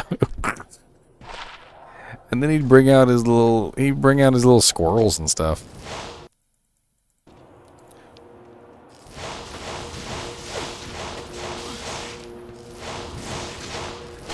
I'd be like, and this is a squirrel that I raised from a little tiny thing. Was a little pink thing and couldn't even open his eyes. And now look at him, he's all growed up.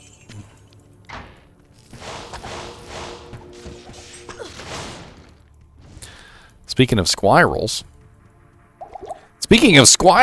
I'll be right back.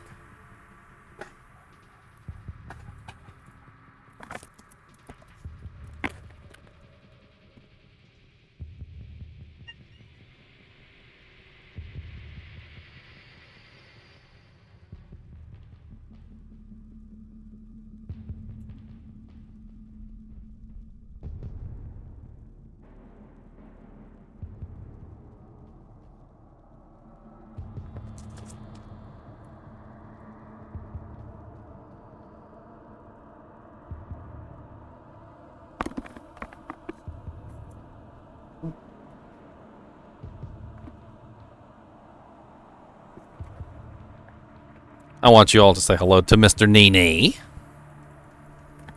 NiNi, say hello to everybody. Okay. So he said hello. I don't know if you heard him. Very small chinchilla inner voice. He's like, hi. How's it going, guys?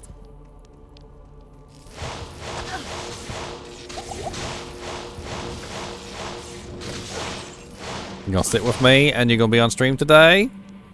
You gonna be a good boy and say hi to everybody?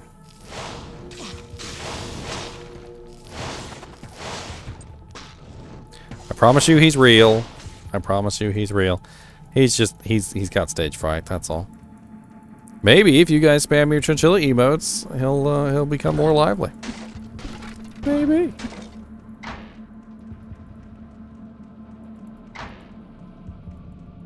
I need a key.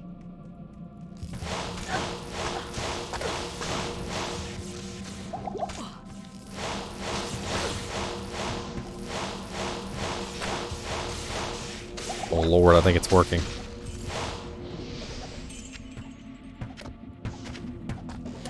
Don't you even think about going over there to that little area with all the glass objects. Last time you went over there, you broke something.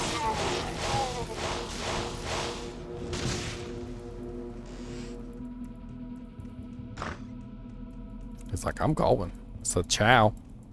See you later. I'm leaving. I'm blowing his popsicle stand. So you can't tell me what to do.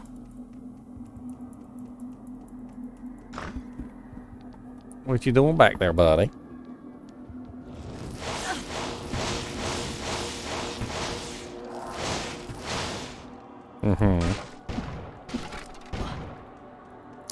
I swear he's always, the chinchillas will always do this thing where they, like, try to get your attention.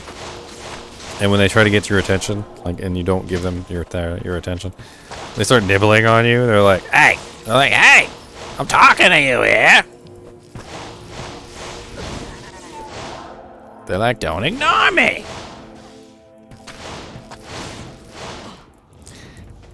Ow. Why are you showing your butt to the camera? Nobody wants to see your fluffy butt. Nobody wants to see your fluffy butt. And why are you hiding now? Stage fright boy. Ah.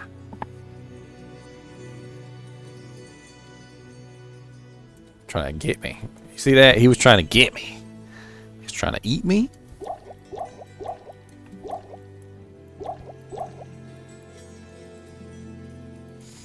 No, they do not, Leon.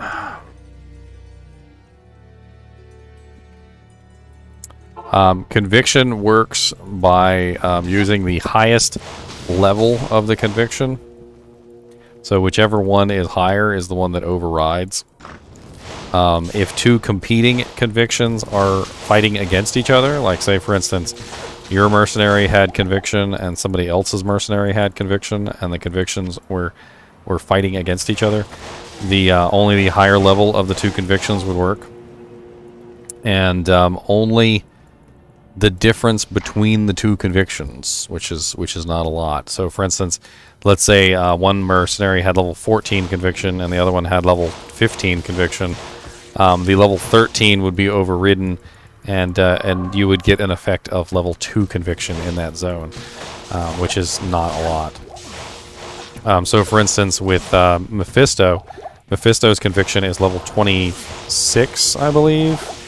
So if you have level 26 conviction, you completely cancel out his conviction. That's the Uber Mephisto, by the way. I'm not talking about regular Mephisto.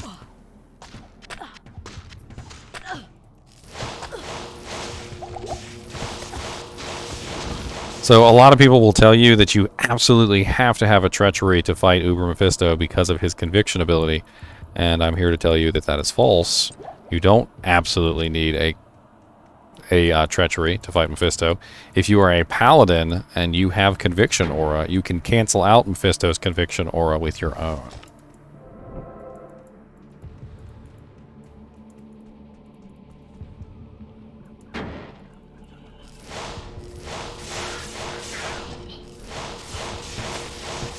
Salvation is nice, but it's never going to override conviction properly. Conviction is not just negative resistances, it's also negative defense. So if you have like 10,000 defense and conviction is hitting you with negative 95% defense, it's going to make you eminently killable by any physical monster as well as the elemental monsters. Yes, conviction versus conviction, that's right. Don't you even think about it. I see you back there thinking. I see them little Chinchilla wheel brain rolling in this little wheel. Don't even know.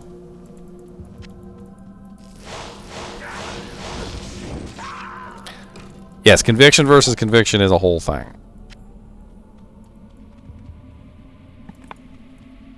Well, yes, that's because he's mainly elemental damage. So if you use Salvation, Salvation will give you a massive amount of resistances, but maximum conviction has negative 150% to your resistances. So you're looking at a huge decrease in your resistances, more than Salvation is capable of making up for. On top of that, you also get a huge negative to your defense as well, which Salvation is not countering. So if you had a choice between canceling out Mephisto's conviction with conviction versus canceling out Mephisto's conviction with Salvation, conviction is going to net you the better result.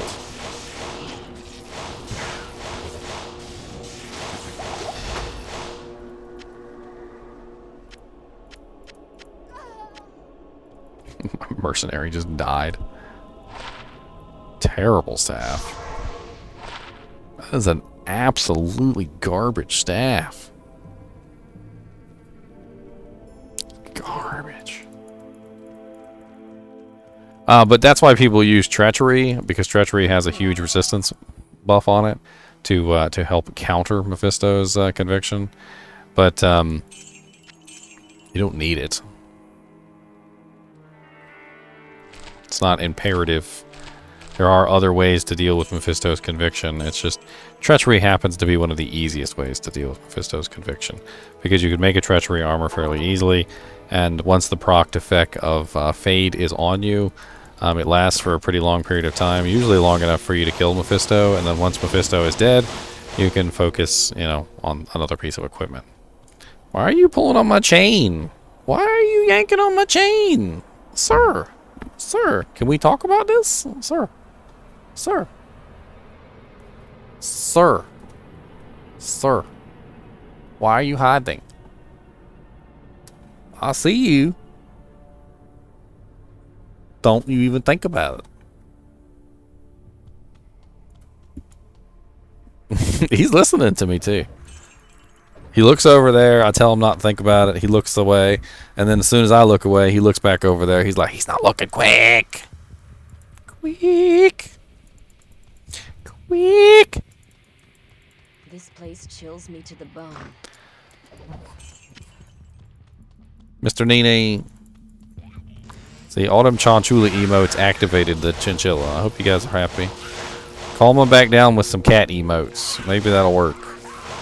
Maybe if you spam some cat emotes, it'll calm him down a little bit. And he'll stop being rambunctious. Oh lord, that's a lot.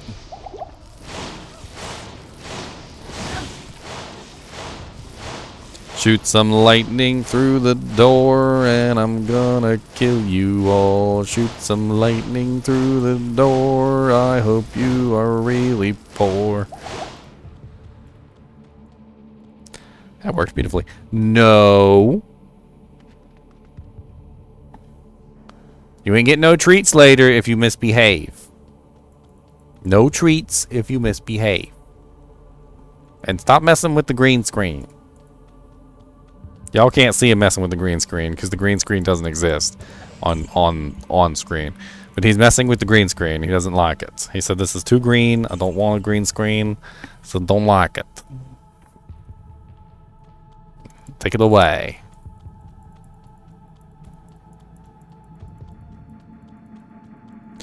And I swear he knows where the camera is. You see where he's standing right now?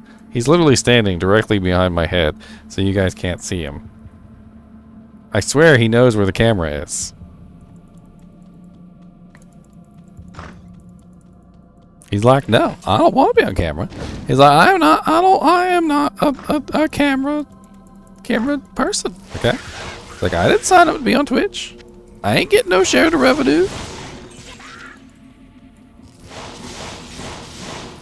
I'm gonna put some raisins. Chinchillas absolutely love raisins, by the way. I'm gonna put some raisins on my Amazon wish list. You guys can buy him raisins, and I'll give them to him on stream. What are you doing? Sir! Sir! Sir! Sir! Where are you going down here?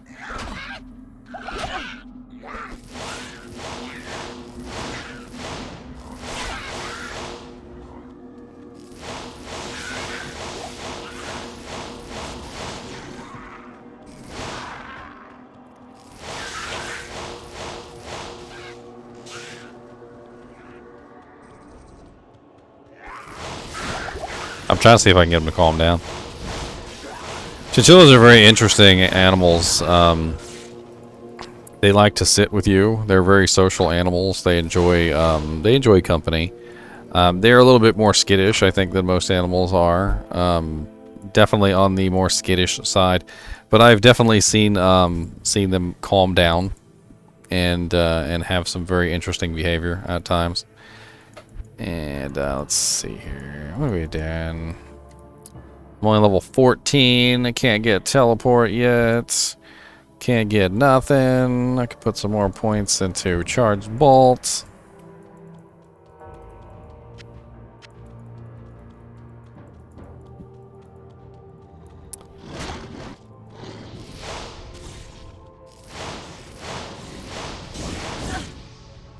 I'm gonna use my straightaway damage for these guys. My charge bolt doesn't work on them because they just start spamming their little lightning balls on me.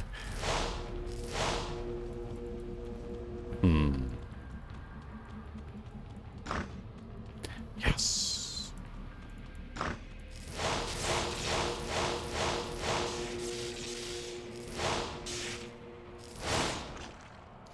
Let's get a little bit more hit points.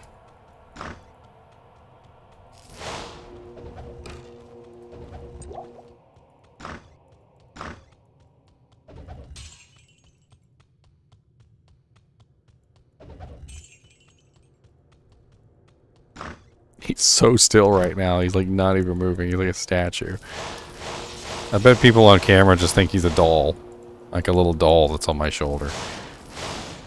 Like if somebody just came in and they didn't know that I actually had a live chinchilla on my shoulder, they probably just think he's a doll.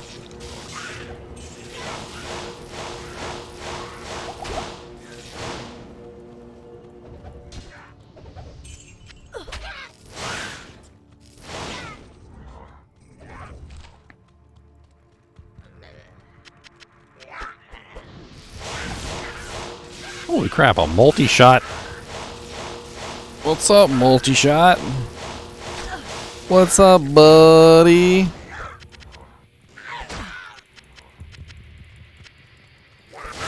I actually trained all my chinchillas to respond to a very specific noise. They all know this noise, and they all come to it when they hear it. It's this one right here.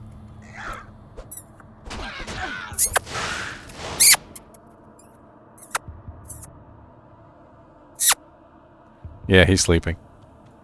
I believe he actually is sleeping. He's like, look, I'm going to bed. Leave me alone. If I ain't doing no tricks.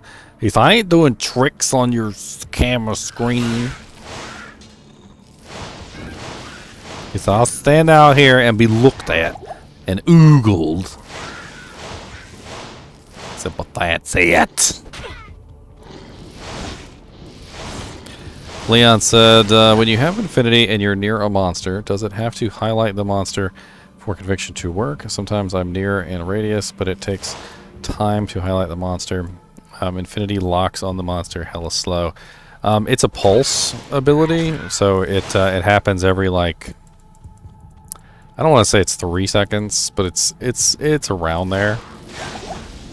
Like, it applies itself. And then once it applies itself, it stays on the target for that duration, and then it applies itself again, and it continually applies itself in this manner. So it's so when you get close to something, you do kind of have to wait that brief period of time for it to apply onto the targets. It does also have a radius, which is based on the level.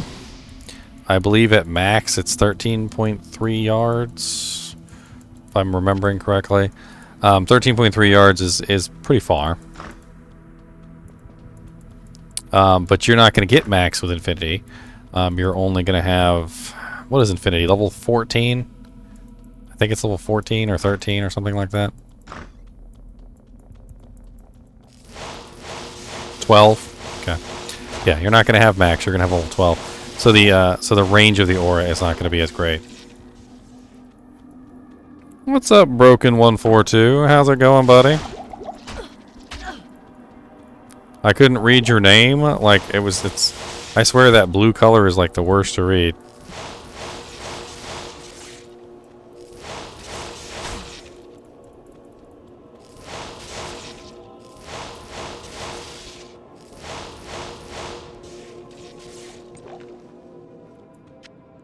You're stuck? What are you stuck on? Got to the Claw Viper Temple in Hell and died. Well, when you die in Diablo 2, you unless you're in hardcore mode, you can get your body back very easily. What you do is you leave and rejoin the game. You will have to make your way back through the temple. But when you save and exit and come back, your body will be back in town. The only thing that you will lose is your gold. So the gold that you dropped on the ground will be lost.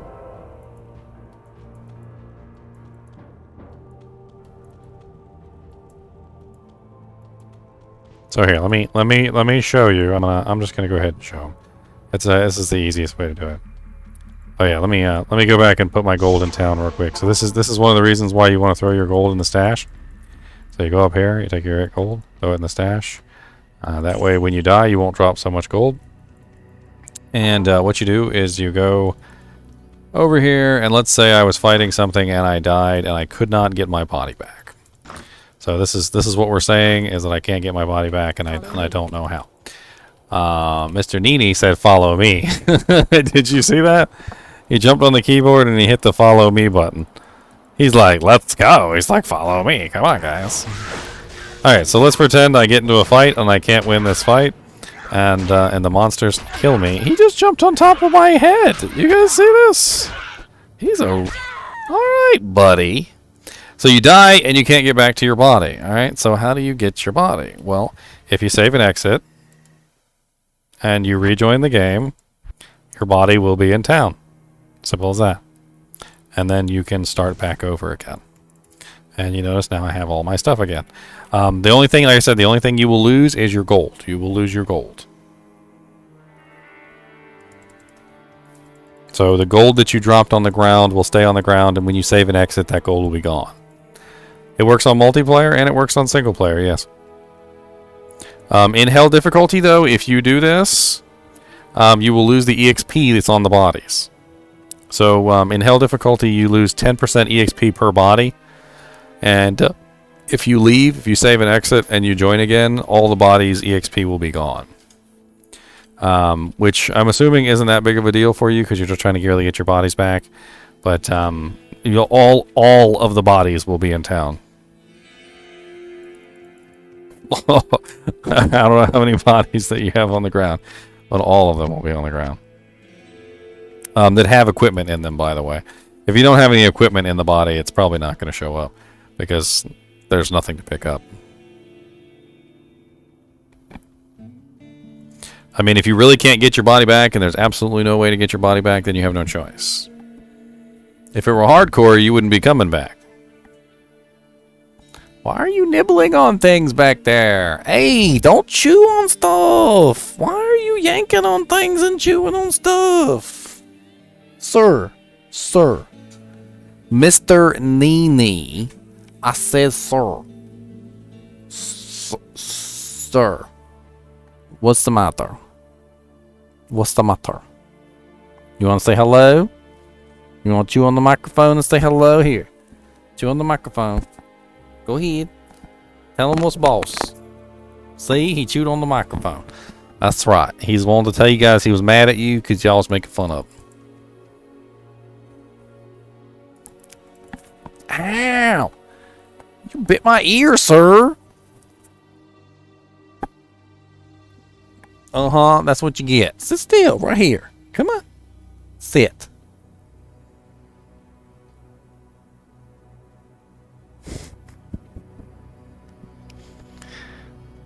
What are you trying to jump over there now? You want to go up here and say hello to the peoples?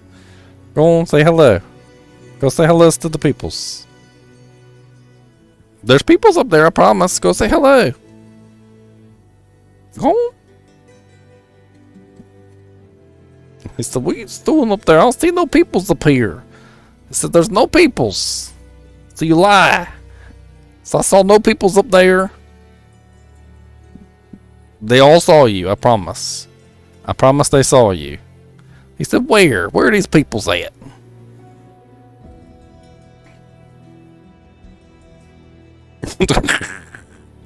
I can't believe he went up there to grab the camera. I think he wants to go back in his house. Let me put him back in his house real quick. I'll be right back. Come on, buddy. Come on. Come on. Come on.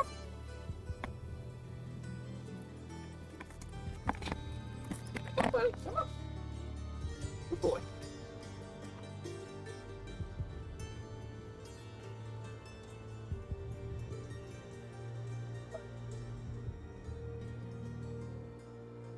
I have fun playing with you, buddy.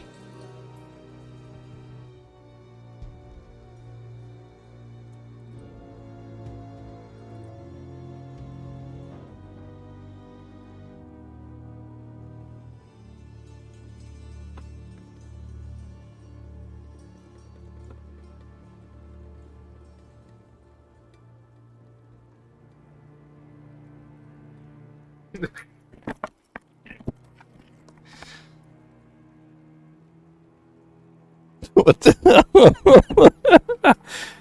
Dude, I'm laughing and y'all don't even know why, and I have to explain it.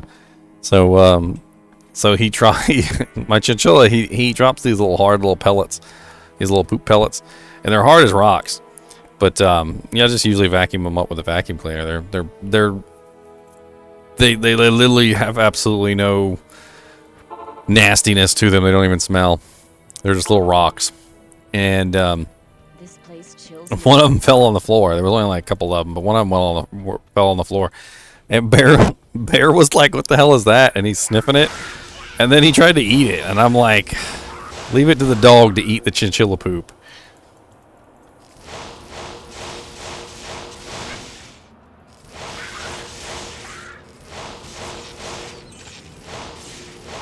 Leave it to the dog to eat the chinchilla poop. I like poop.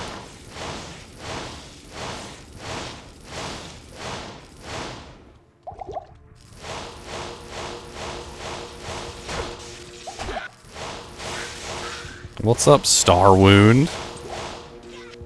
What's up, buddy? You missed my dog eating chinchilla poop. That's about it.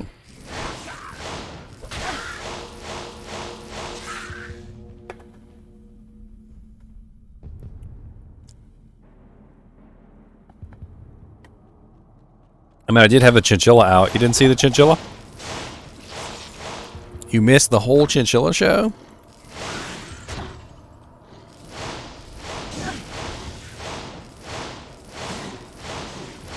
Missed the Chinchilla show. You know what? I didn't even eat any. I just gave it to her revision. I mean, I made it for her in the first place, so. MTG? What's that? I almost wanted to say Metal Gear Solid, but I know it's not. MTG.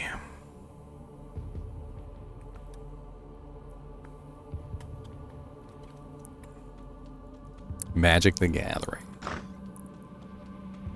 I can understand the attraction. I used to play Yu-Gi-Oh! With my nephew. Both of them, actually. Both nephews. When my nephew had a birthday party, his name's Eric, by the way, not the other nephew, Mark. When my nephew had a birthday party, he was so excited, and everyone was giving him Yu-Gi-Oh cards, but he didn't have anyone to duel with. I had the brilliant idea of giving him a gift, which was not for him. So what fun is it to have all those Yu-Gi-Oh cards and you have no one to play with? So I wrapped up a deck for him, and when I wrapped up the deck for him, I addressed it to him, and he opened it, and as soon as he opened it, I took it from him, and I said, "This is for me." And he said, "What?" And I said, "It's my deck." He said, "I thought it was my present." I said, "It is your present." He said, "Then how come I can't have the deck?" I said, "Because I'm going to duel you, and that is my present."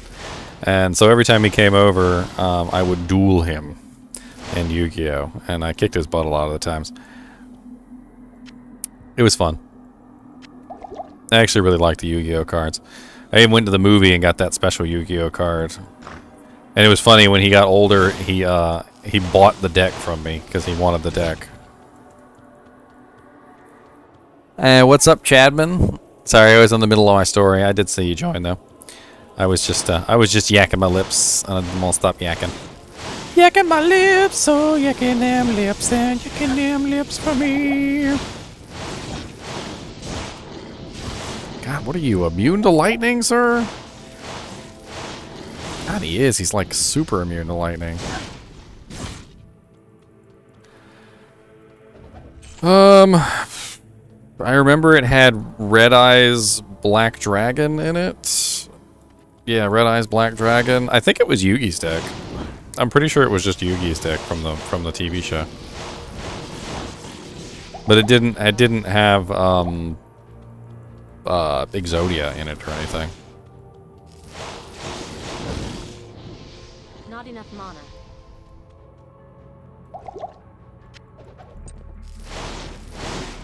Dude, these guys are like extremely lightning resistant, and I'm having so much trouble with these guys because they're so lightning resistant.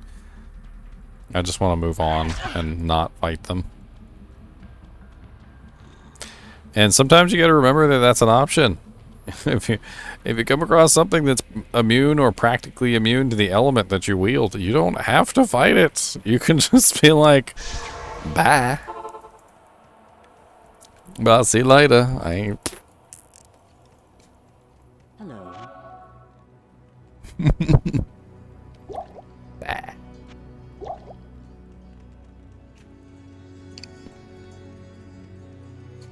I still love some of the lines from that TV show. Like, freaking, it was just, there was the setups were just so awesome. Like the guy would be like, "And I play my Blue Eyes White Dragon, enhanced with the armor of the gods, and wielding the kunai with chain." And freaking Yugi would be like, "You've activated my trap card." Send any monster summoned with 2 or more equipments directly to the grave.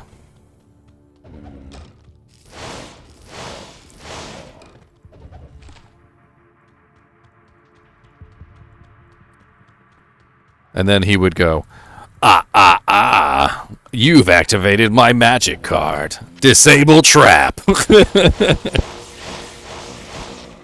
My blue eyes white dragon remains on the field.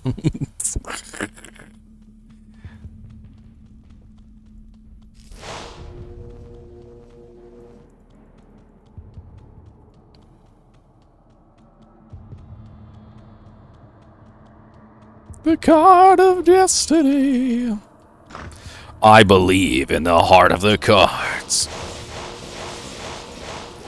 There's some pretty funny memes that came from Yu-Gi-Oh! Like there's a card in Yu-Gi-Oh! Called D-Fusion where you can rip apart two monsters that are combined together. And there's a meme floating around where it's got like Vegito, which is Goku and Vegeta combined together, and they're like, "Yes, we can do it." And Yugi goes, "Not so fast. I play magic card D-Fusion." And they just pop back apart. Freaking hilarious. I'm such a nerd. Another lightning enchanted monster.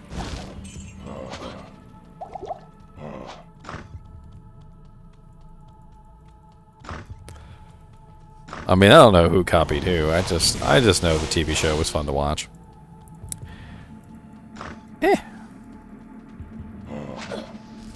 Back off me, sucker. I don't want none of what you're selling, hun. None of your buns, none on. Back off. Back off.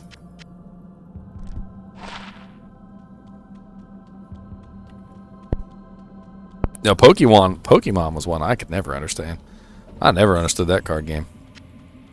My nephew collected those too, and I couldn't understand not a dang thing about that card game.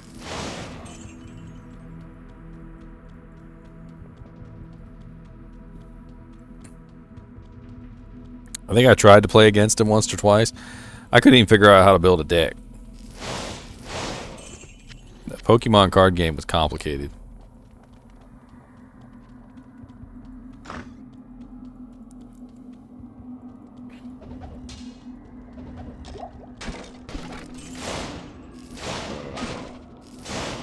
To this day, I still feel like Pokemon card game was not popular because it was a good card game.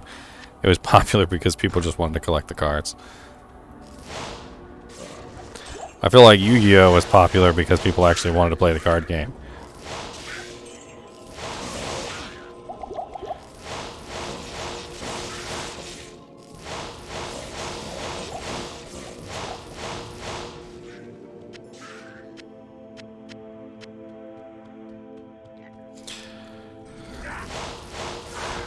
Charizard.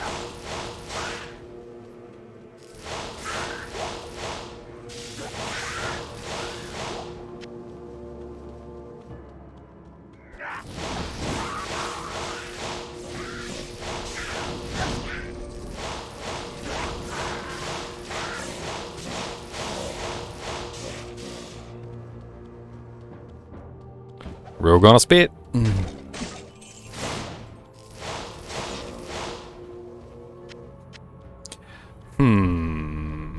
On to Andariel, I see. Ah!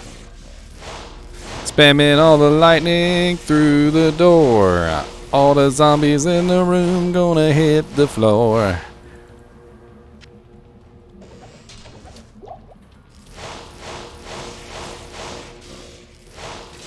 I did play Hearthstone for a little while. I played it with my nephew Mark. I would think he got into it for a little while, and then he got me into it for a little while, and then he got out of it, and then I got out of it, and I remember building a pretty sweet deck before I stopped. I can't remember exactly what I built, but I remember I built something that was cool. No poison.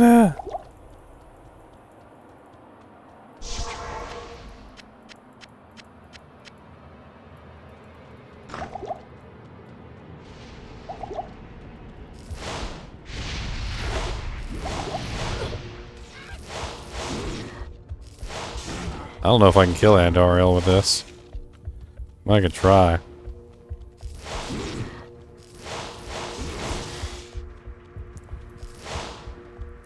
Of course, it would be nice if I actually had a bit of faster cast. Oh, of course, go the other way.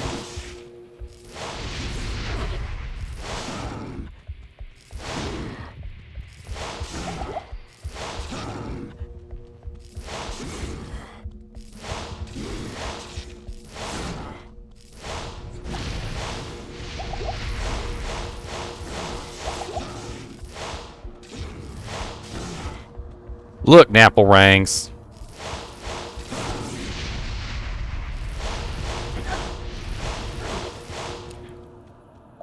Yeah, poison hurts.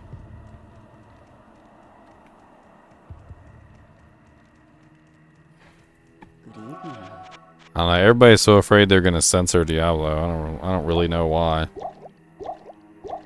They really haven't done anything to censor Diablo. If anything, I feel like they made it more gruesome.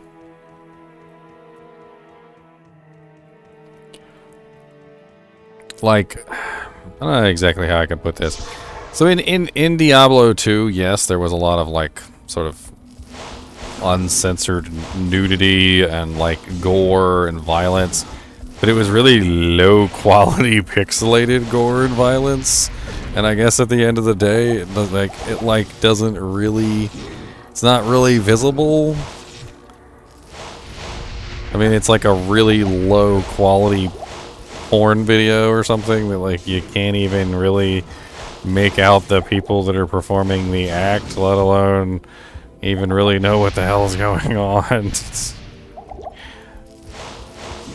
I mean, yeah, it was there, but now it's there in HD. So ow, stop spamming your poison. Zoom in. Yeah, now you can zoom in too. So not only did they make the graphics better, so you can actually see the atrocities, but now you can also zoom in on those atrocities. Bityo, I am most likely going to make a necromancer. For many reasons, the primary of which is that we were denied necromancer for the alpha and the beta, so I really want to get a good look at those characters. I'll probably end up making an assassin too for the same reason. But also, the necromancer is a fairly nice starting character. It's very easy to build a good necromancer with no equipment. A naked mancer, as it were. Naked mancers are pretty easy to build, and I can then use that naked mancer to gear up some other characters. So it's a pretty easy decision. The evil queen has fallen. A PvP character? I am overburdened. I hadn't planned specifically on a PvP character, but I suppose I could convert that necromancer into a bone necromancer at some point. Look at those nice little pole arms that I can't use and can't give to my mercenary or anything. Faster hit recovery, mana, life.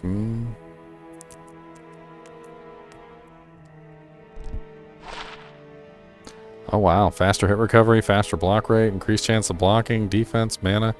It's actually a really nice shield. Too bad I'm not using any of that. Good to see you.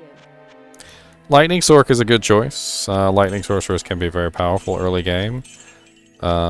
There are definitely some advantages to going as a Lightning Sorceress.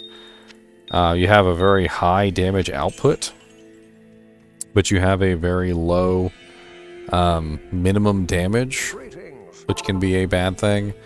So like for instance with lightning, your bottom end is always 1, which is kind of bad. So there are times where you will hit things and you will absolutely demolish them, and there are times where you will hit things and you will do nothing. So it's kind of like a gamble.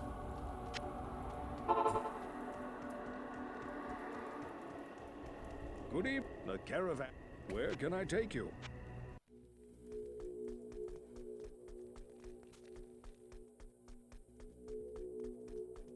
Yep, the Andy trick. Pew.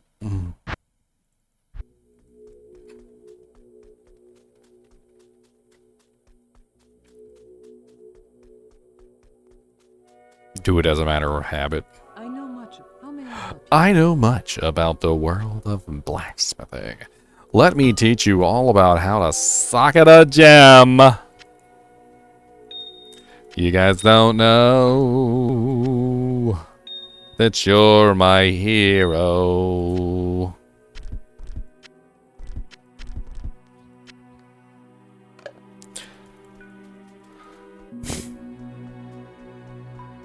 Welcome. Allow me to advise you.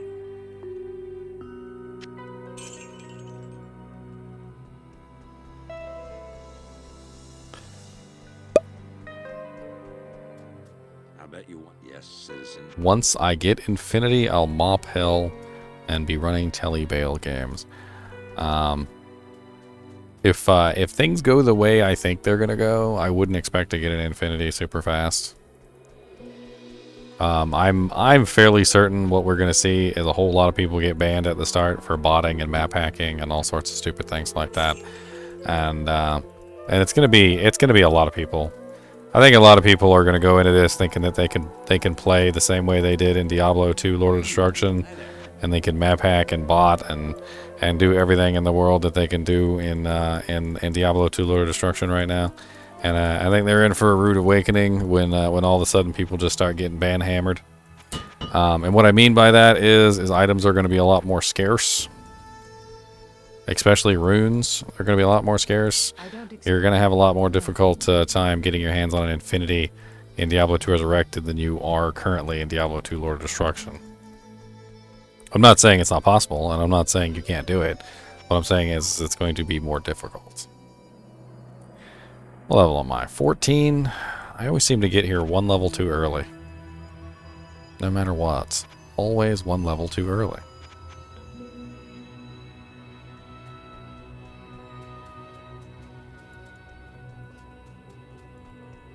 Onyx is flip-flopping back and forth like a walrus.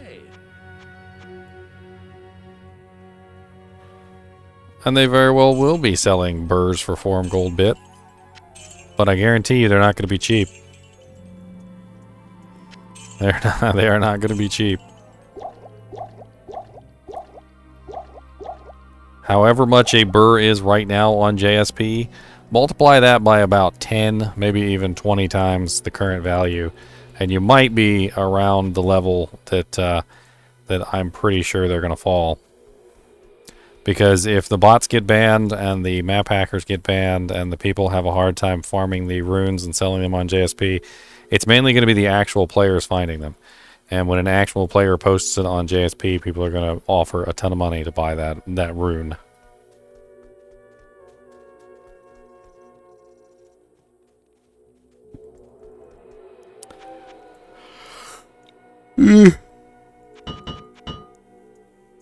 Yeah.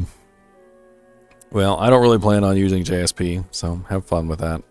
It's I think it kind of ruins the fun of the game. I'm just gonna stick with trading games and group play. We'll share items back and forth between each other. We'll see what we can make, but I'm not gonna go on JSP buying items. Level 14. Do I need to go back and get one more level, or can I continue? I can't even remember. I think I can continue. 14 is like the bare minimum. I'm pretty sure 14 is the bare minimum. One level shy, and I wouldn't be able to get any EXP here, but I think I'm alright at 14. Plus, I'm almost level 15, so I'll be alright.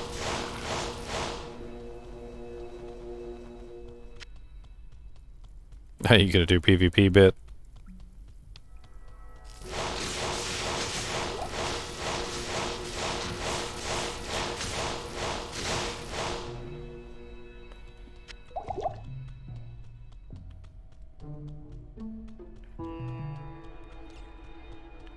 Let's go. I need my skill point.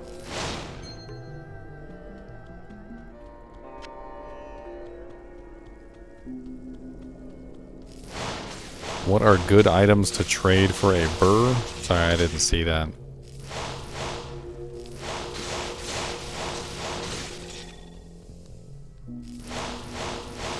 Map hack is not that bad compared to bots. Chadman, are you kidding me? I guarantee you, if you could ban only one thing, and you could make sure that it stuck. If you banned map hack, I guarantee you the game would get almost 200% better overnight.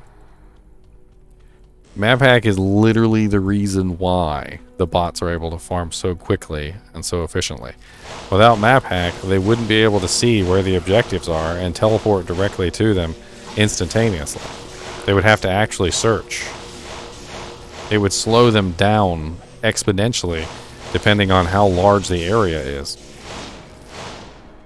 You're talking about a huge efficiency decrease on the bots. The bots are only able to be that efficient because map hack tells them exactly where they can go, exactly where all the objective points are, exactly where all the entrances are. It literally makes things like 99.9% easier in like the majority of situations. If I had to choose between no bots and no map hack, I would choose no map hack every single time. Because map hack literally enables the bots to be as effective as they are. Without map hack, the bots would be just as effective as a regular player. Granted, they could still run 24 hours a day, but they would be no faster or no quicker than a regular player searching.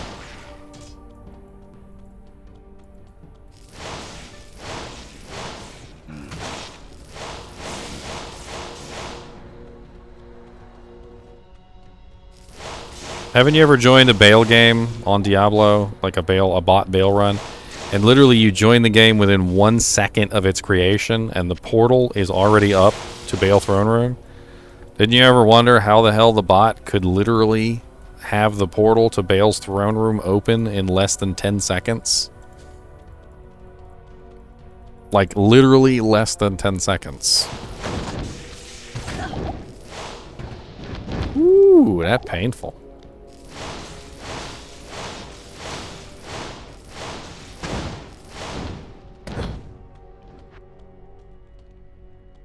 I don't think there's a human alive that can telly bail in 10 seconds. Probably not, Onyx. I'm probably not going to come back to Diablo 2 Lord of Destruction unless Diablo 2 Resurrected is down and I really want to play.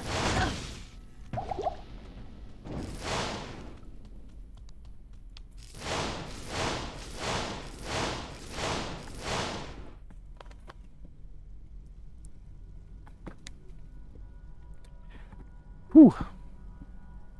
God, Bear's always having nightmares, and he's always kicking stuff. Literally, my whole green screen is just like flapping around in the background here, because he's like kicking everything nearby.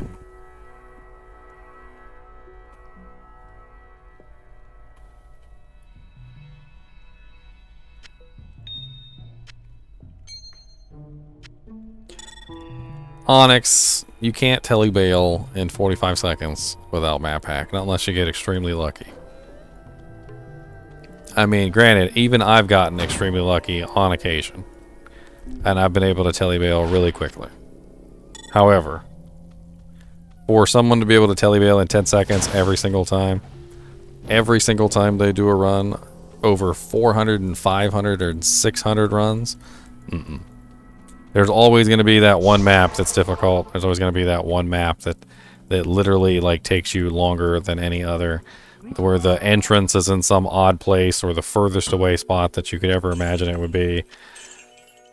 And it happens. I've had it happen where the entrance is literally right next to the entrance. So like you literally you port into the waypoint, and the waypoint is literally right next to level 3, and you just go directly to level 3. But there's also situations where it's completely ridiculously far away.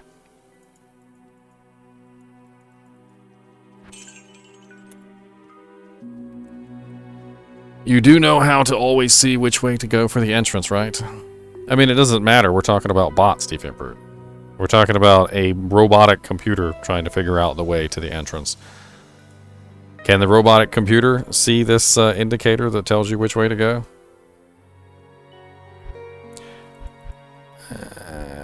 more... Do I need more lightning? I should probably put another point in lightning.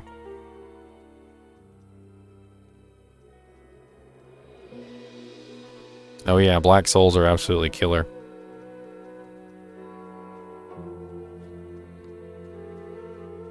Really debating this here. Have extra lightning damage or more charge bolts. I mean, charge bolts will give me a little bit more lightning damage anyway. But it'd be nice to have a little bit more direct damage along with my charge bolts. So let's grab a little bit more direct damage. And... we need a little bit more health. We're suffering on the health. Until we get energy shield, it's not going to do us much good to keep pumping points into mana.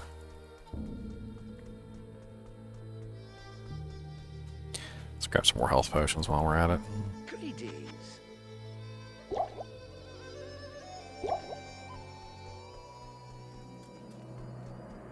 There's no trouble a mug can't cure.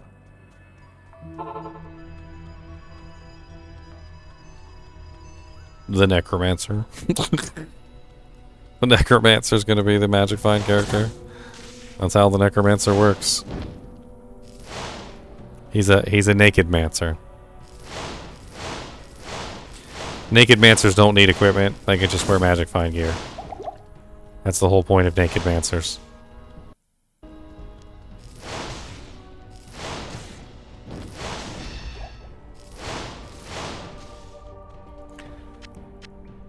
So literally every piece of equipment on that Naked Mancer can be a piece of Magic Find equipment, no matter how god-awful it is. And you just keep building up Magic Find on him forever. I mean, you can get him real equipment too, but... the purpose of a Naked Mancer isn't to get equipment for the Necromancer. The purpose of a Naked Necromancer is to get equipment for everybody else.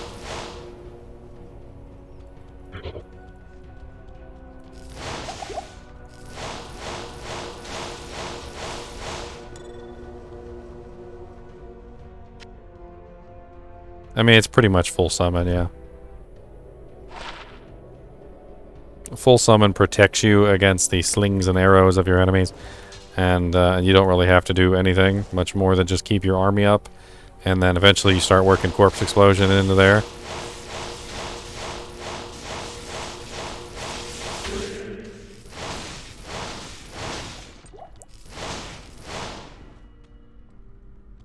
They do. They definitely do get your MF. Your Merc gets your MF, and so does your so do your skeletons. Somebody asked that in chat the other day, and you guys made me doubt myself, and I looked it up. And the answer to that question is yes, your mercenaries and your summons definitely do get your Magic Find. Otherwise, how would a trap assassin work? Trap assassins, the whole trap bug is that trap assassins' traps function as minions.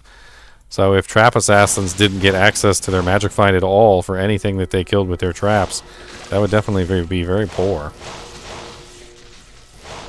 Yes, and the mercenary can have his own Magic Find as well, and it stacks on top of yours, but only for the things that he personally kills.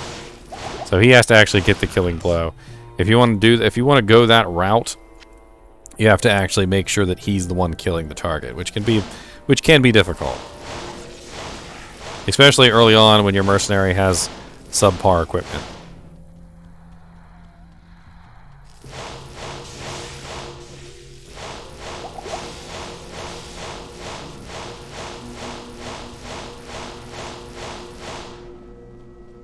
I've seen Shakos drop a whole lot from Hell Rock and Ishu.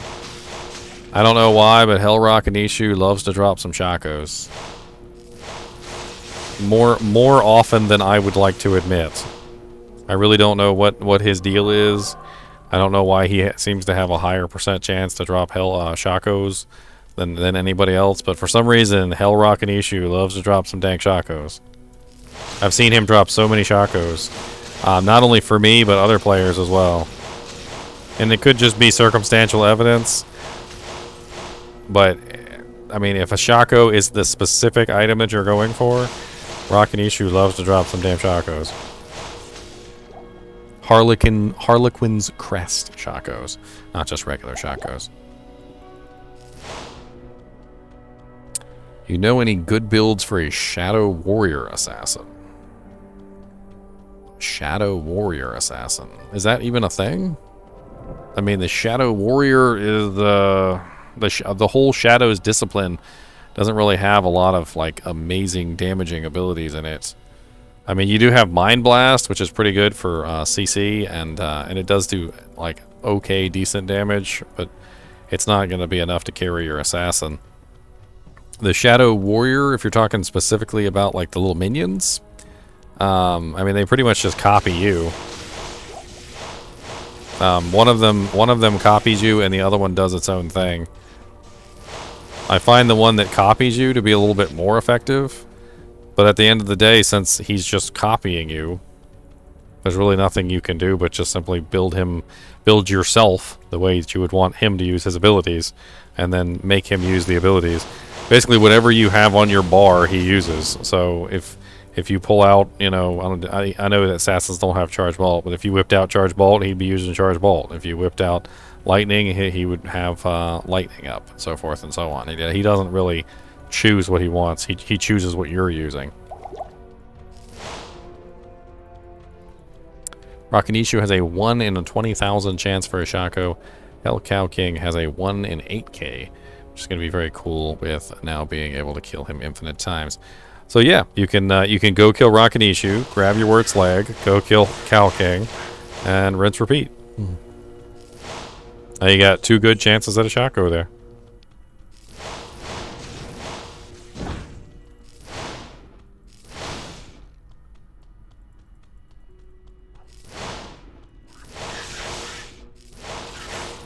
Kill Griswold while you're at it too. Griswold has a chance to drop some good stuff.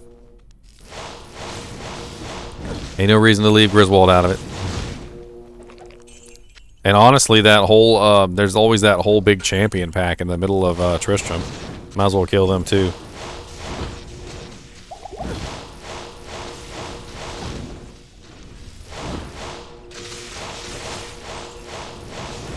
Oh, Corpse Explosion is always bloody. That is like the bloodiest mess ever. It's such an amazing ability too, because you can say that it's magical, and you could also say that it's scientifical. Because you know, have you guys? I don't know if you guys have ever seen a roadkill on the side of the road, and you wait a couple days. The roadkill keeps getting bigger and bigger, and it bloats.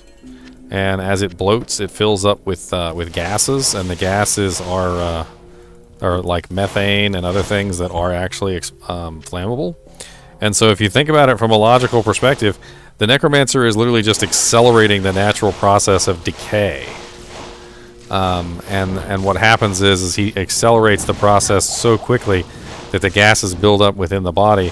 And it must be something as simple as like a small fire spell. He does like a little snap of his fingers or something after the gases build up and the fire inside the body explodes.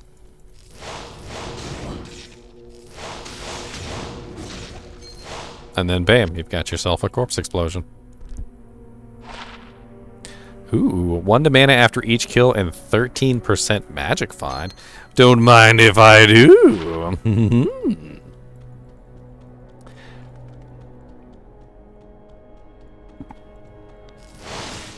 Anyway, the reason why I recommend Rakanishu is, number 1, he's super easy to kill. Number 2, he is super easy to find. Number 3, he is out in the open and very easy to get to, which means that you can do it so very quickly. So, I mean, you pretty much just can go game to game, and you can just keep killing Rakanishu over and over and over again. I mean, it's and if you were going to kill Rakanishu, I'd probably go ahead and run in there and kill Griswold too, just for just because. I mean, he's right there. It's only like a couple more steps. You get to Griswold, and then save and exit, and do it over and over again. It's a super easy little loop that you can do, and most people are strong enough to be able to take on Hell Rakanishu and Hell Griswold. I mean, if you can't take on Hell Griswold, you probably don't belong in Hell.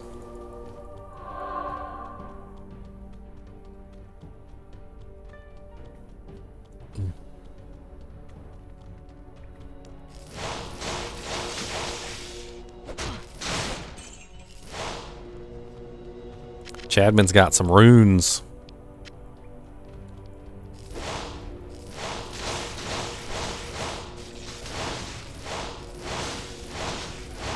I bet you got him from another Diablo streamer. Probably one with way more emote slots than me.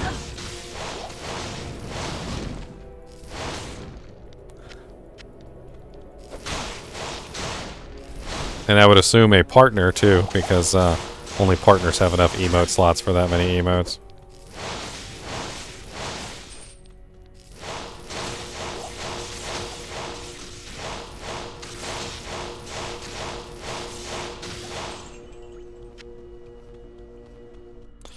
My friend!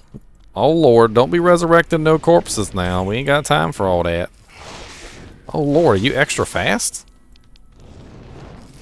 Freaking extra fast skeletons, back off.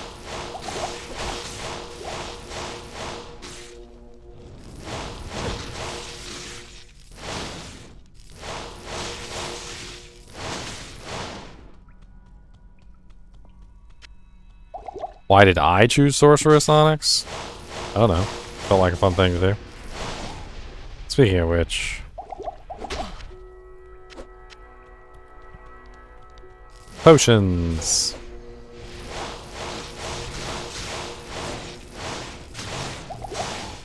More poignant damage for you, Mr. Radamant. Let's play. I am going to kill you with a lightning bolt and hay.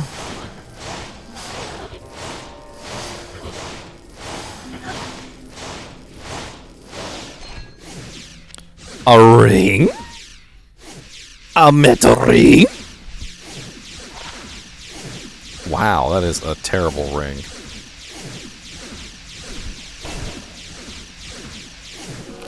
That is a terrible ring. Why would you give me such a terrible ring? What a misguided monster. It's terrible. It's just an awful ring. It's so... it's so bad. It's so bad. Deviant Brute's about to go sub to somebody for some emotes. You know it to be true.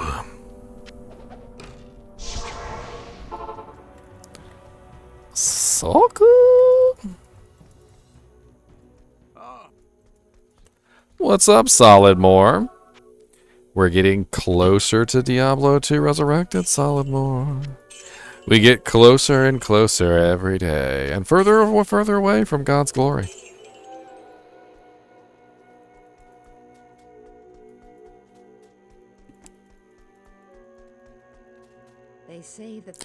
They say that the taste of vengeance is bittersweet, but I find it to my liking.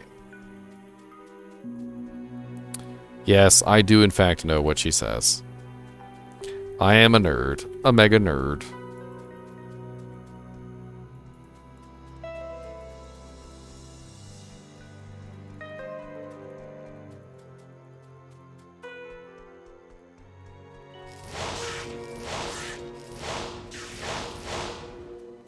Do you guys like lightning bolts? I have a lot for you. I have all the lightning bolts and I will pew pew pew. Even the Beatles agree mine are the best. Except for that one, he is just a big old poopy head. What's up? You freaking Frost Nova, man. I've died to Frost Nova, I think, more than any other ability in this game. I'll always forget that they're cold enchanted, and the Frost Nova will just take me out.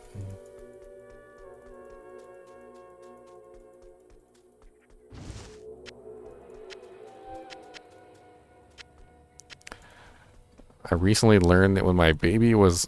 When I was a baby, my mom couldn't produce milk, so I was breastfed by a nan. It had no lasting effect on me, but it does explain why instead of milk, I pour cottage cheese on my cereal. Cottage cheese? Ew.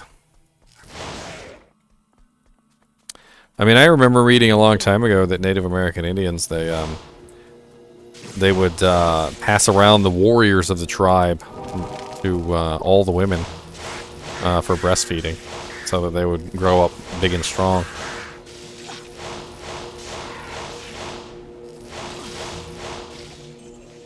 Although it seems a little odd to me, like when you grow up, like they tell you about this, and you're like, so wait, you mean I had my mouth on like every boob in the whole tribe?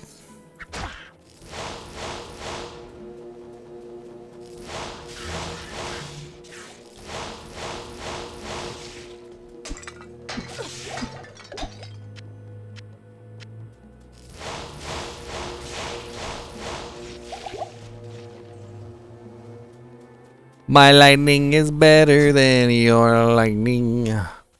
Who's your highest level char? My highest level char? Is that what you're asking? All my characters got deleted a long time ago, Chadman. If you're asking about like ever, I had a level 99 paladin, a couple level like 98s and stuff. I think I only have ever had like one level 99. Right now, my highest level on ladder is level 93. He's a level 93 Vengeance Paladin.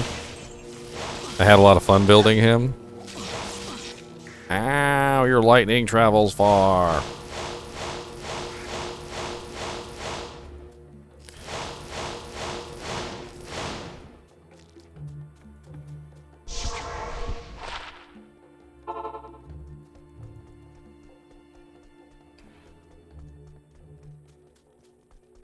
It is an honor to serve you.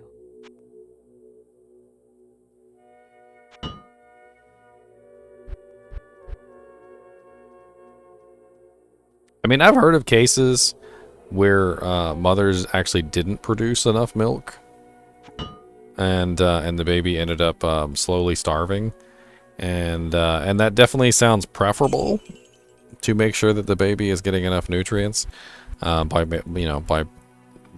performing that particular action. The baby's definitely not gonna starve if he's eating from every house in the neighborhood.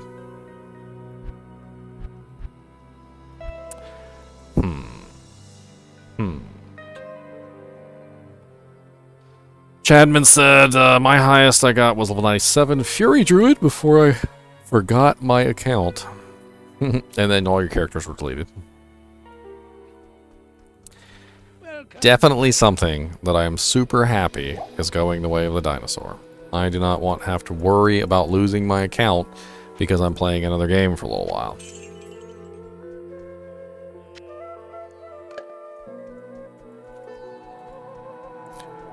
Blah, oh, you were playing that New World MMO for a little while? Well, guess what? All your characters is gone. I deleted everyone. Boy, why would you do that? I was coming back. I told you I would be back. Well, you were gone. So they're gone. Okay? Next time when you go, why don't you think about the fact that your characters might go?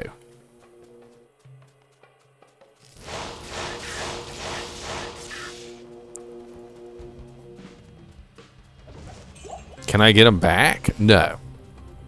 Names have already been chosen for all characters.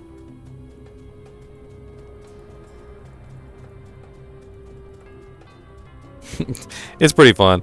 If you guys want to know my thoughts on New World, I'm not going to bore you guys on this stream. I did a whole video. It's like 48 minutes long, and it's literally just me talking about New World for 48 minutes. So if you guys are really interested in my thoughts on New World, they are there. 48 minutes of those thoughts.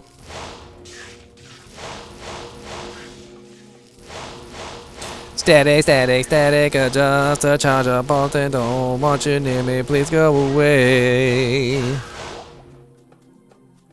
I always thought Charge Bolt was really a nice skill. I know that it's not like an end game skill, and I know that you know, it tends to be kind of frowned upon later on in the game when you're a higher level. But man, I always loved Charge Bolt. I always thought it was such a fun little ability. I mean, just massive amounts of little sparks. You're just making this like this field of sparks, and once you get your faster cast up high enough and the level of the Charge Bolt maxed out and you're plus the skills and all that stuff, the field becomes like literally a field, and it's undodgeable. It's just like a massive wad of lightning bolts just coming toward any target that you point at. And the higher level it gets, the more bolts there are, and it just gets to the point where you just one cast is like a wall of lightning hitting a target. And when you get like, well, I don't know, let's say like 100% FCR, at that point you can cast them so close together. There's basically no gap between the casts, and so it's just a solid field of lightning as far as the eye can see.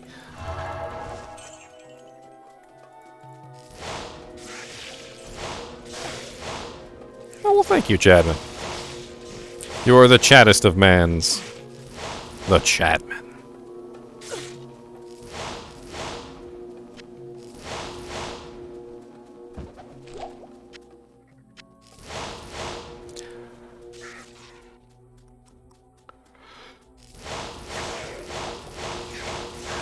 Oh, man. I'm definitely going to have to go much faster when Diablo II Resurrected comes out, but I'm having fun with this. Sparky, sparky, sparky, can't you see? I just want to sparky, sparky just for me.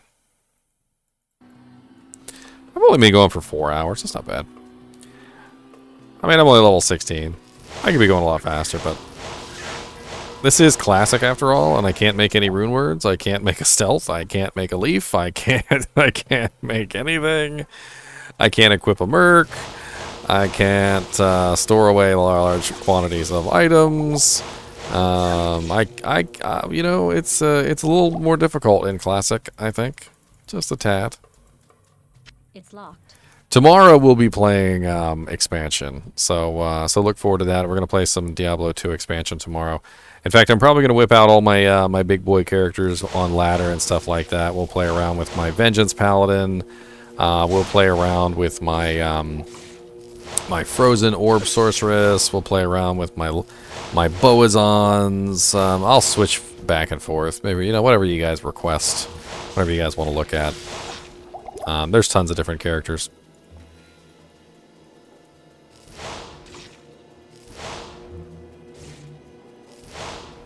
A month off? A whole month? I only took a week. Y'all some slackers. You making us all look like slackers. But like, let's go over here. He's like, man, I took 2 days off. And I'm like, oh, man, I took a week off. And Chadman's over here like, oh yeah, well, I took a whole month off, buddies. Good day. 4 solid weeks of Mountain Dew, corn chip, Diablo II Resurrected action. Hello.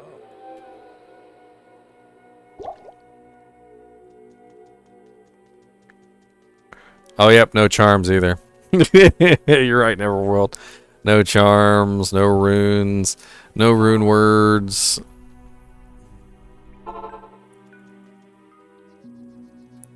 I'm trying to get Neverworld to play PvP with me on New World, but he's hesitant. I need a good PvP buddy, Neverworld. I need a PvP. Duos are one of the strongest things in any PvP game. And yes, they can't take on raids or anything like that. But man, a good duo can absolutely demolish. Shout out to my duo partner in Lord of the Rings Online. Big shout out to Adelinor. Adelinor was my duo partner in Lord of the Rings Online. We played together for many years.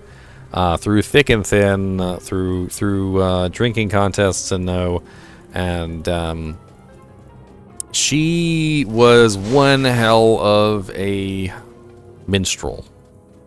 And you might think to yourself, minstrels don't make good PvP characters, but they really do. And I was a captain, and our combination worked out really well. A lot of the times, we would have a lot of fun PvPing together.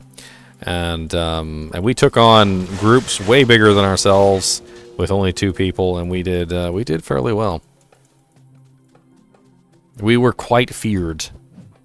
many times groups would show up with like 8 or 9 or 10 members to kill us, and we would still manage to take out 1 or 2 targets on our way down, and I would we would die, and she'd get upset because we died, and I'm like we took out 2 people out of 8, Adelanor, and like we did really well, okay. I was like, we were gonna die, all right? It was a 10v2. We were gonna die. I was like, but we took out 2 people on the way down. I was like, we did well. We did okay. I put some time into WoW. I was really busy into some other MMOs when World of Warcraft came out.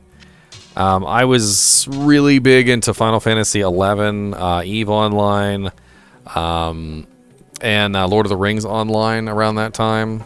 I also played Age of Conan for a while, so I never really dug like super deep into WoW. I think I had like a level 40 character on WoW. Wasn't anything special. I'm not even gonna brag about it because I didn't really like I didn't really do anything. I got sidetracked into other MMOs. I was really big into the raiding scene on Final Fantasy XI. I was one of the best captains on the I was one of the best paladins on the server, and my skill as a paladin was known far and wide, even to the Japanese players, the ones that didn't speak any English. They still knew I was a good paladin, and I got invited to the Japanese raids, and I had a lot of fun in the Japanese raids. I couldn't talk to anybody, and it was a little boring. Being in a Japanese raid, because you got all these people laughing and joking in Japanese and you can't understand anything they're saying.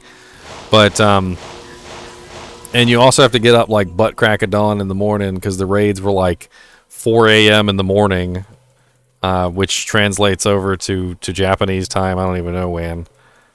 And but I had lots of fun. It was very interesting being in the Japanese raids, because I always thought that they were far ahead of us, like on the raiding scheme. They knew a lot more about the game than we did, and it really showed, because when I played with them, I learned a lot of tactics and things that the other like English raids didn't know.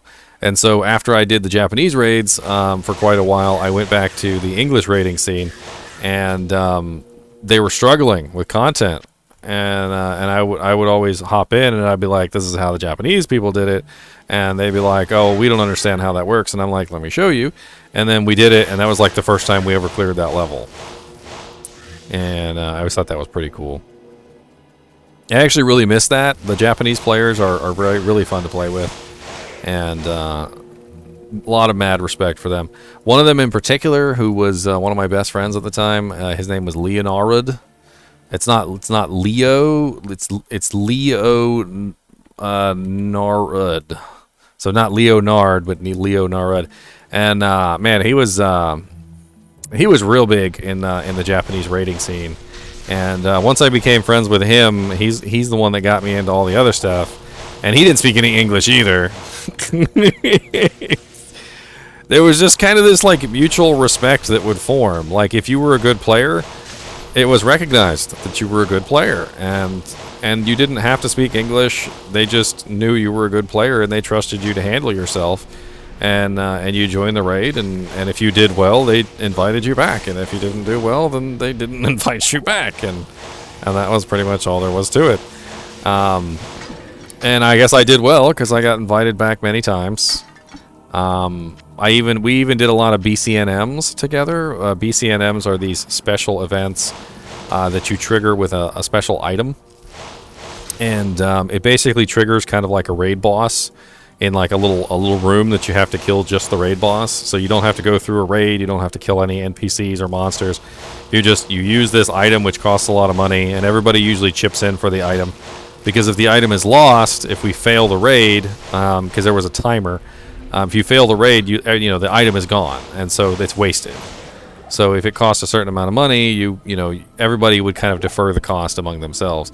But that also meant that whatever items dropped were sold on the market board, and the profits for those items were split between all the members of the raid for the successful raid.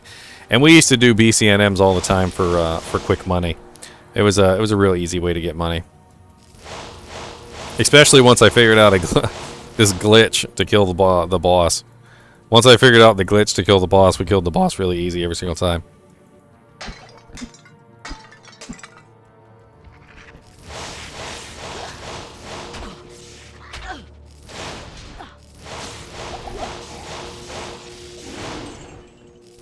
I want my cube. Give me my cube.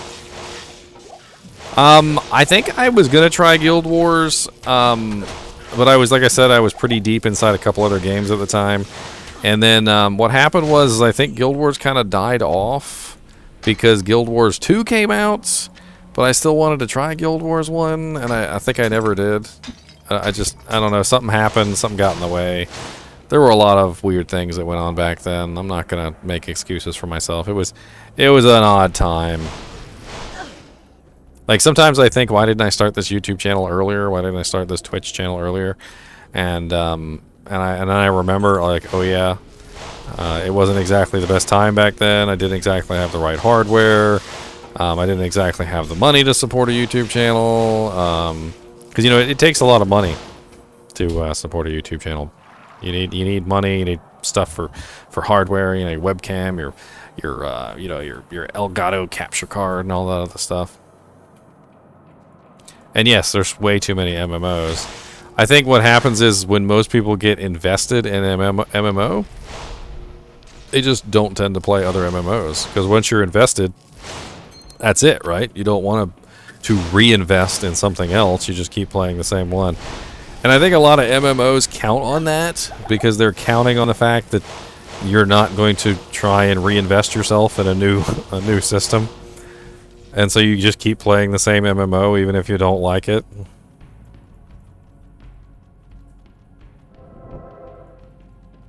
I did get pretty mad at Final Fantasy XI though, because when I left Final Fantasy XI, I was a level 75 Paladin.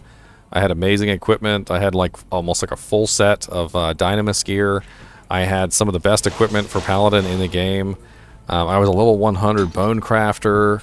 And then one day I decided I wanted to pick it back up and just go check and see, you know, what was going on the old game. And they had increased the level cap to 99. Everybody had level freaking Dynamis gear. The weapons were broken, ridiculous. And all the accomplishments that I had made in the game were kind of worthless. Made me feel kind of bad, especially since the level cap in Final Fantasy 11 was level 75 for so long.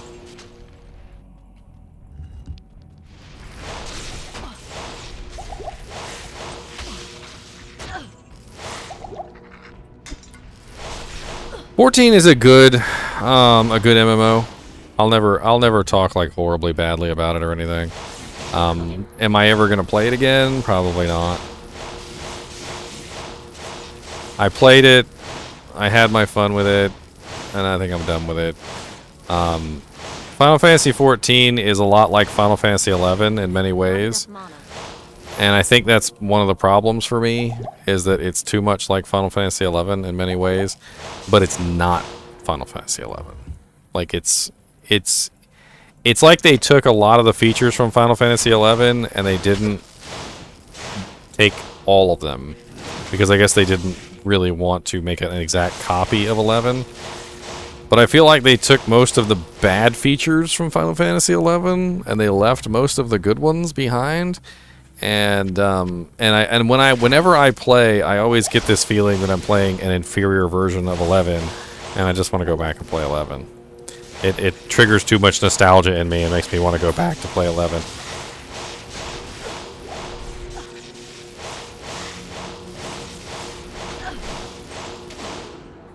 I remember I deleted my account on Final Fantasy 11 because I didn't want to go back. I had played for 11, 12 years or something like that. I literally deleted my account. And so I played 14 for so long that when I finished playing 14, I really got this nostalgia fix and I wanted to go back. And so I called up the Final Fantasy support line, and I asked them if they could undelete my character, and they were like, "Oh yeah, we still have all your characters on file here." And I'm like, "So they're not really deleted?" They're like, "Nah, we don't really delete them. They're still there."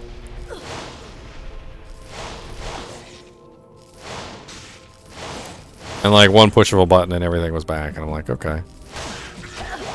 Ow, hit recovery stun. Oh, no, back off me, sucker.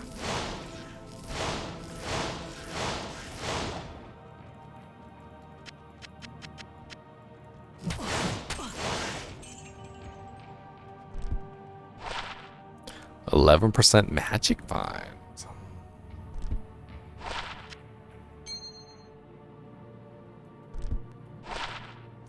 Prevent monster heal. Give me my cube. And now I shall summon forth the demon and Daril. Wait, I already killed her.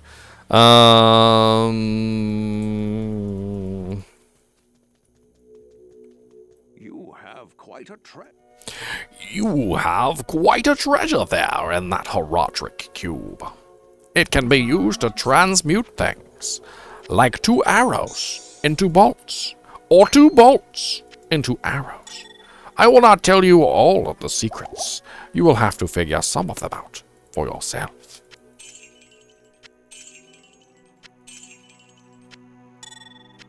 Your rightful place above the Tome of Town Portal and Home of Identify. Your rightful place. Well, you know, it's funny that you mentioned that, Chadman, because back in the day, there was no YouTube. There was no Look and Jank Up. I actually had one of the first Diablo websites. When Diablo came out, it was called Cody 61's Diablo and Diablo 2 information page. And I had more information on that website than I had ever seen anywhere else on the internet. And unfortunately, that website is just completely obliterated. I actually I went to the Wayback Machine and I tried to pull it up, but so much of it was hyperlinked that it's next to impossible to really get any gauge of how the website used to look in the past. I remember in my mind what it used to look like, but that is unfortunately not going to help you guys get the picture of how it looks.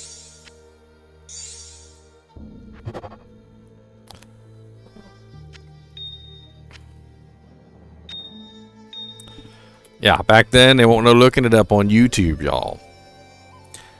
Let me see if I can pull up my old website. How about that? Let's see here. I actually have it saved. It's in my downloads, I believe. I believe you can do anything when you paint. I believe it'll put a lot of good thoughts in your heart. I believe you can do anything when you paint. I believe it'll put a lot of good thoughts in your hearts. Let's paint a happy little cloud and a happy little tree.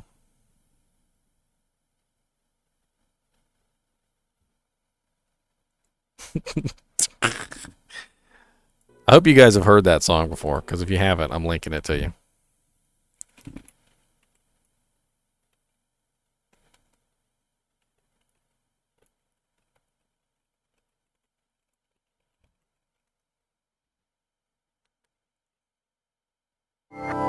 I probably can't play this on stream because I'm sure it's copyrighted out the wang. But you guys go ahead and listen to that song because it's amazing. If you like Bob Ross, you're going to like that song. If you haven't heard it, shame on you. Shame on you.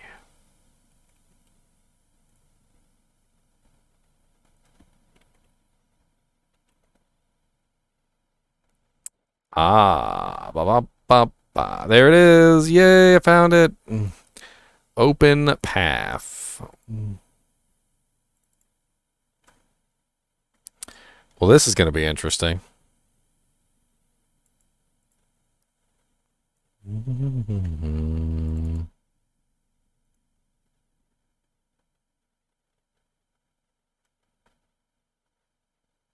see if this even works.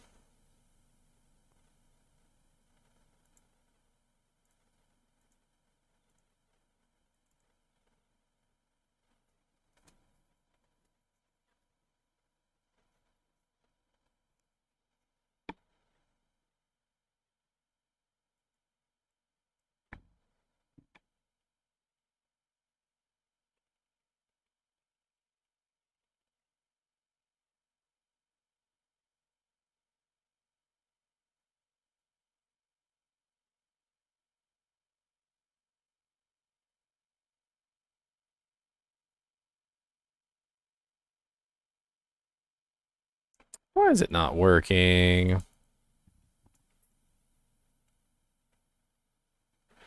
Your file could not be accessed. Your file could not be accessed. Poopity poopity poopity poopities.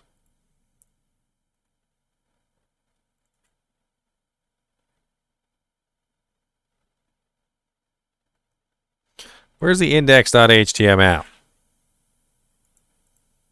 Index.html.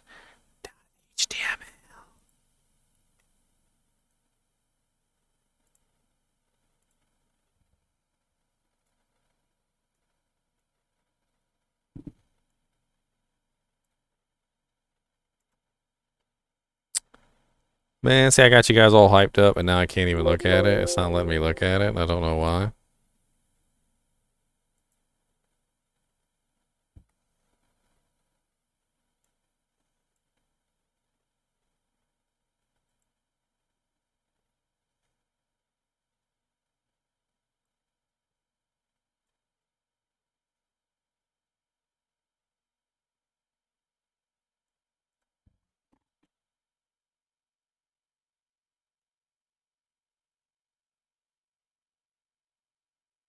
Let's just go to the Wayback Machine. I downloaded it, but let's go to the Wayback Machine. The Wayback Machine.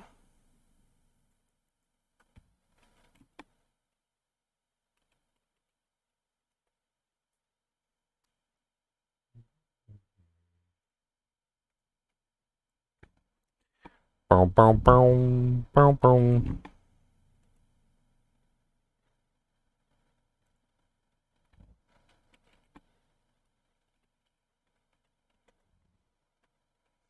You think we'll look back 20 years from now and do the same thing, or think things might kind of remain the same? 20 years from now, we're going to be running augmented reality, like nerve gear, and we're going to be playing Diablo with our nerve gear. Hope you guys are ready for that. It's nerve gear time, boys. And we're going to get stuck. We're going to get stuck inside the nerve gear, and we're all going to be... That's right, stuck in the nerve gear. Better have a jetpack.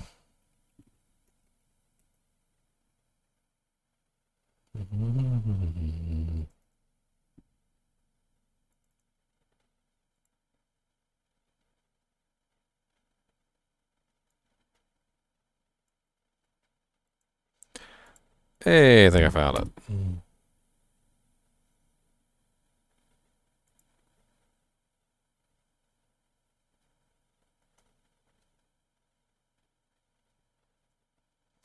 Wow. They only have one record of my website, and it's from 2001, July 1st. There's one snapshot.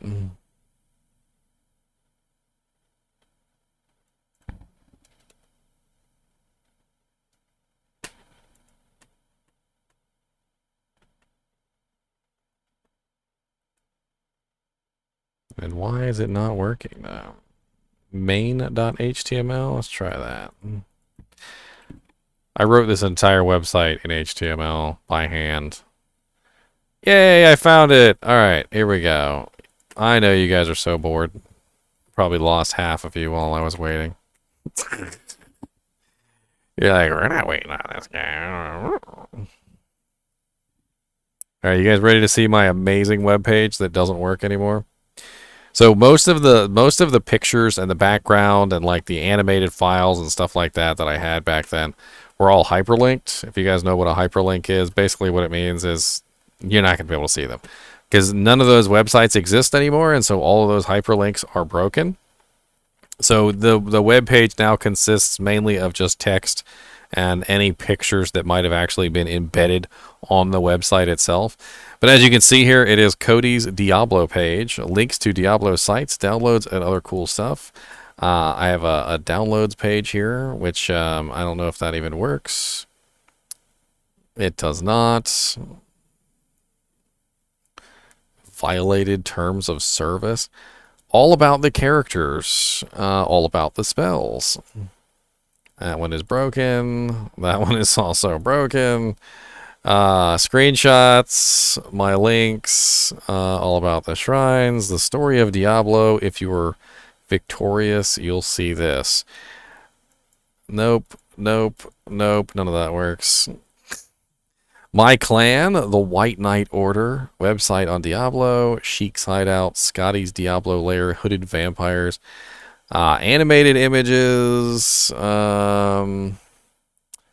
This had a web ring. Do you guys remember web rings? This was the web ring system. So like you would post this on your site, and it would take you to the next site. I also had a guest book. I wonder if the guest book still works. I doubt it does.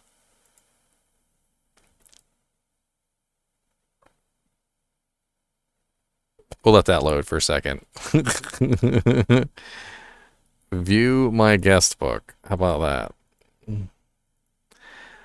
There was also a bunch of these sponsors. I had sponsors. I didn't have sponsors. I have no idea. That's my old email address right there. June1cody@aol.com. I don't even know if you can see that. That's my birthday, by the way. June 1st. No, the guest book doesn't work. And then, of course, there was also more to this. So I had a Diablo page, and then I also had a Diablo 2 page. So the Diablo 2 page, because I was playing Diablo 1 and Diablo 2 at the time. That one is horribly broken. Okay, so that one doesn't work either. What about the index.html? That one is also broken. Nothing works. None of my links work. See, look. Enjoy my page. I worked long and hard on it. For those who can find me, I can be found on Battle.net as Cody61. Don't be a stranger. Say hi, and we'll play a game of co-op. Or you can contact me through AOL or ICQ. My screen name on AOL is June1Cody, and my ICQ is 846-13363. Which I have neither of those things anymore. So if you message me on there, I'm probably not going to answer. Yes.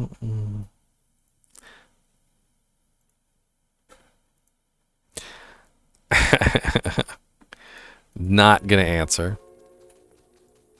Let's see. I made that in 2001. So, what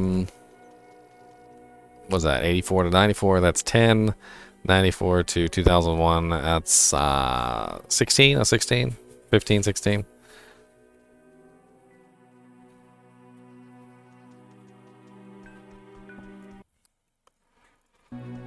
Not bad, not bad.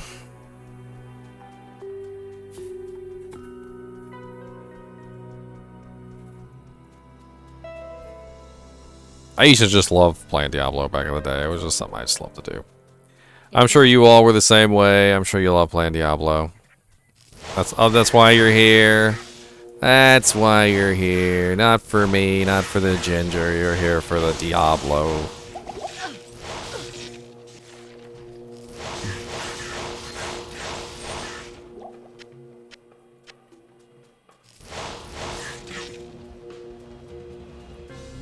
I remember I had a girlfriend on Diablo a long time ago. We were close enough that we shared passwords for our accounts with each other. And then one day she said something I didn't like, and I changed my password. And she was she didn't even know I broke up with her until until she tried to log into my account and the password didn't work.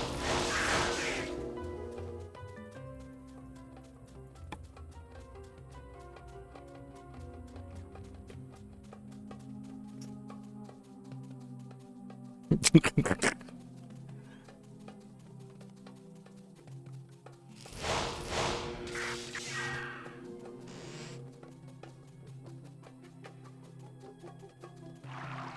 up, Ethereal 1775? I barely could read your name. Your name was so ethereal. Necromancer is definitely a fun class. It's certainly a viable first character.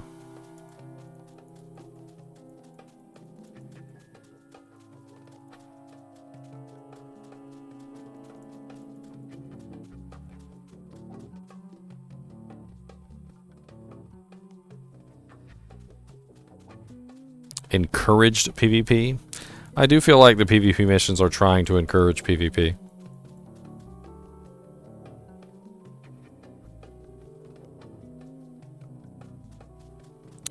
I mean, the penalty for death is definitely very strict, Solidmore.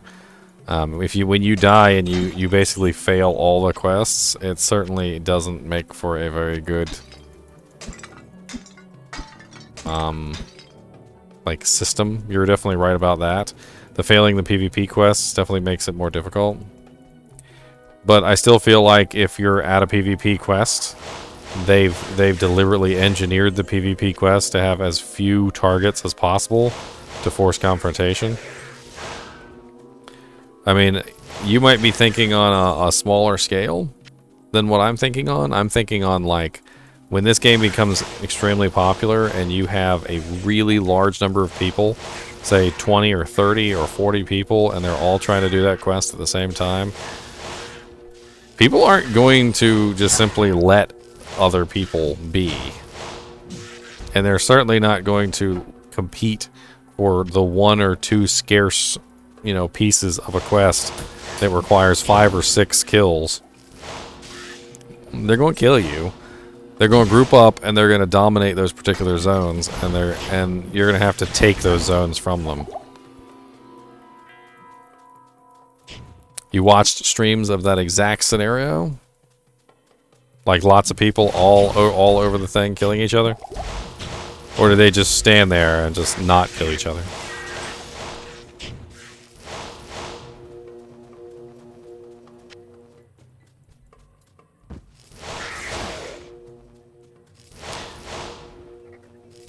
That doesn't really make much sense to me. If you're going to flag for PvP and you're going to go out and do PvP missions, why would you just stand there and not PvP? You can't group up with factions that are not yours. So if you're PvP flagged, you can't group up with a faction that's not your own. PvP flagged people can only group up with other people of the same faction, which means that you have, I don't know, if you have like a bunch of Marauders and a bunch of Paladins and a bunch of, what was the other third faction? I can't even remember. If you have a bunch of them in the same area, none of them can group up with each other. So, I mean, yeah, you can have a group of one particular faction controlling a point, but that's exactly the point. If one particular faction wants to control the area, they can certainly do that.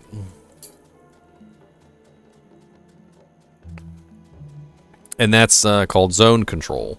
So that's a big thing in New World, is zone control. Zone control is this whole thing where, you know, a particular faction or a particular clan will control a particular zone, and the last thing that they want is people of a different faction or different clan being able to complete PvP quests in their area, because that's going to allow those clans the ability to start a war in their zone, and that's not something that they want. So patrolling your area in that way is actually very important, because you're essentially preventing the enemy from gaining a foothold in your zone.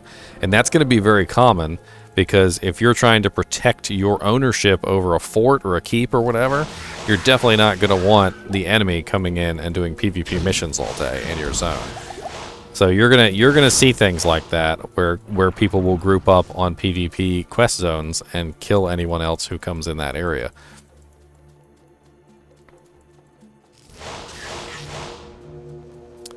I mean, Fend is so slow that it tended to be the issue. Yes, Onyx.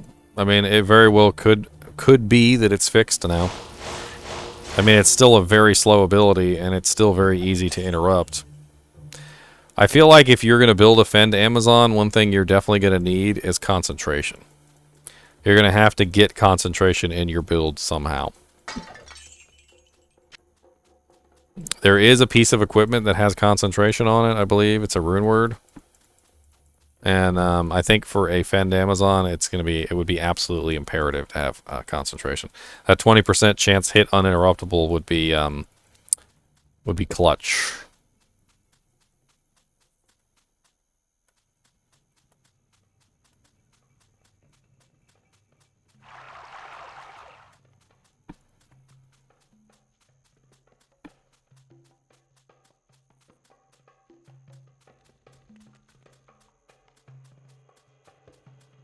Have you ever seen how slow Fend is, Onyx? Like really how slow it is? Like, it's like if I had to reenact Fend, I swear it's like this. Well, I need a spear. Okay, here's my spear. Are you ready? This is my spear.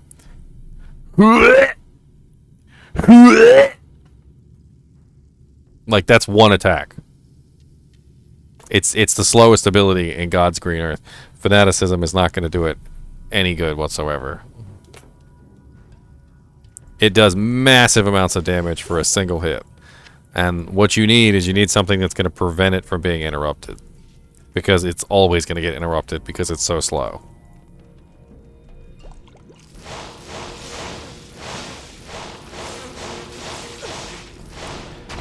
Oh lord, what did I get myself into? I'm dead. I don't got any potions. No! No!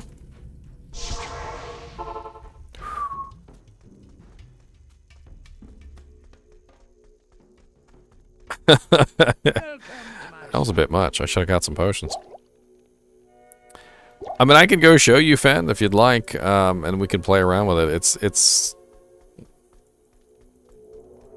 not the greatest. Alright, Solidmore. Thanks for showing up, man. I appreciate your feedback on the New World video too. It's an interesting game. I was actually thinking about playing it, so I'm actually kind of looking forward to it.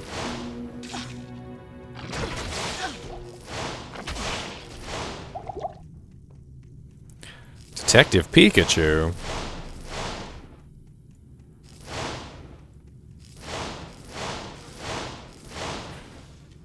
Well, if I play it, you're definitely going to see it on stream, so.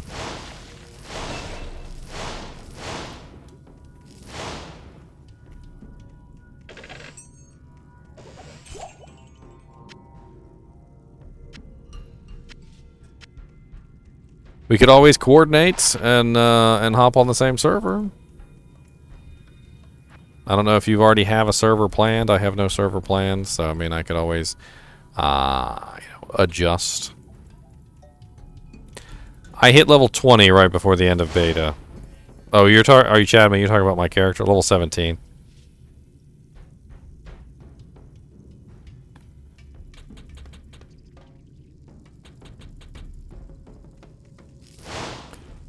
Oh, it's different servers?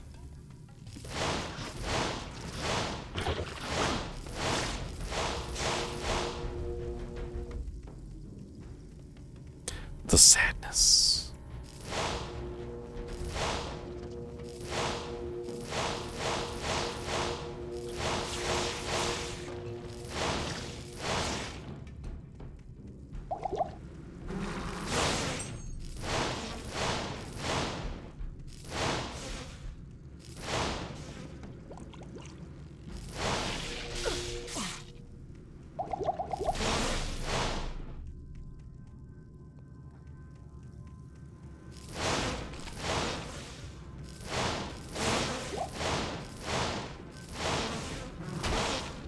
Charge ball doesn't work as well in here.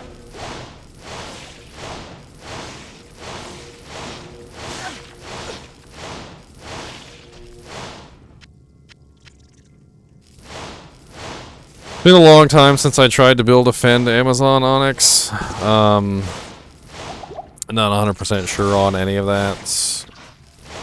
It's been too long. I think the last time I tried to build a Fend Amazon, it was I don't know, pre 1.09.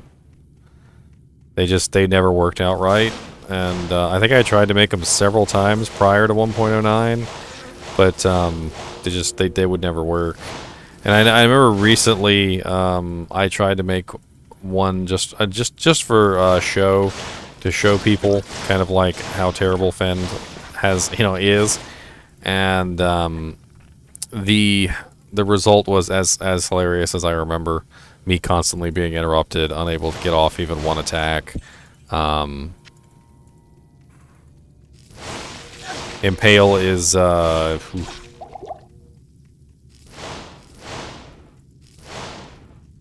Impale is just really slow, and Fend is unfortunately really interruptible. But Fend's main problem is not that it's interruptible. Fend's main problem is that it takes a really long time to use the ability, because it hits every single target nearby, and because it hits every single target nearby, if you get interrupted in the middle of the attack, it doesn't stop the attack. It just keeps attacking. So if there's 30 monsters nearby, you will hit 30 targets, and because of the range of the spear, which is another issue. The range of the spear causes it to dramatically amplify the negative effect of Fend, because the range will hit literally everything nearby. Because with a max range spear, you have the ability to hit more targets than, say, a Zeal Paladin with a 2-range spear, or a 2-range weapon.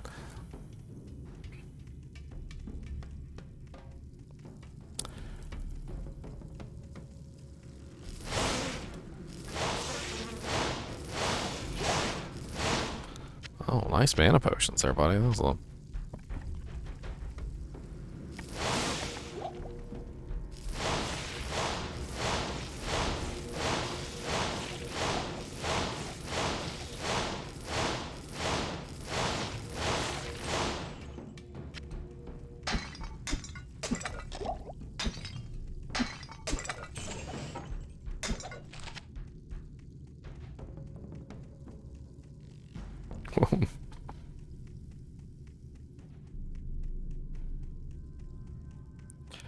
Best thing I can tell you is just play around with it. Make a single player character. Go grab an Amazon. Give her max Fend and max Impale just for fun. Give her a decent spear. Give her some faster hit recovery equipment because she's gonna need it. And take her out and play around with her, and you'll see. You'll see.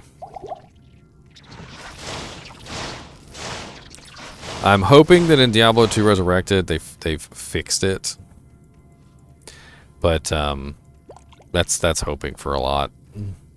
Amazon has been broken for a very long time.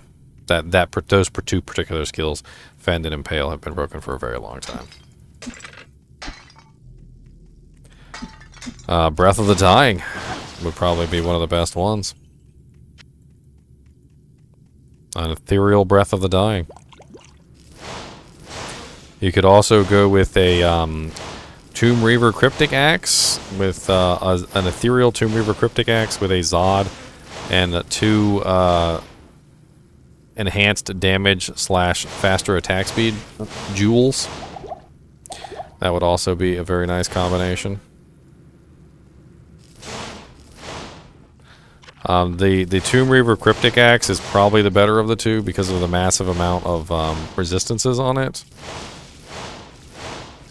It's faster. It does a little bit less damage, but it's much faster. And like I said, the resistances are really nice. It also has a bit of magic find on it as well.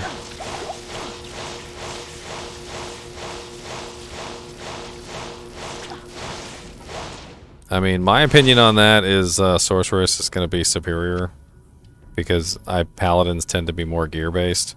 But I mean, it's really up to you. If you feel confident that you can get the equipment that you need to make your Magic Find Paladin work, then more power to you. But I find that Magic Find Sorceresses tend to be easier to build than Magic Find Paladins when you have absolutely no equipment to give them.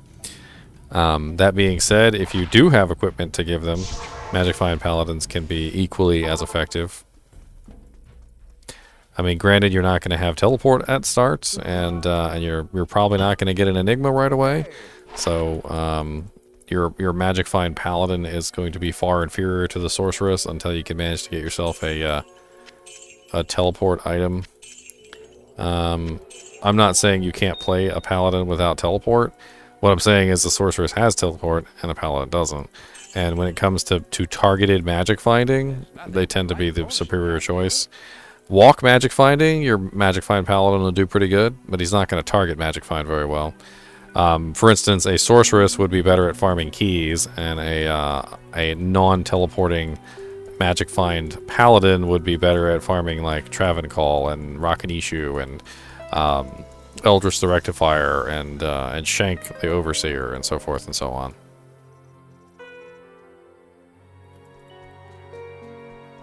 I don't know if I made myself even remotely clear on that, but hopefully I did. Smiters are great characters, but like I was talking about earlier with Smiters, they're very single target characters.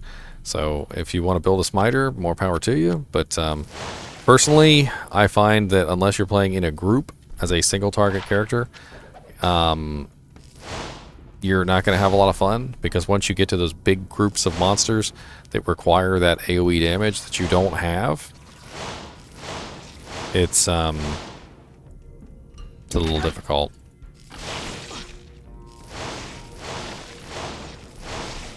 I mean, you can respec easy in Lord of Destruction, Valhalla. I don't really see the Lord of Destruction as being difficult. You get one free respec in normal difficulty, you get one free respec in nightmare difficulty, you get one free respec in hell difficulty, and then you can farm the items to create a token, which gives you unlimited respecs, as long as you can farm the pieces of the token. And they're really not that hard to get.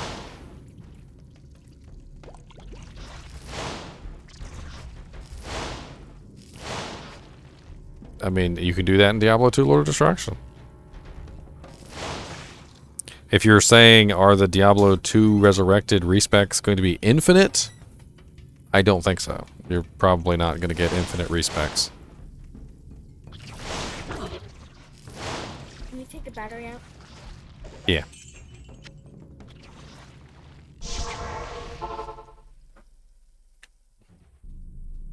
Away from the monsters. Guys, I'm trying to restart. I'm trying to do my computer again how I like it. I just remembered I had it. Oh, you just remembered. You know there's Minecraft on there too, right? It is an I'm trying to set honor to up serve how you. you can start. I don't know if I'm going to do it. There's tons of stuff you can do on a computer. You can use it to watch YouTube videos. Hello. Roblox too. Probably easier to play with. Maybe. You can give it a try. Leon said, what's better, orb or meteor or fireball? Orb or meteor or fireball.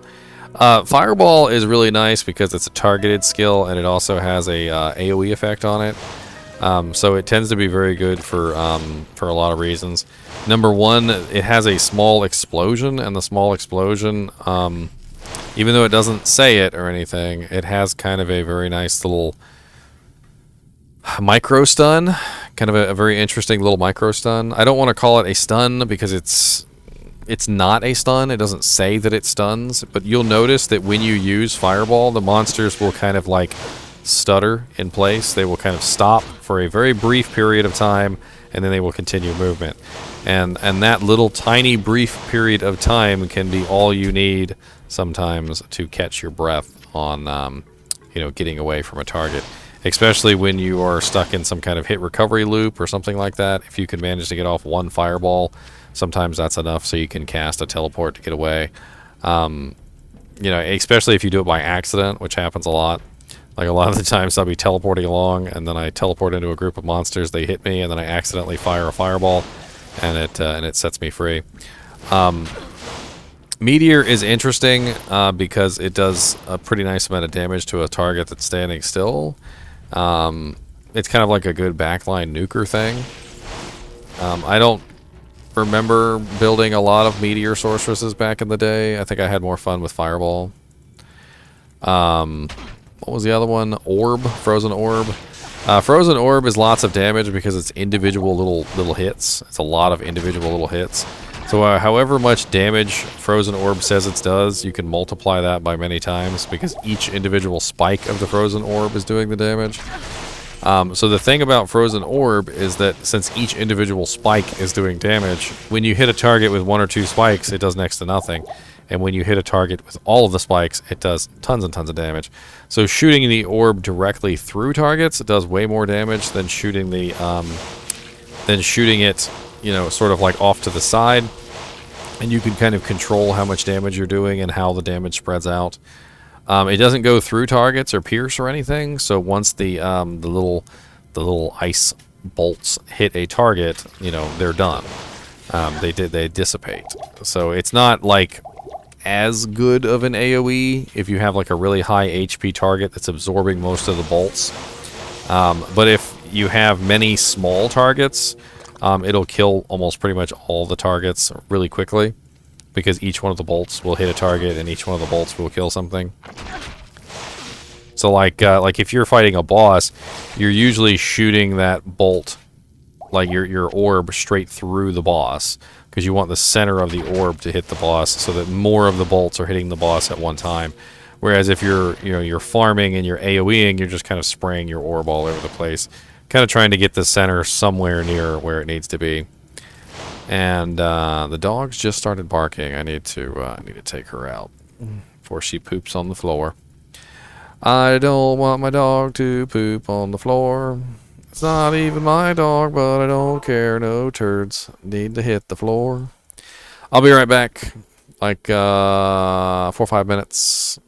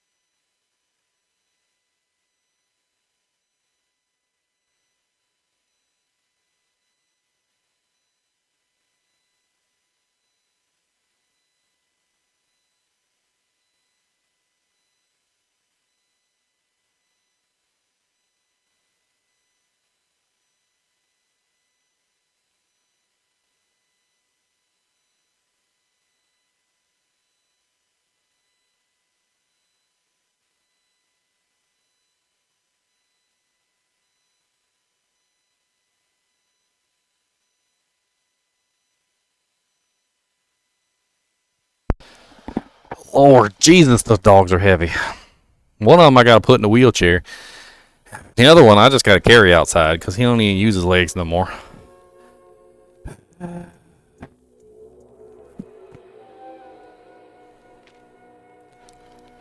Whew, man. Got to test hammered in and mobs with crap gear. I mean, basically. I mean, a stealth isn't too hard to get, so give yourself a stealth. Some crappy, like, 10% faster cast ring is just like I got on right now. Just like 10% faster cast ring. You're probably going to be using, like, tiers in your equipment. So give yourself a stealth and then give yourself a 2-socketed helmet and put 2 tier runes in it. 2 tier runes for plus mana after each kill. And then you're honestly, as a Hammerden, you should probably be using a shield with tier runes in it and a freaking weapon with tier runes in it, because your mana is going to be a major issue for a very long time. Tell me your troubles. Of course, you don't get hammers until level what is it, 18?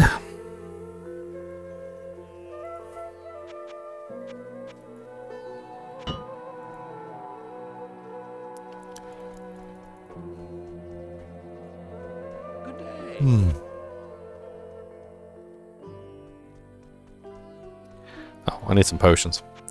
Give me some potions.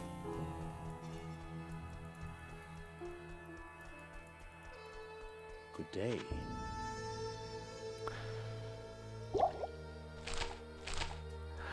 I'm really super excited about Diablo II Resurrected. Super duper duper am.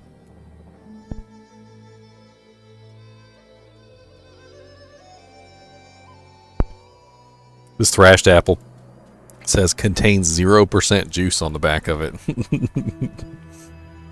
0% juice.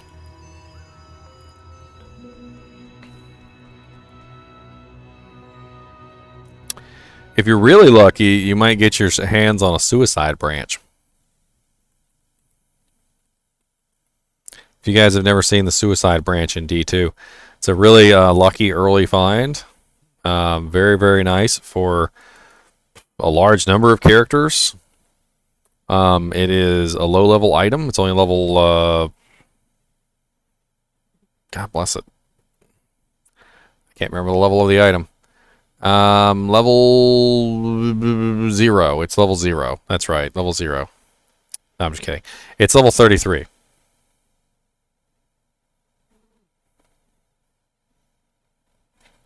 So if you can't get your hands on a wizard spike or a spectral shard or something like that, Suicide Branch is actually really nice. +1 to all skills, 50% faster cast, 40 to life, increases mana by 10%, all resistances 10, attacker takes damage with 25. Very, very nice. Very, very nice wand. You can use that on a sorceress, you can use that on a necromancer, you can use that on a paladin, you can use that on a summoning druid, you can use that on anything that needs plus the skills and faster cast. So it's a very nice wand. I would definitely keep your eye out for a unique burnt wand. Definitely.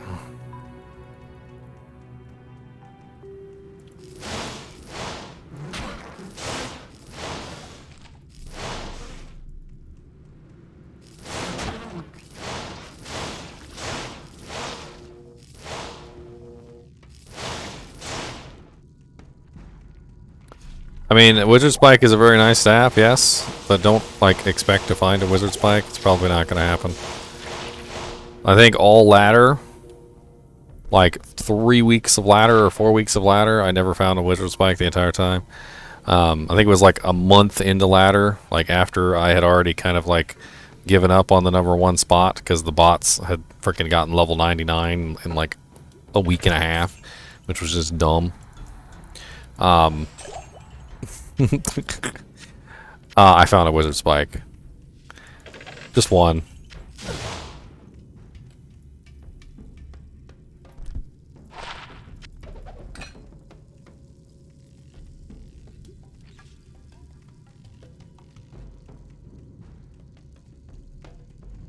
Hammered in, smiter, hammered in. Why don't you look up a combo build and see if somebody made a hammered in /smiter.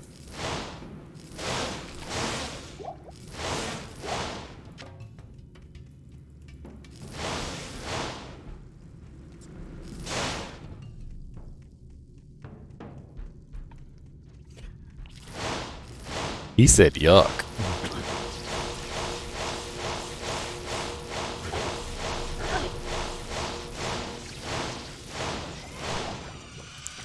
He said yuck.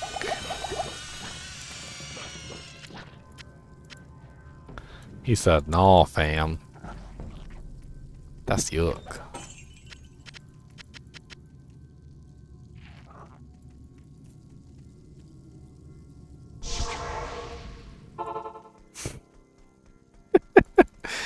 What's going on right now, Onyx? What is going on, buddy?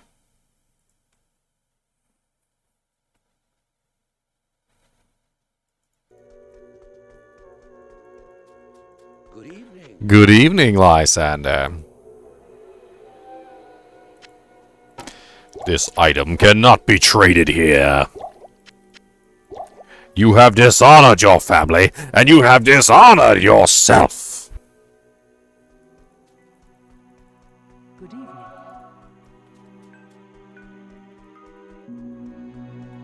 Good evening.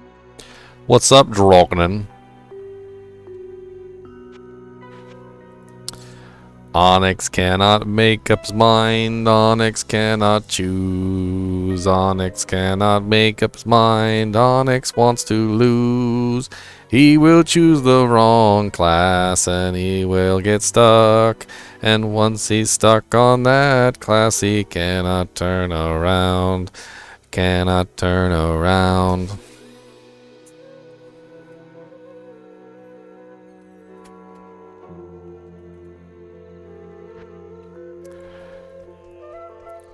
I have a solution for you, Onyx.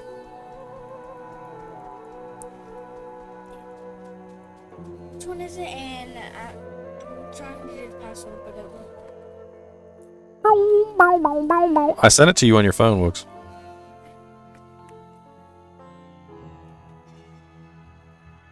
Well, pull it up, because I need to look at it.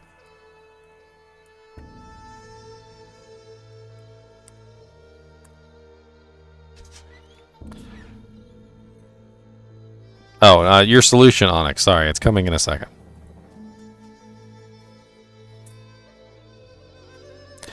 Boom, boom, boom, boom, boom, boom, boom, boom, boom, boom, boom, boom.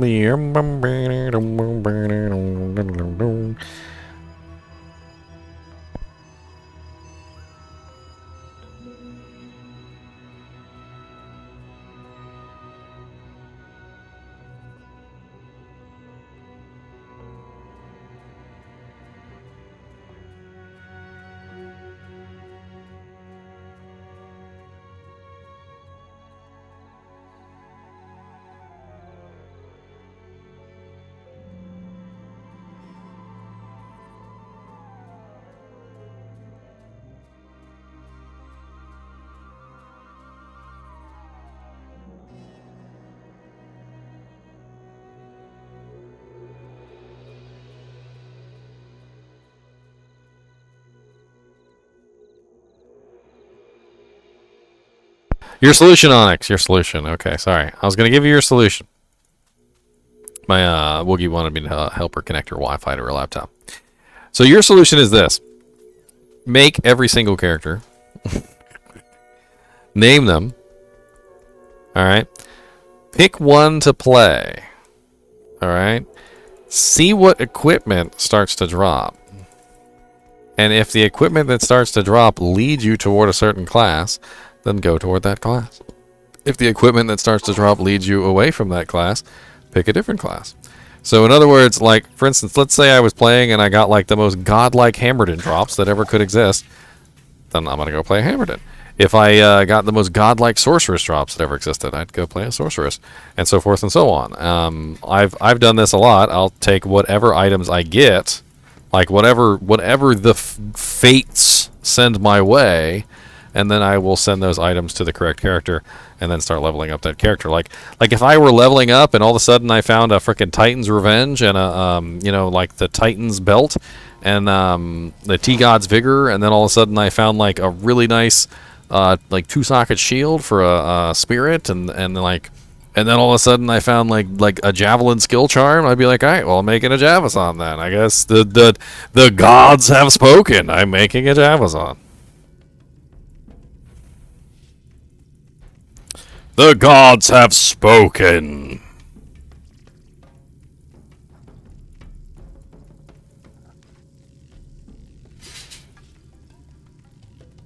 Onyx, you can't be annoyed when the gods speak, okay? If you're annoyed when the gods speak, they're gonna kill you. They're just gonna smote you down. Speaking of smiting people down, I will get smote down if I don't let the dogs back in, so I will be right back.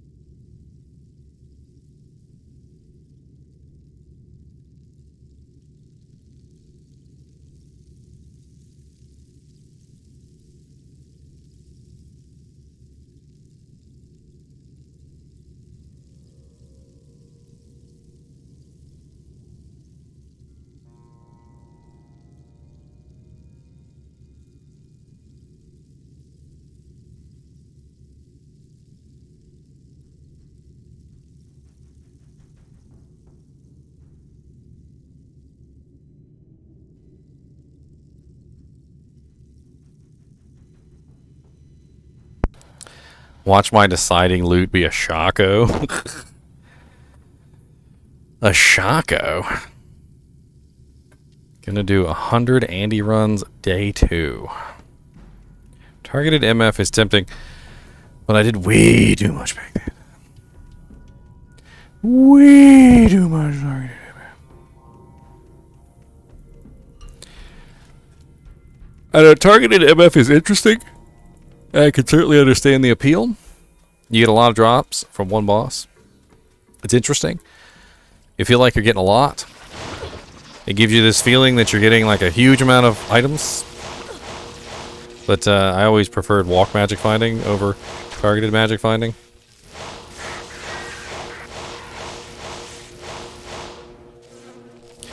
I feel like at the end of the day, walk magic finding is the same as targeted magic finding. There's really no difference. If you're in the right areas. Now, when you're in low-level areas, bosses do have a higher level. So, take, for instance, Mephisto in Nightmare. Nightmare Mephisto has a really high level. And Nightmare Mephisto is actually good to farm because he's a rather high-level monster for Nightmare. He's, I can't remember his exact level, but he has a pretty good chance to drop a lot of items because he's such a high level for a low-level area. And that's one of the reasons why Nightmare Mephisto tends to be a good farm.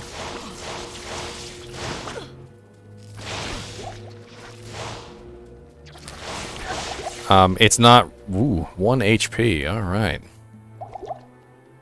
That was ouchy.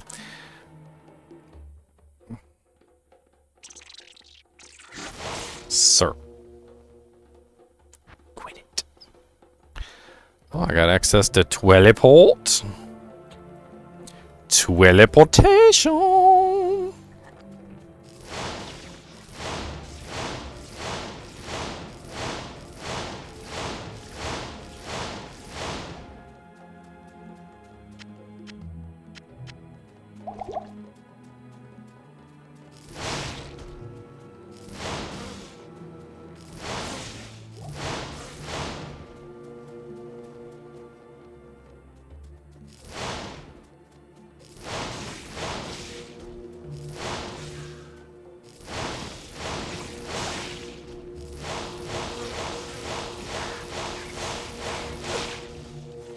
I mean, how are you going to build your summoner, Onyx? Are you going to build it for magic finding, or are you going to build it for, like, for damage and killing stuff?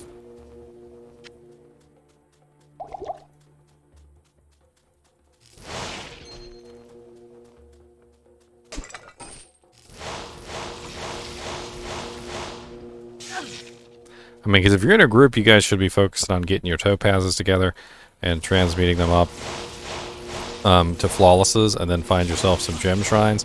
And then once you find gem shrines, you're going to want to transmute those flawlesses to perfects, and you're going to want to start socketing equipment for magic find so that you have a decent amount of starter magic find. A two topaz helmet and a 3 topaz armor. Why can I not remember whether topazes give magic find for armor or not? And then of course you can find other magic find equipment.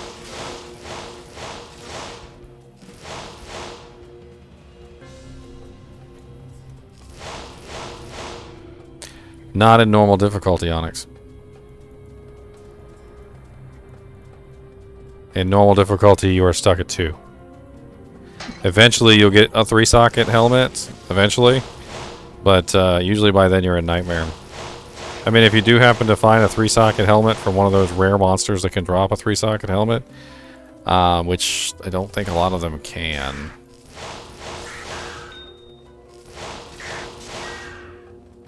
I mean, normal difficulty is not really about min-maxing anyway. Like, you might just take 2 flawed topazes and put them in a helmet, or a normal and a flawed, or like a 2 chips or something, and you're just building up your magic find from that point.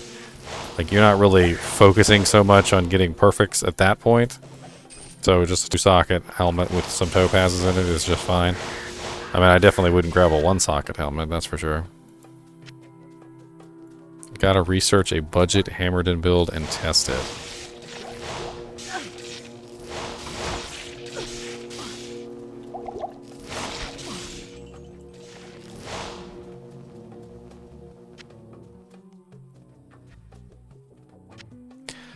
Honestly, Leon, I think your best bet for a budget Hammerden build is to not be a Hammerden.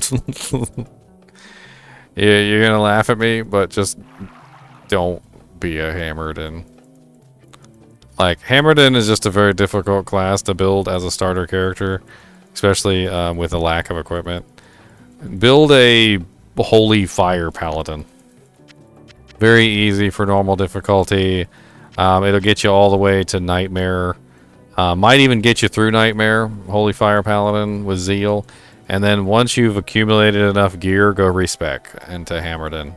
That way you can build it correctly, as opposed to forcing yourself to play through the Hammerden. I mean, if you really want to play through the Hammerden, I mean, that's up to you. I'm just offering you a viable alternative. A Holy Fire Paladin is a really easy normal difficulty build, and then you can swap afterward. Use your normal difficulty reset.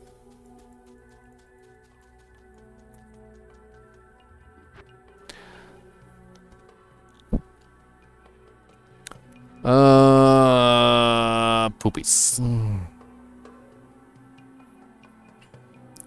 How many points am I away from energy shield? It's so far away. My energy shield is so far away. I need to put a couple points in strength so I can actually use some equipment greater than the crap that I have on.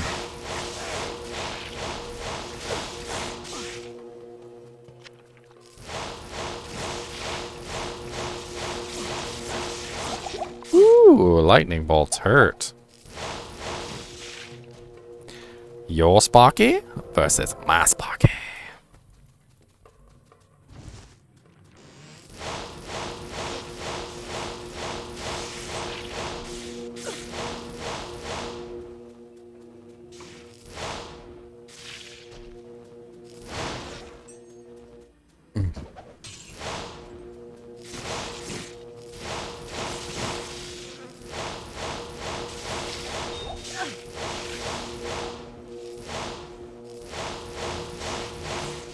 I'm trying to think off the top of my head, like, because you said you had another summoner in the group. I mean, necromancers can be other things other than summoner. I mean, if you still wanted to play a Necromancer, you could do like a Poison Nova Necromancer, or you could do a Bone Spear Necromancer, or you could do a, ooh, ow, ow, ow.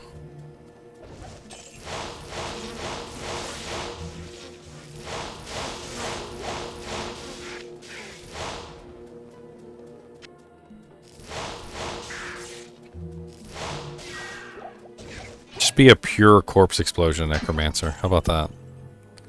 Only play with your group and just explode all corpses. Level 20 corpse explosion. Right away. I will explode every corpse that comes nearby. Do not worry, 'cause I am always here. I will take your fears away, and I will kill the corpses today, 'cause I am the corpse explosion necromancer. Boom, boom, boom, boom, boom.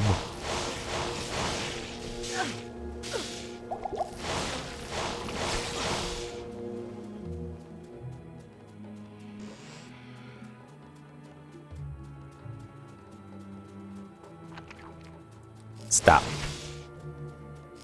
Collaborate and listen. Ice is back with a brand new edition.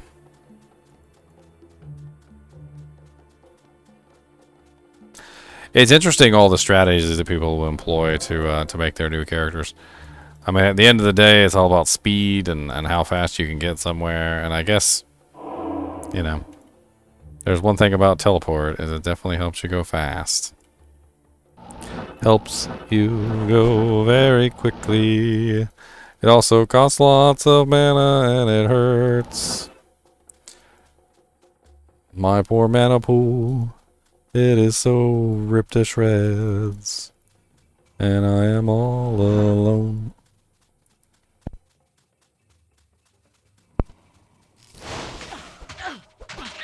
No.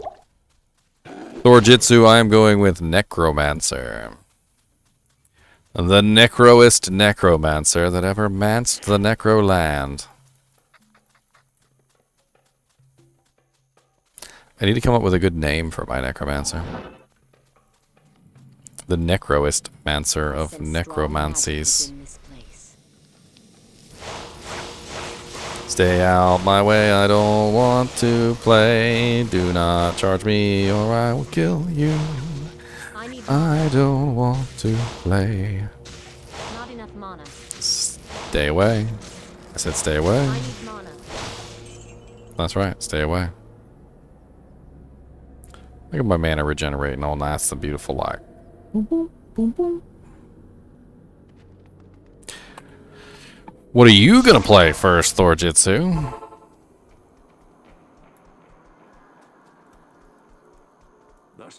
Hello. The Staff of Kings! Mischief is an interesting man. Part of him longs for the freedom of the open seas, yet his heart belongs in his homeland. Mischief is an... Good day. The shrines in the desert are leftover artifacts from the Great Sin War that ravaged these lands almost 1,000 years ago. They still function, but most travelers believe them only to be remnants of the distant past.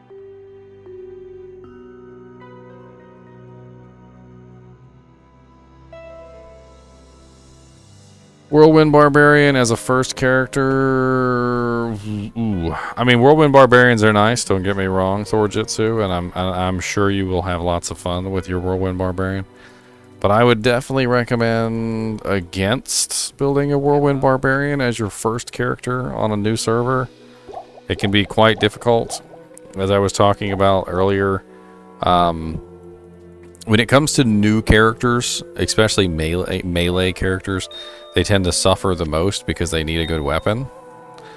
It's just that your entire character is going to be based around your weapon. So if you don't have a good weapon, you're not going to do well. Plain and simple. So if you want to do well on a Whirlwind Barbarian, you're going to need to find a good weapon, and there's no guarantee that you're going to find a good weapon. That's part of the issue. So you're going to be up to the gods of fate, essentially. Will the monsters drop me a good weapon or not?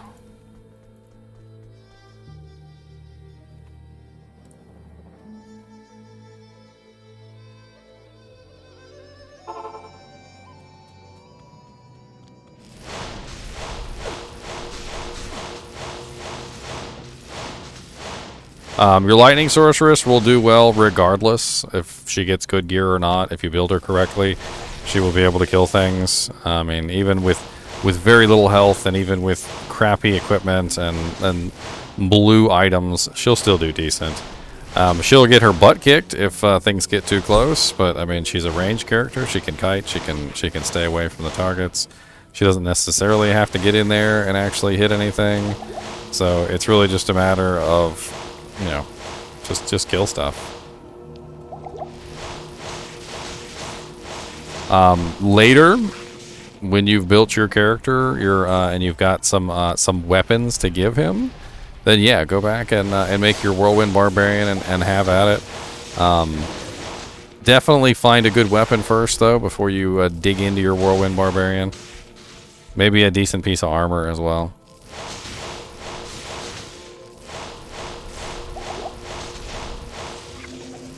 Or just go for it anyway. There is a possibility that you will find a good weapon. I've done a lot of solo self-found builds on melee characters, and I can tell you from experience that that sometimes you get lucky, and sometimes you'll find that awesome weapon, and or you'll get the right rune combination, and you're golden. But sometimes you languish in obscurity as you fail to find the weapons that you need, and you end up getting stuck in acts that you should have passed a long time ago, just simply because you don't have the damage output.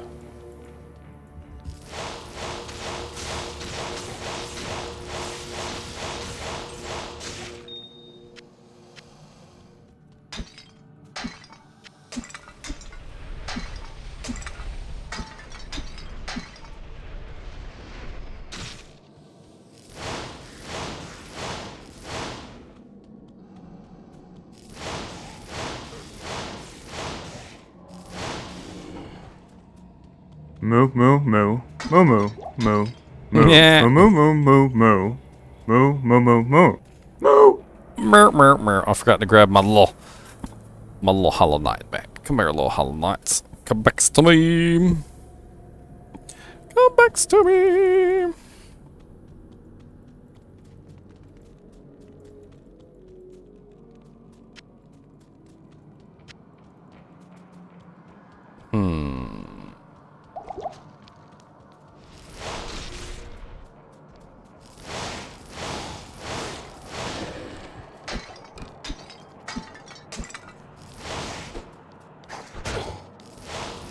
Ow. That was ouchy.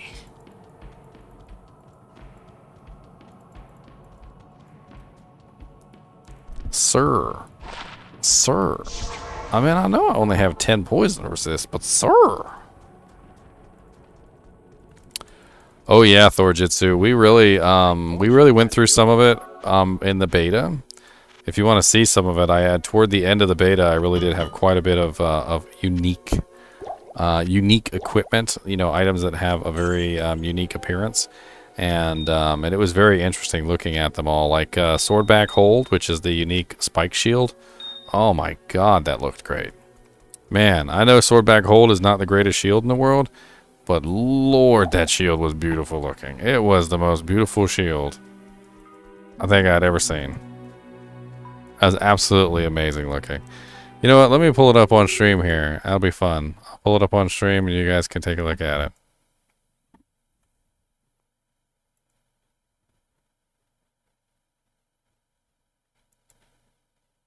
Blur, blur, blur. Blur, blur, blur, blur. Oh, please don't eat me, antlions. I'll try my best to go. I freaking love that little ditty. Made it up myself. There we go. D2R open beta day 4.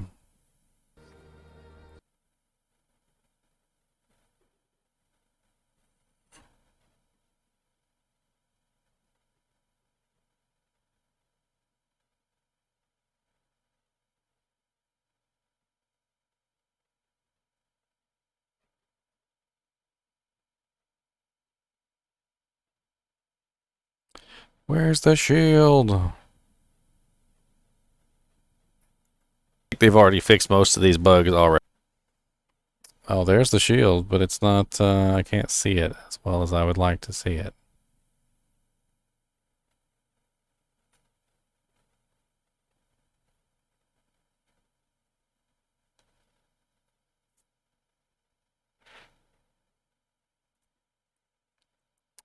Where are you, character select screen?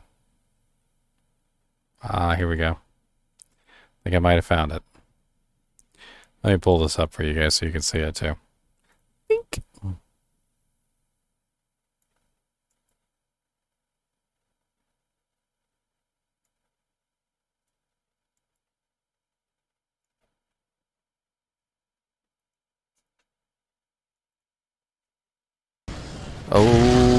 Oh, please don't.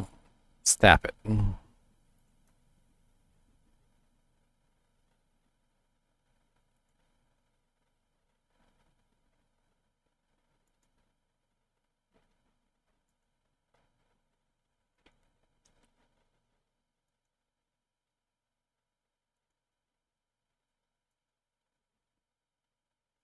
Alright, here we go. It should be right here.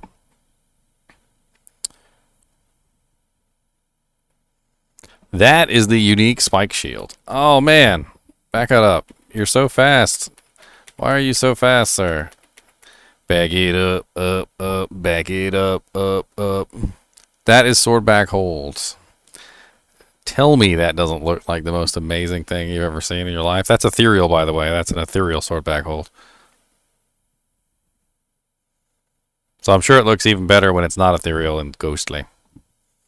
There's quite a few other characters I had. As you can see, I have Fury Mark, Wydock, Dr. Doolittle, Toxic Spit, Sharp Stick, Shocking Hunt, and Birdidin. I'm not sure exactly. I did go at one point. I went through like all the characters. I just clicked on every single one. Let me see here. I think it might be right here.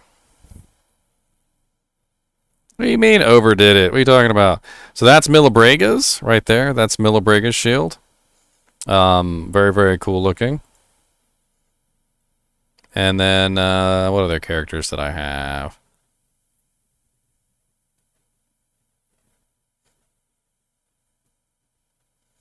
There's my druid. That's Gore Shovel.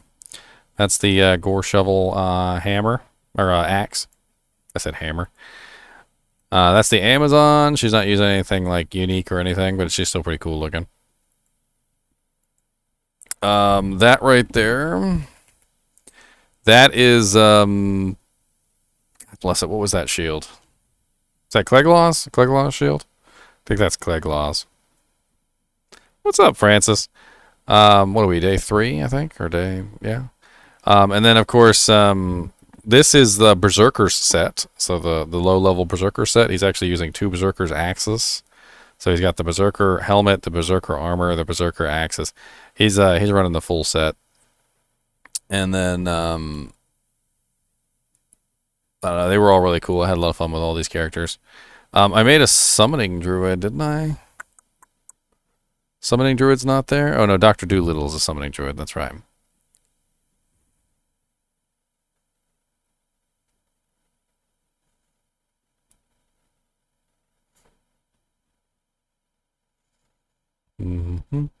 She's wearing Vidalas, that's Vidalas. And she has the Coif of Glory on. That's the Coif of Glory helmet. This is a video, Francis. It's just a video. I was just showing off some of the equipment. I don't want anybody to get the wrong idea. Boom, boom, boom, boom, boom, boom, boom, boom, boom, boom, boom, boom, boom, boom. This is me, Ginger Gaming Mentor.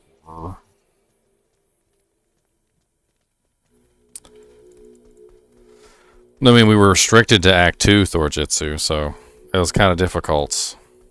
Need some help?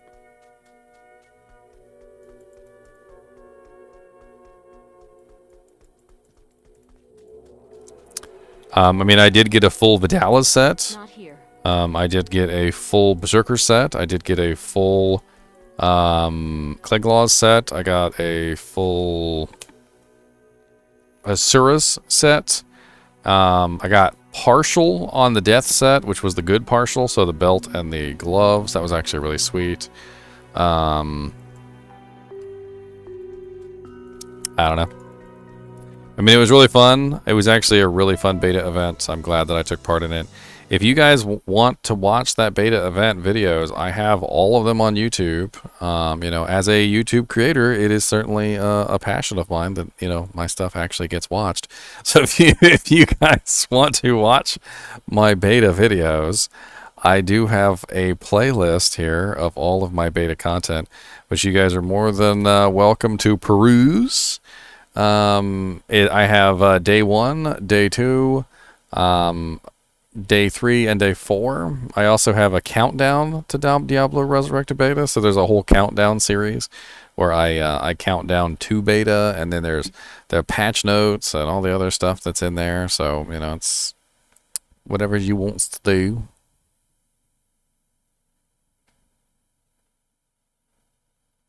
Why is the that's weird. My beta videos are not in the beta video section. Why are my beta videos not in the beta video section?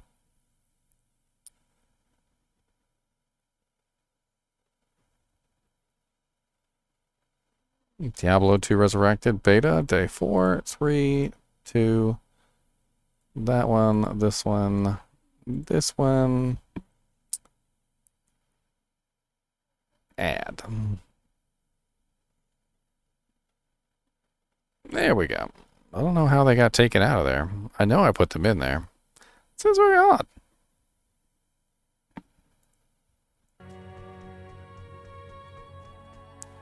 Oh, well, no problem, Thorjitsu. Thanks for the donation, buddy. I really appreciate it. I work hard on the channel, so, you know, if you got any feedback, just let me know.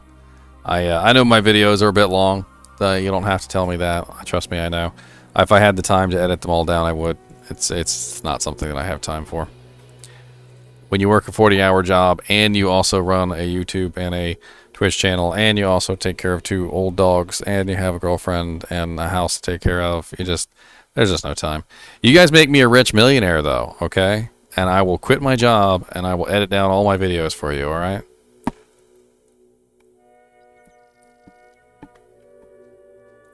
I will quit. Let's go.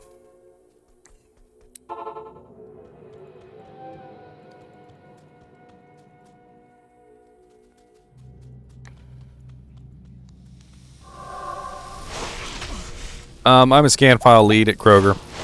It's an interesting position.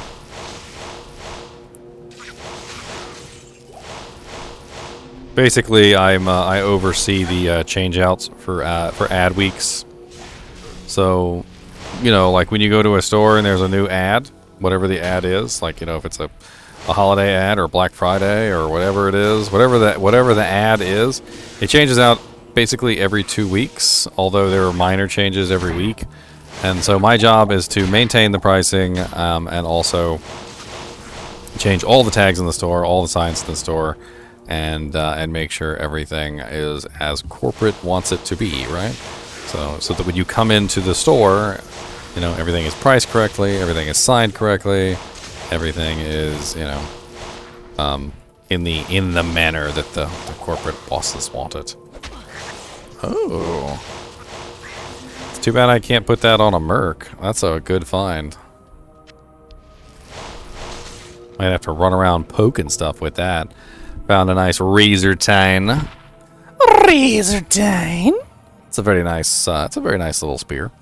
A nice little pokey spear. It's too bad I can't actually use it or anything.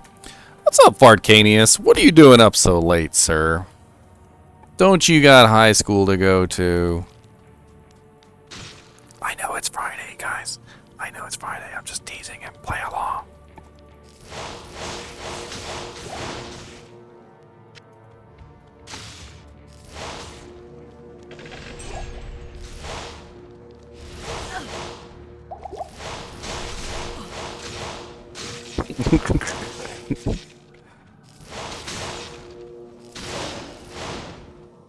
So, is your school getting any better, Fartcanius? Are you having fun? you make any friends?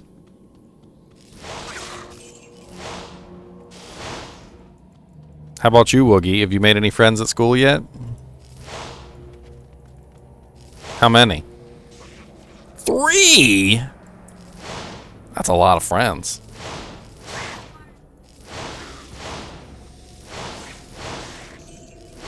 I would have had 4 friends in my class that I already know, but Jasmine, she's been with me since we were. What is the best item of Diablo, no matter the class? No matter what class you put it on, no matter who's holding the item, no matter what build they're on, no matter what character, no matter what... I would have to say a Mara's amulet, Mara's kaleidoscope.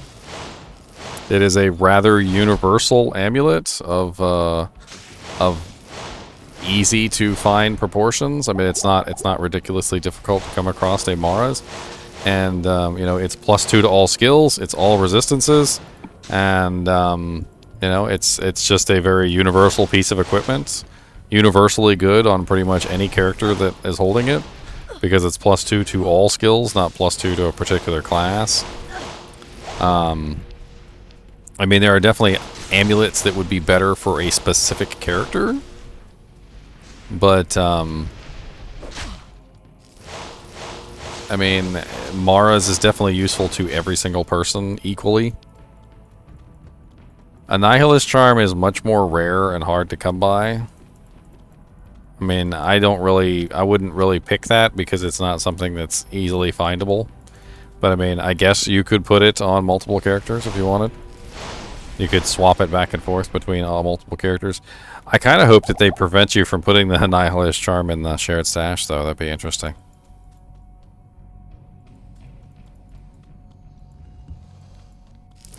A whole troop of 23? Dang.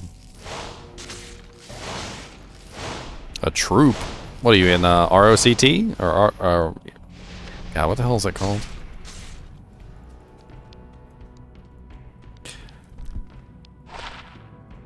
I mean, Enigma is great, but I wouldn't say that it's universally amazing on every single character. What if I'm a Sorceress? Sorceresses already have teleport. Why do I need to teleport again? I'll use something else. Use a Chains of Honor or something. Or something like that. A Fortitude, maybe.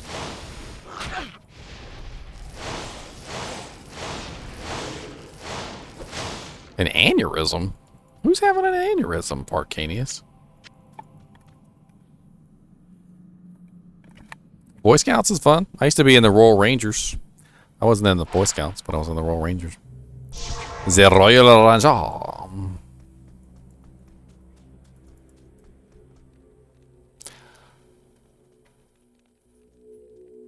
Can someone write I am French? Oh. It is an honor to serve you. I don't know. If you're talking about universal use, like everybody can get a good use out of it, Mara's is definitely one that everybody can get a good use out of. If you slapped a Mara's up in a trade window, everybody who doesn't have a good amulet is going to be interested in that Mara's. Every character. Whether it's a Paladin, a Barbarian, a Necromancer, a Druid, a Sorceress, doesn't matter. If they don't got a good amulet, they're gonna look at that Mara's and they're gonna drool. Now, if they do have a good amulet, Not here.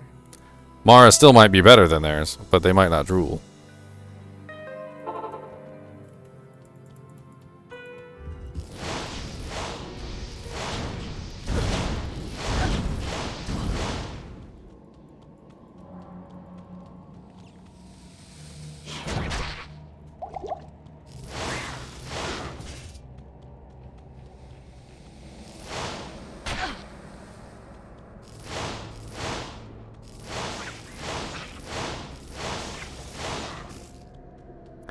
Do you think you could play Payday 2 with the giant spoon, the 24 karat gold spoon? Payday has a giant spoon. I haven't played Payday in a long time, Fartcanius. Last time I did was with my nephew. We had a lot of fun, but I don't really have a lot of stuff on there. Uh-oh, tigerishly used a jank. When did you use a jank? When did you use a jank?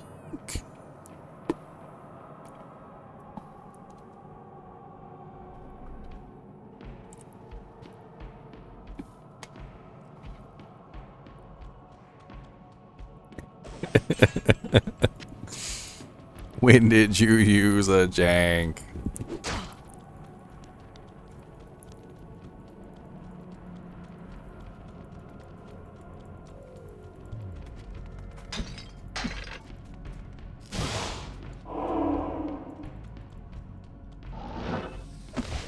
Such a cheater.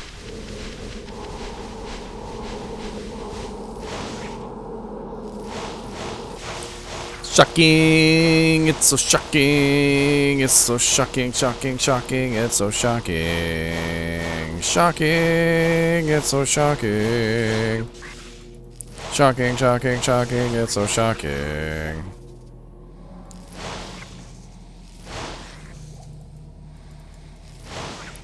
What's up, Fangskin, my bro? Lightning enchanted, huh? Not enough mana. In bird language, that's considered rude. Back off the steps, Chancho. Trying to get a potion.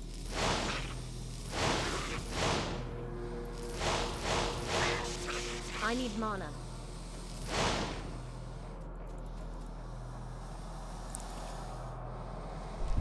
I know next to no French. I don't know how to solve this problem. I could sing you a song in French. That's about it. Jean de Wessa, Jean de Allez-Wessa, Jean de Wessa, Jean de Allez-Vous. Jean de Allez-Vous, Nora, Jean de Allez-Vous. Jean de Allez-Vous, Nora, Jean de Allez-Vous.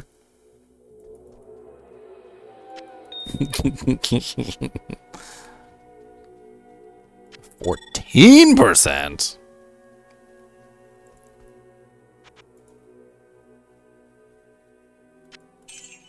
The words are so broken, my ears. I understand nothing. It's nonsense.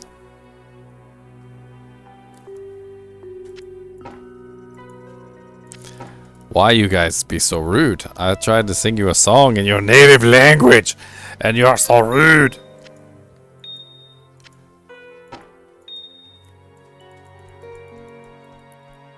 Excellent, yes.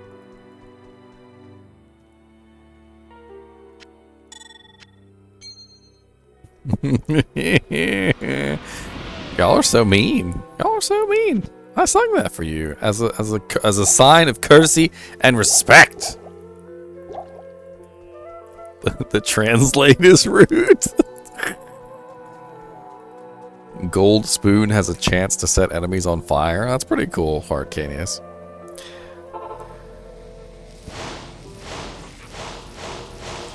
Using all my shocking things on you. Using all my shocking things on you.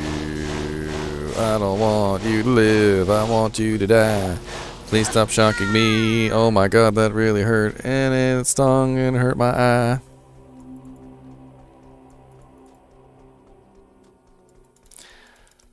Of course.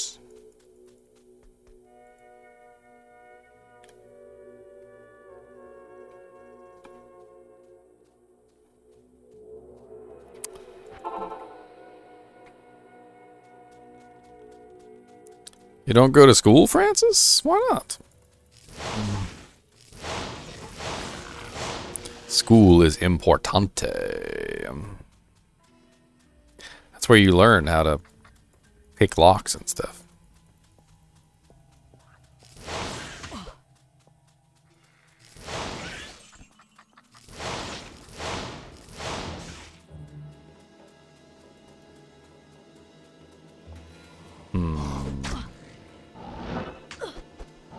Well, somebody's gonna have to teach you how to pick locks. It's important.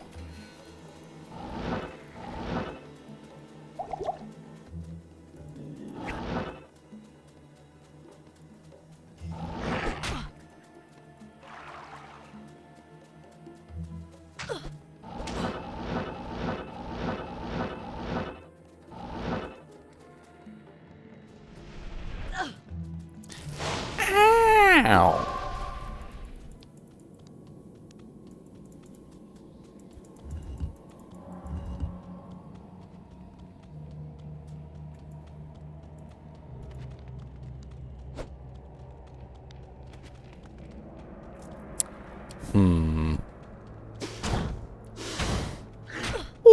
okay. I thought I killed you guys. I feel like that was a little rude.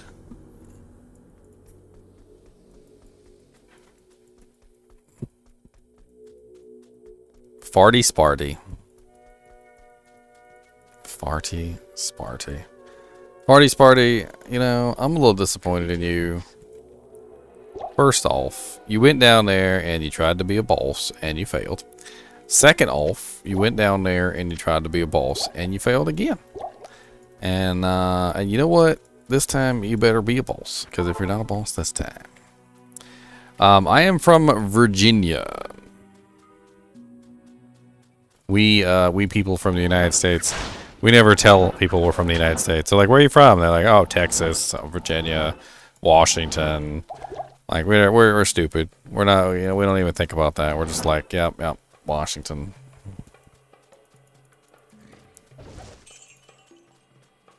I never say from the U.S. Like, it never occurs to me until after I realize I'm not talking to somebody who's not from the United States, and I'm like, oh yeah, Virginia is in, and I start like trying to explain where Virginia is.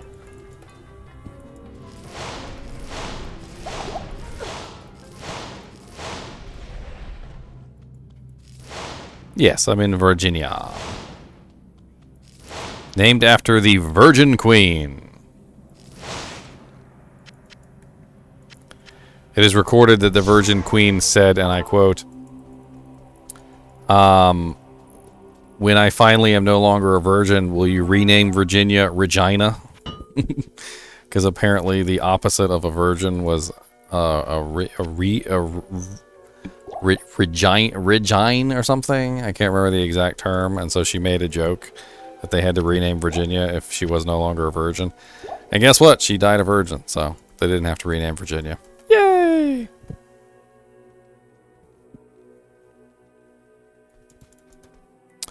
And that's why she went down in history as the Virgin Queen.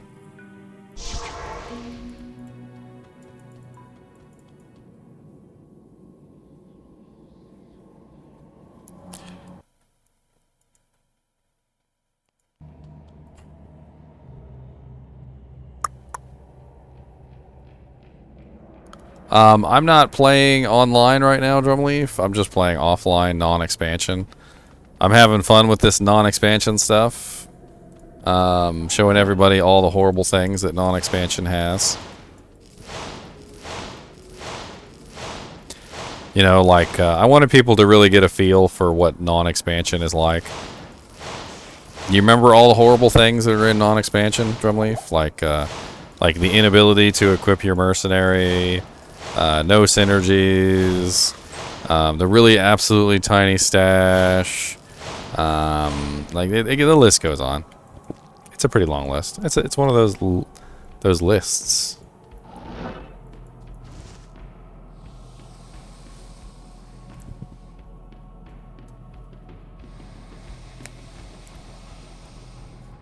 You are well seated and have a good car. That's good, Francis. I'm glad you have a nice car. Because if you're driving for 14 hours, you're definitely going to need a nice car. You're probably going to have sores on your butt. Butt sores. Watch out for those butt sores.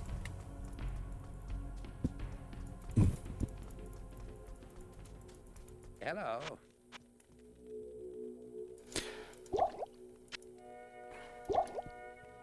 Ended up installing expansion in a couple days.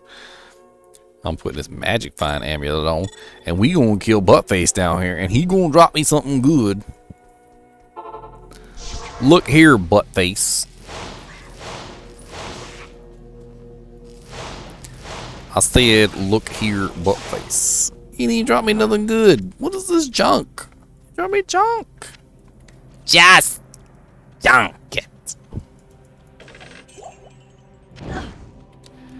Man, I get so upset.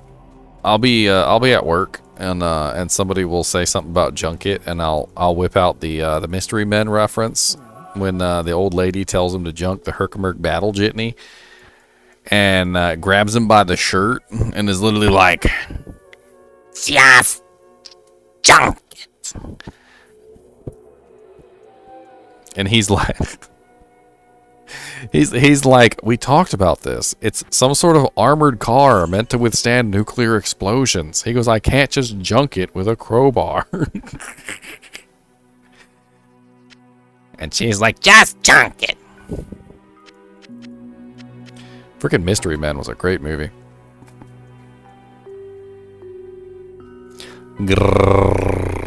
Great.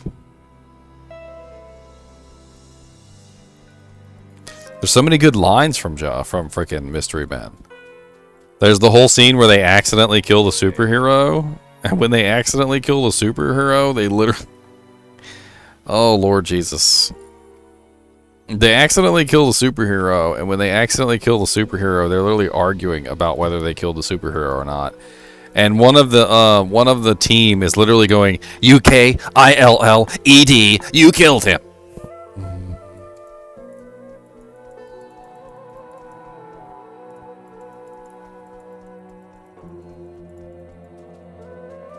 Drumleaf is very knowledgeable about Diablo 2. If you want to pick his brain, feel free.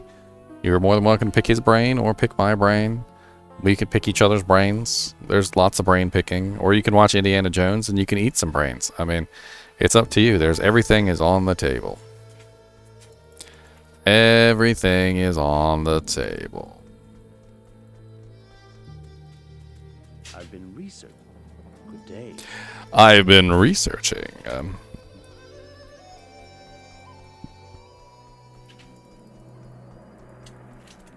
When the trouble, you may enter. Greetings. Oh, thank you. I'm so glad that you let me enter them. I wouldn't want to have had to shot you with a lightning bolt or anything.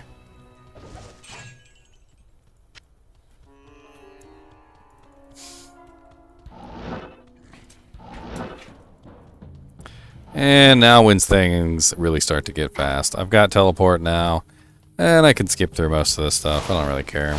I could kill some of this stuff for EXP though.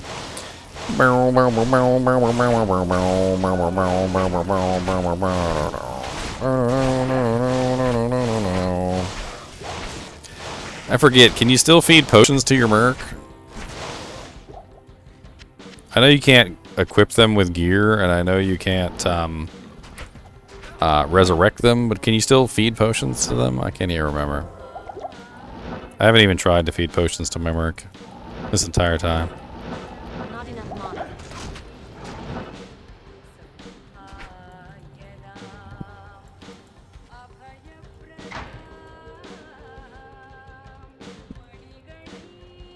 Let's try. No. Didn't even work.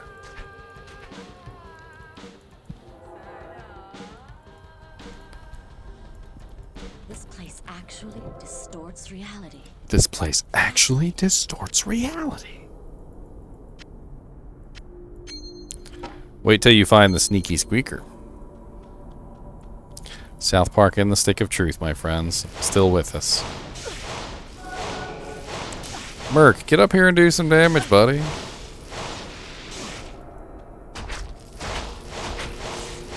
It's a lightning spire, and I'm a lightning sorceress. I need your help.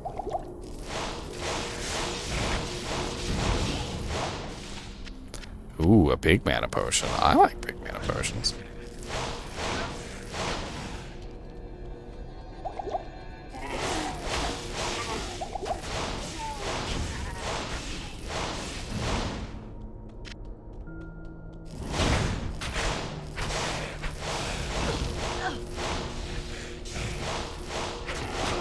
I think when you consider immunities, lightning tends to be objectively the best.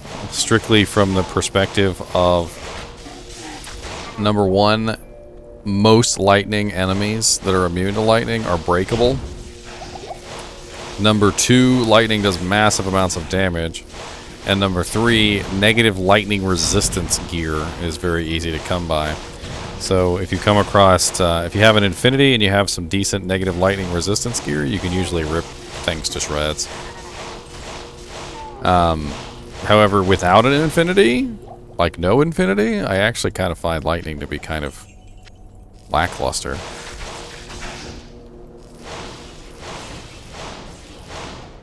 There's a lot of lightning immunes. Like a lot. What I'm saying about them being most of them are breakable, you usually won't find unbreakable lightning immunes. It's very rare. Whereas cold immunes, unbreakable cold immunes, are very common. Like, extremely common.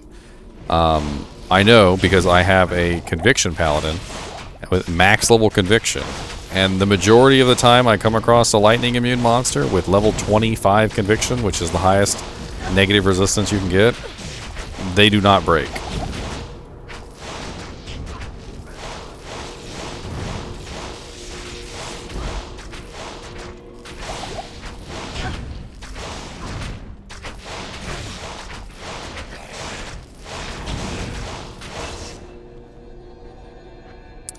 Yay! Alright, so we're gonna grab chain lightning.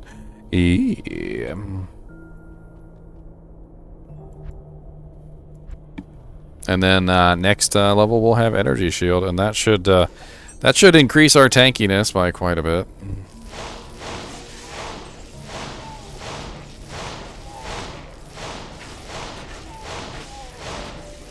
It only applies to the mercenary. Infinity, the negative 55% lightning resistance only applies to the person wielding the item. So if you're putting it on the mercenary, it only applies to the mercenary.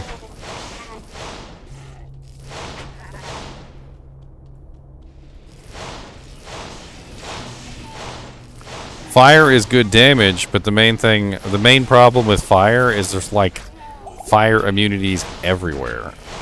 I feel like in this game, fire immunities make up the bulk of the immunities in the game. If cold resistance... If cold damage's problem is that the majority of the cold immune monsters are unbreakably cold immune, fire immune's problem is that fire immunity is like the most common immunity in the game. So you encounter it more often than any other immunity type. Like, as far as, like, frequency of immunity, like encountering immunities, the order that I've noticed is that it's fire, lightning, cold. So you encounter less cold immunes than you do fire and lightning immunes. Fire is definitely the highest, and I notice lightning is like in between. But the problem is that even though you encounter less cold immunes, the cold immunes that you do encounter are completely unkillable. They are almost always unkillably broken cold immunes. So it's like, if you're a cold sorceress and you only have cold damage and you encounter a cold immune monster, you just cannot kill it. And no matter if you have max level conviction or not, it's not happening. Whereas if you're a fire or lightning sorceress and you have infinity, usually you can break those immunities. Lightning tends to be more breakable than fire. But fire is definitely way more breakable than cold.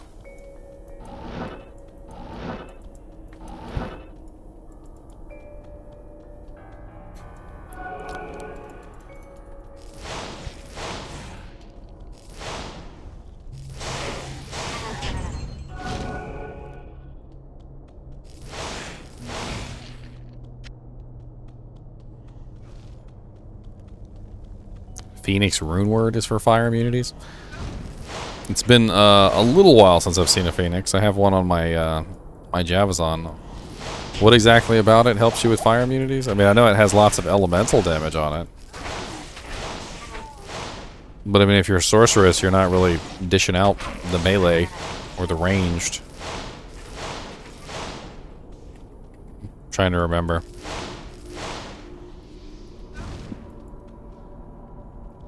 Oh. Well, it doesn't break immunities, though. Negative resistance doesn't break immunities. It only reduces the immunity if the resistance is already broken.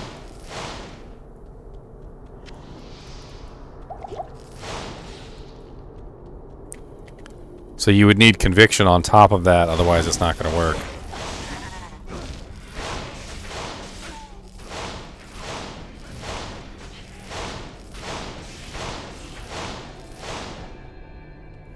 I mean, I have the formulas right here if you want to see them, Drumleaf.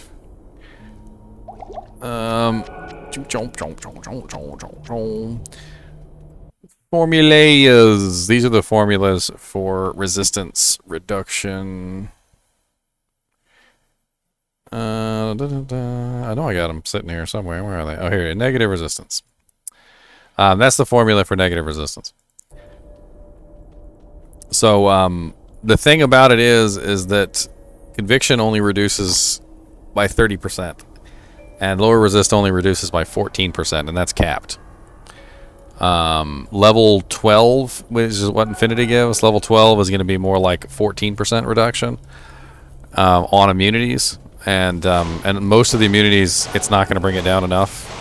And if they don't break, the negative resistance items don't have any effect.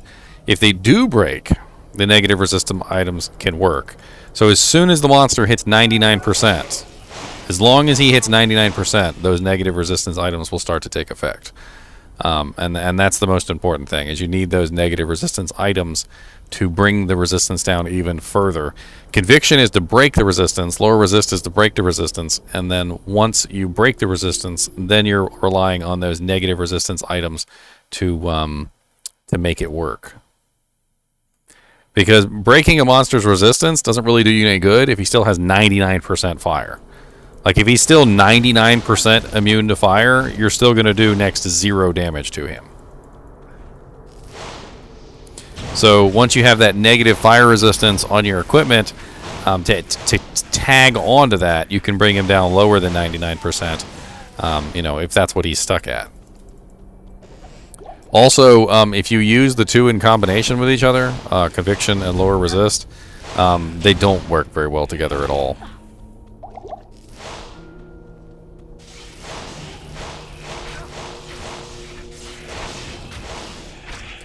They do stack. I'm not saying that they don't stack. But let me see if I can explain myself here. Let me bring this back up for just a second. So you see how conviction only provides a 20% effectiveness versus immunes. Okay, so it's 30% reduction. The penalty of 20% effectiveness applies to any monster that is immune, even if the monster is no longer immune. So for instance, if we come across a monster that's immune to fire, conviction breaks that fire immunity by reducing him by 30%. And then you cast lower resistance on the monster, it will only reduce the monster's resistance by 14% because it's still suffering the 20% penalty, the 20% effectiveness penalty. So they do stack, but they stack really awful. And I don't know exactly why.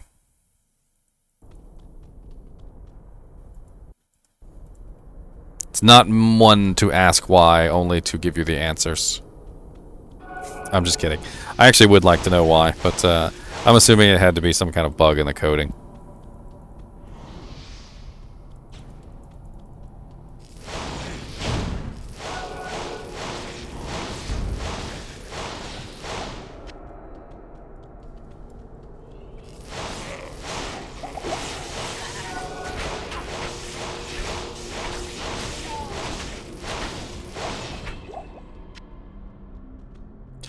But the good news is, though, is that you can break some immunes that would not otherwise be broken by combining conviction and lower resist.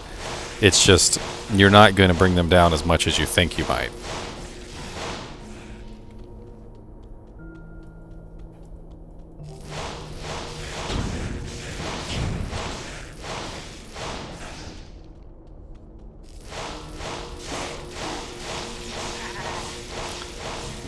It's just going to get worse and worse, too, man. Francis, we're going to get closer and closer, and the closer we get, the more crazy we're going to be. We're going to be like, come on already.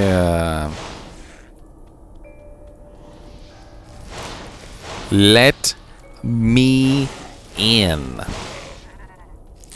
Give you some of them lightning bolts. I heard you like some of them lightning bolts. About to four-way this jank.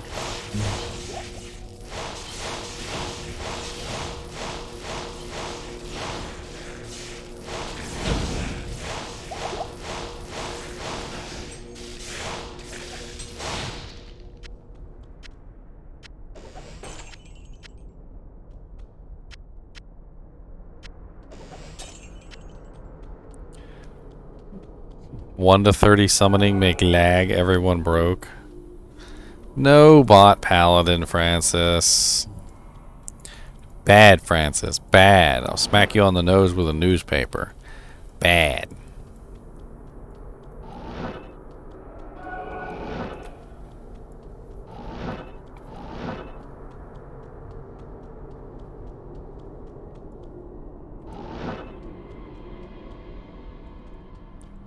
Botter, no botting. Everyone say it with me. We need to convince Botter not to bot. Botter, no botting. Botter, no botting. Botter, no botting. It worked.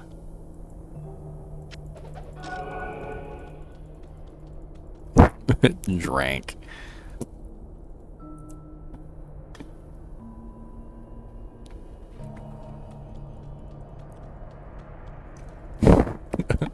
I wonder how many of y'all actually get what that's from.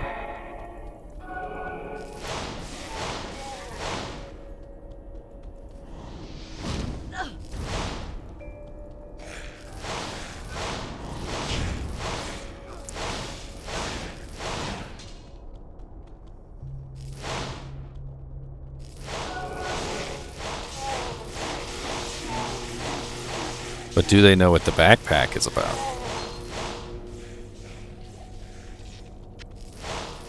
Can you see Mr. Map? Where is he? I used to get so frustrated with those shows, and I know exactly that they were for kids and that they were trying to give the kids time to find the items and whatnot. But like, I used to watch the show like with one of my nieces or nephews who when they were growing up, and I literally used to be like, "It's right there! What is wrong with you?"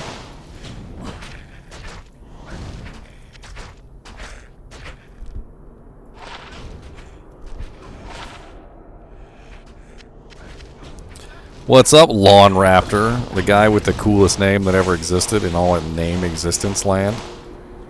If you guys were hoping to get the coolest name, I'm sorry. Lawn Raptor has already claimed it.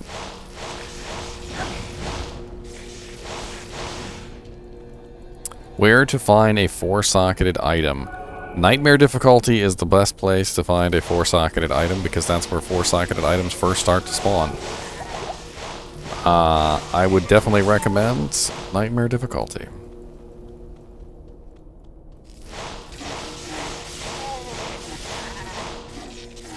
Whoa, whoa, whoa. My name is Ultimate.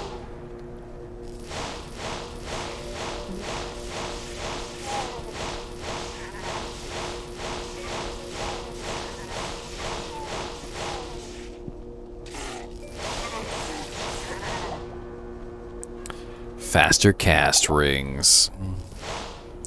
What are you building there, Leon? You building a Hammerden?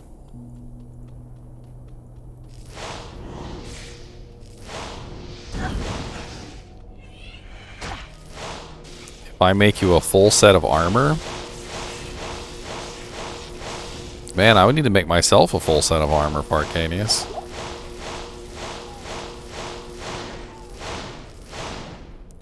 I want to make myself a full set of armor. It would be so cool, I'd wear it everywhere. I want to make myself a full set of armor, and I would really do up my hair.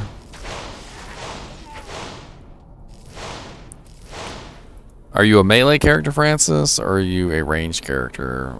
Because if you're a melee character, honestly, one of the best sets that you can start out with is freaking Death set. Get the belt and the gloves. The freaking belt and the gloves are like freaking ridiculous. You get cannot be frozen. You get 8% lifesteal. You get 30% increased attack speed, and you also get was it 15 to all resistances? And it's 2 pieces. It's literally 2 pieces. Death's Sash and Death's Gloves. Freaking epic little set. If you find Death's Sash and Death's Gloves during Diablo II Resurrected, I would definitely recommend you hang on to it.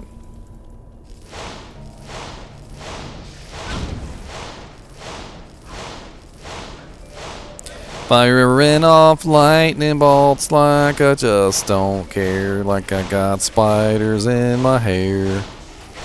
Firing off them lightning bolts like I just don't care. Got spiders in my hair. I need some potions. Kill the summoner. There's nothing the right portion can't cure.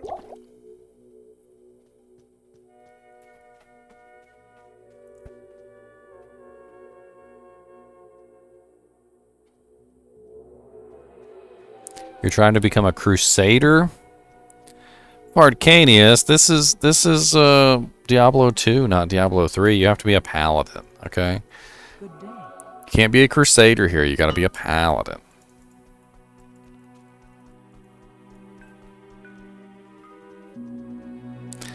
Well, since you're not going to play Diablo 1, I guess I'll bounce out and play some Dota 2. I played Diablo 1 yesterday and the day before yesterday, Drumleaf. You should have joined me yesterday or the day before yesterday. Why you not join? Why you not join when I play game?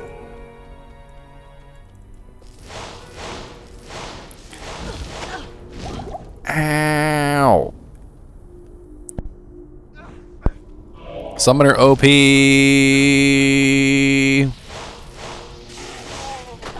Ow. Glacial Spike. Ow.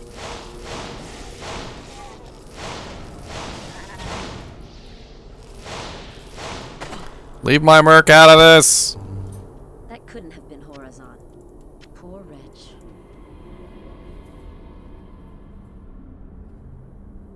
I wait for 18 years for this day. 18 years.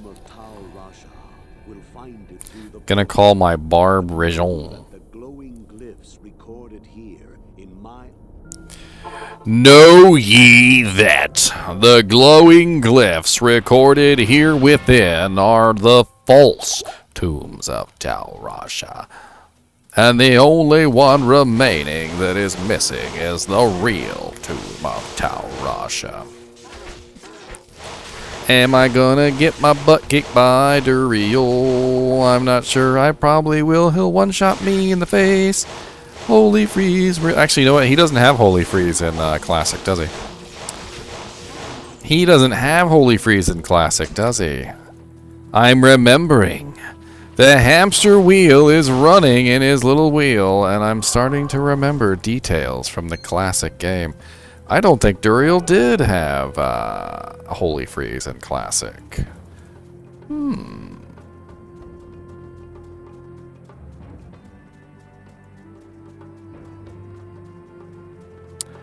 Did I delete my GGM Chinchilla face?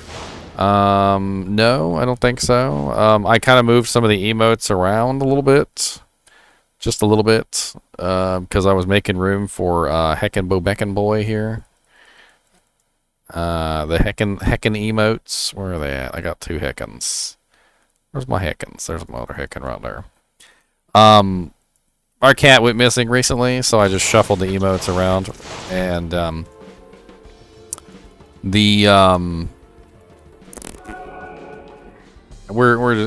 I'm worried about him. That's all. I'm really hoping I get some more slots so I can put some more emotes up, though.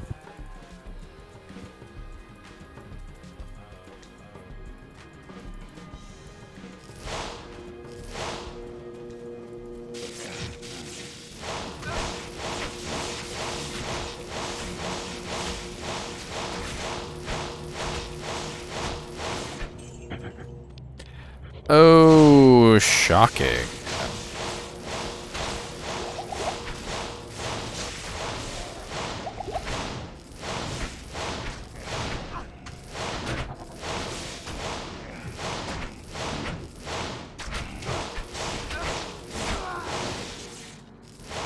No, my Mercolurk.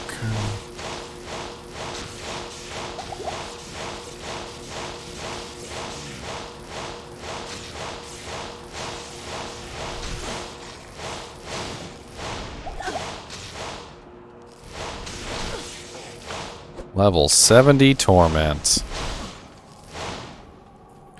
But can you get it in Diablo 2, though? That's the question. Can you receive it in Diablo 2?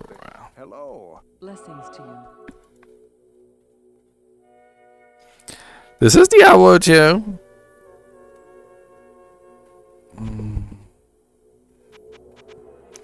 Go back, D3. Don't be rude. Also rude.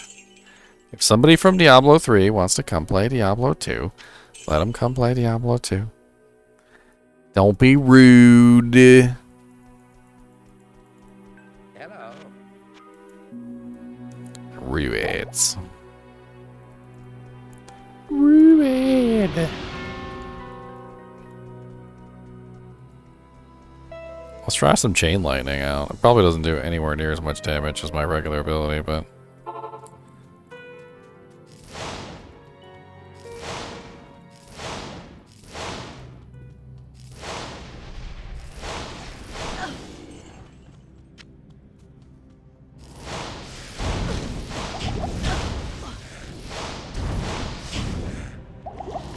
It's got some nice chaining. I do like that. The chain is very nice.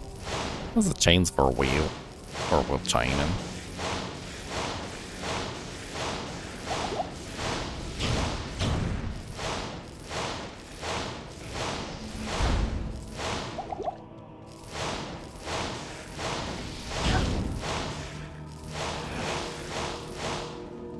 That boy teleported out my way?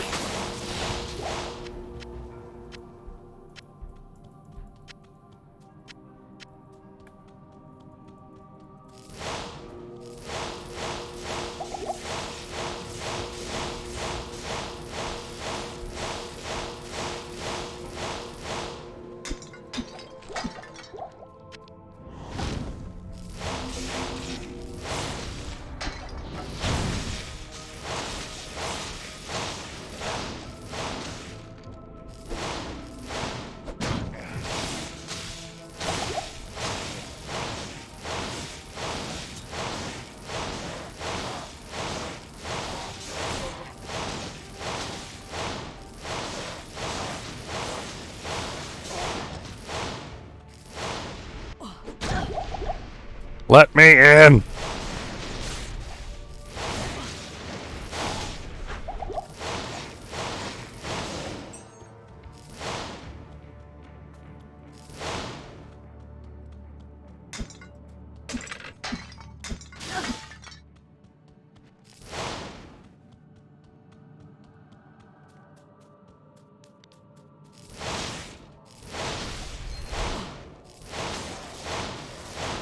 Take your lightning, do-si-do, come round the corner and don't go. Ow! Why were there so many monsters around the corner when I walked through the door? Stop it.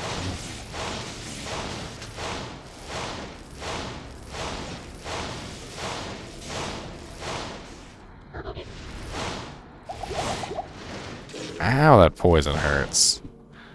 It's amazing how much things hurt when you don't have any resistances to anything. Ow! Stop being rude to me. Please stop being rude to me. Please. Please. Got the figurine. It's pretty cool. I'm jealous. Hello. I am jealous.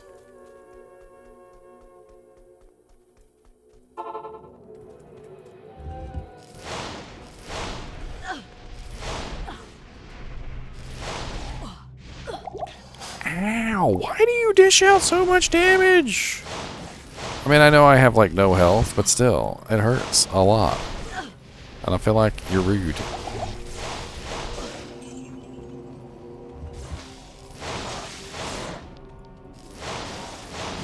Give some of them lightning bolts. Give us some of them chain lightning. Get some of that lightning bolt. Get some of that chain lightning.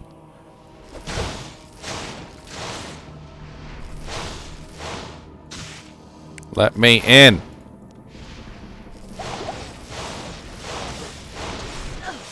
Oh Lord, let me out.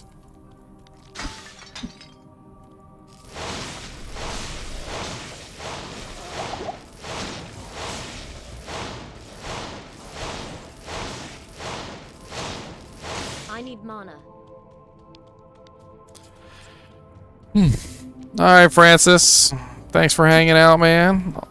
Always nice to see you in here, buddy. Even if you are a filthy botter.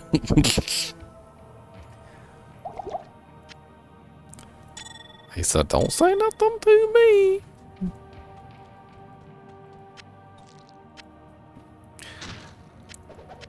Dang it. Stop rezzing the skeletons. Quit it. Oh, Lord. I'm getting myself into trouble here.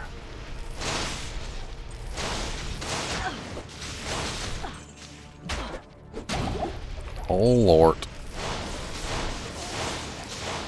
Keep on firing, keep on firing, keep on firing, firing.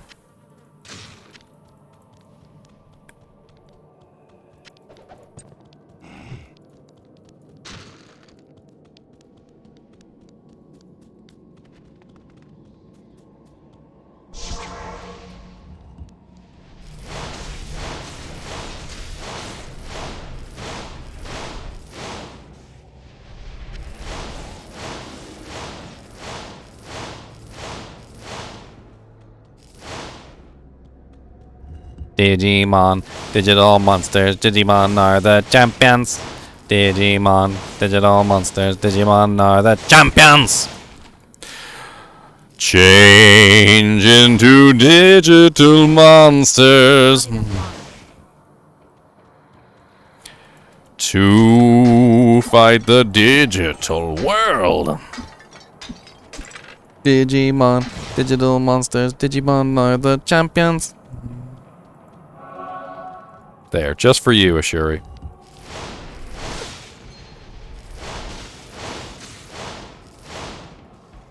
I also know the Pokemon theme song, too.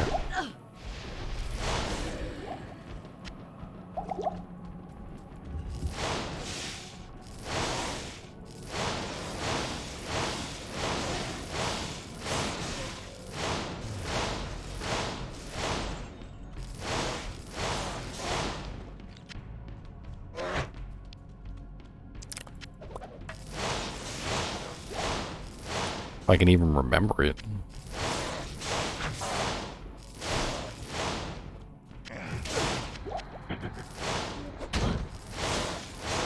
Oh, that was easy. All I had to do was remember the first two words, and they like all rushed back in a flood.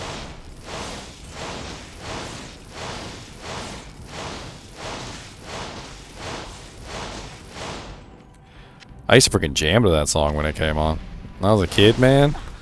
Freaking, you'd be turn on the TV, Saturday morning cartoons or something, and freaking Pokemon would come on, and you'd just be like, I want to be the very best, like no one ever was. Bow, bow, bow. To catch them is my test. To train them is my goals. You get into it. You be getting all into it, and Jank, be like doing the little motions. There's nothing the right portion can't cure. Pokemon, ma.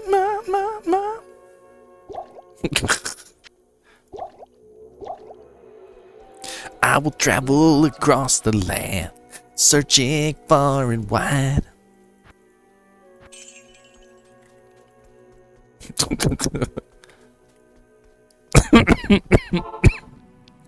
I know I'm dumb. Y'all know when you heard Pokemon come on, y'all singing along. Don't even lie. Y'all be singing right along. Y'all ain't even, y'all. I don't even have to. You don't even have to say nothing. I had all of them, including Yellow, and Yellow was my favorite. Obviously, because Pikachu followed me around.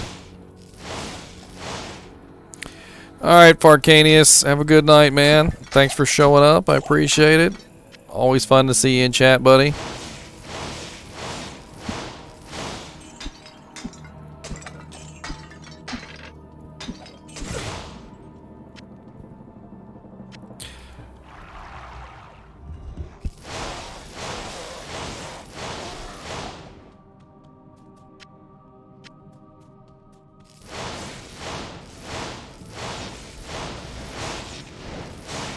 Should turn the Pokemon song into a Diablo theme song. Be like, I will travel always east, always into the east, chasing after the Dark Wanderer. That is my cause. Diablo. He is so red and evil. I will kill him and all his fiends. Diablo.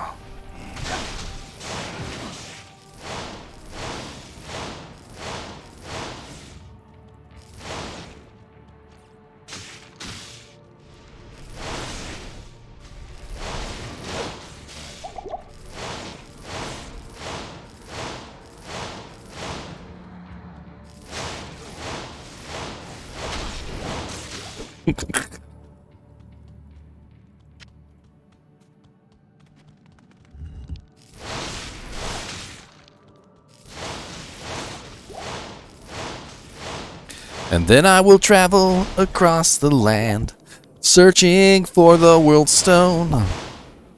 And I will try to keep Bale from corrupting it again. The demons are so mean. They keep trying to kill me. Diablo, lo, lo, lo, lo.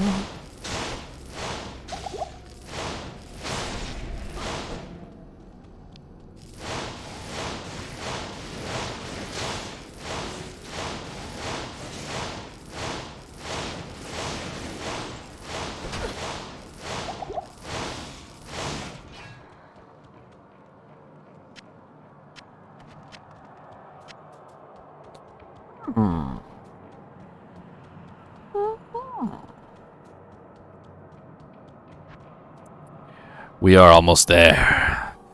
To the energy shield. I'll put another point in chain lightning, why not? Swing, swing, swing, swing. Oh, your buddy's over there?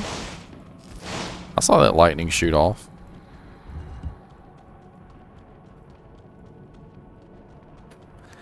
And we done explored half the dang tomb. Back off, sucker.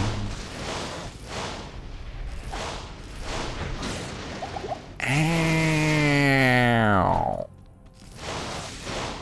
Almost just died. I'm gonna laugh if I die to a trap.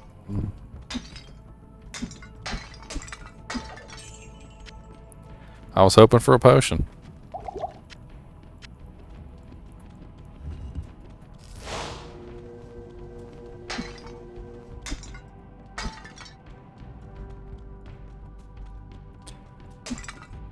This way. Oh lord, look at you guys over there. You guys are put the. Oh lord, ow, it hurts. Stop it with your little magic balls. I don't even know what you call them things, but they hurt.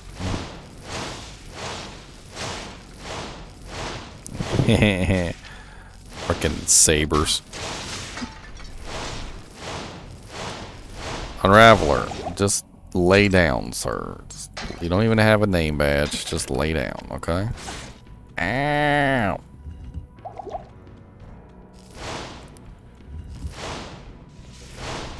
Oh lord, that's quite a little army you got there.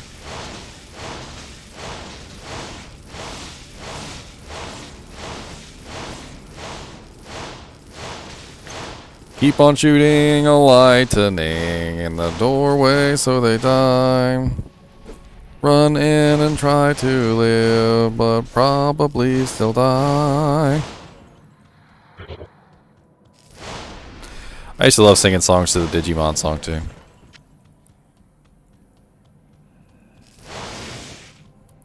See, the trick is you got to do the right number of syllables, right? So, so Digimon, which is the main word. So you go Digimon, Digimon are the champions. So you got to find a word that is 3 syllables, and you can put it in there. Like, for instance, Mephisto. So, Mephisto is a champion. It doesn't quite work, but you got to find a good word that kind of matches, and you kind of make it work.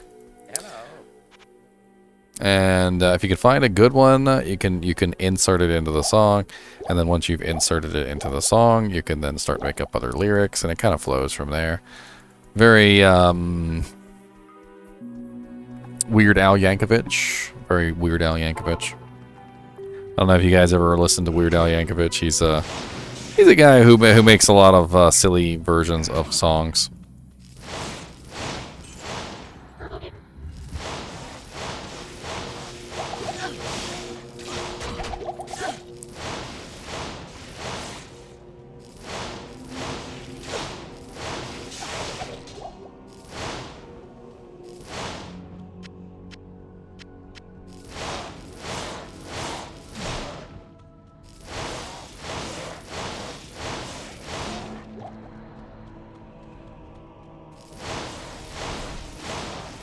Holy crap, that's a lot of monsters back there.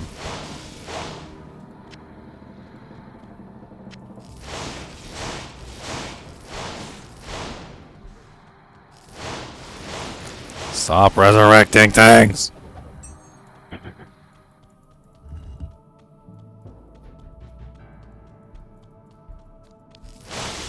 You make it me a very grumpy boy.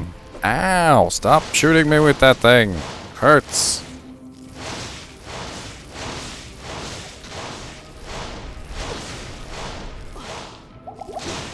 God, those freaking whatever that like attack is that the Unravelers have, it always does so much damage, especially if you're low on health.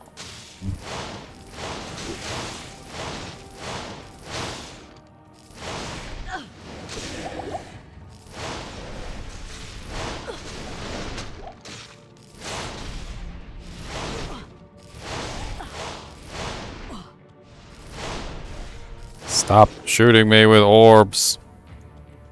I don't like it. It's painful.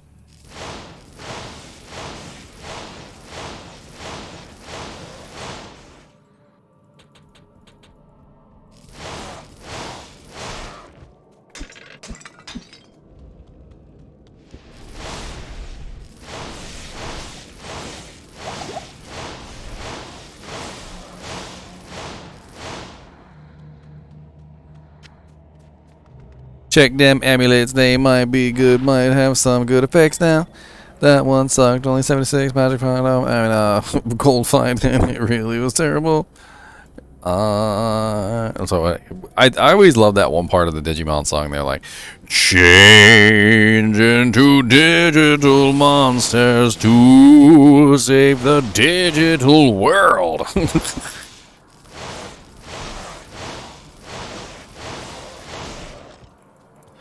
That's right. We have to save the digital world.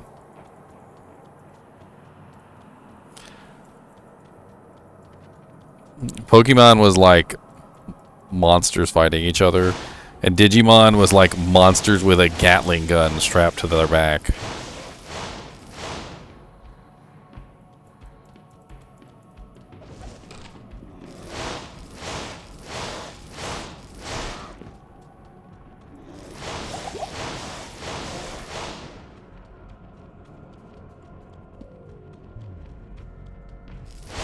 Did we finally find it? Is it down here in this room?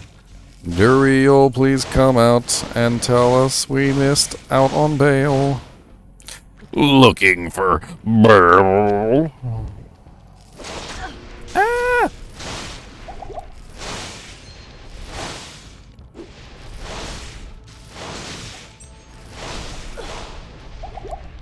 Ow, I'm gonna die. Stop it.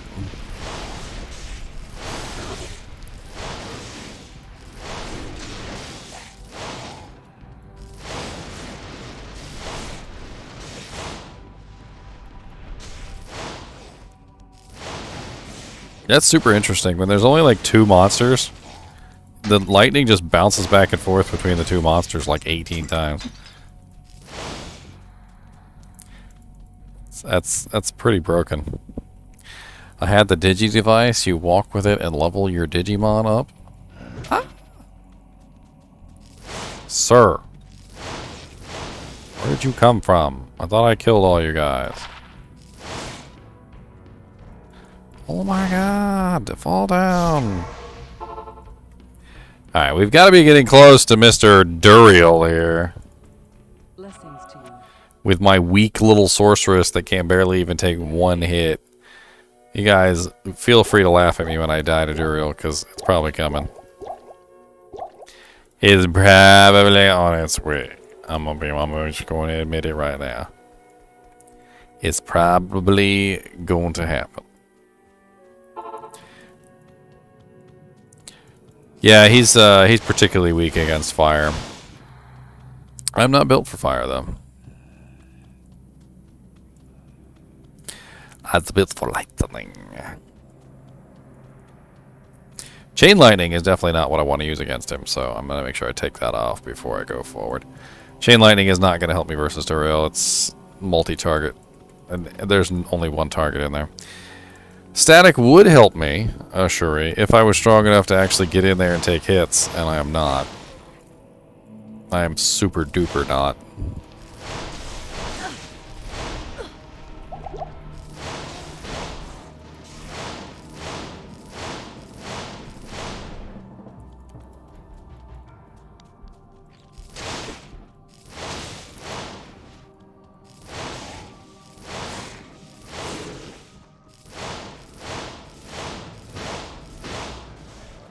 Oh yeah, definitely a Shuri, definitely.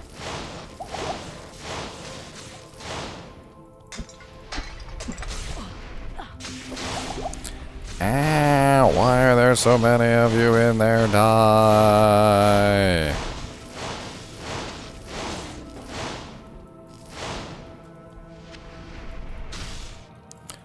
Oh my god, there's still another one.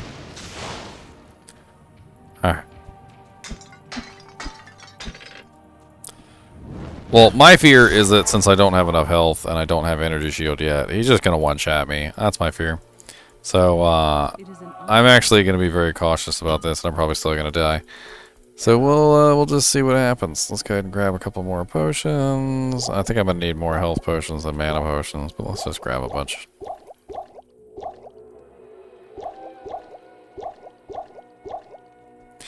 Time to play run around and shoot. You're not wrong. You are not wrong.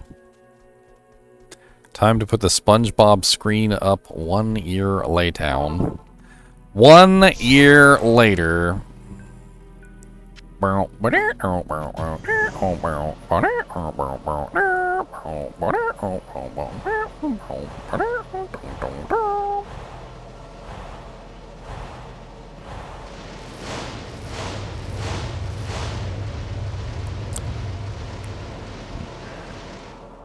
Here's hoping he doesn't one-shot and kill me. Oh, he does have Holy Freeze. I didn't think he did have Holy Freeze. You're a punk. You're real.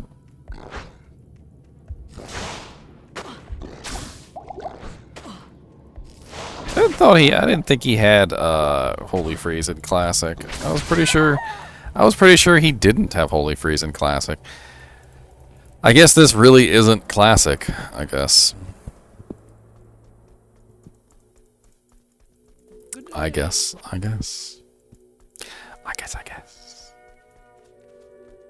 Well, I could always just do this. Let's give it a try.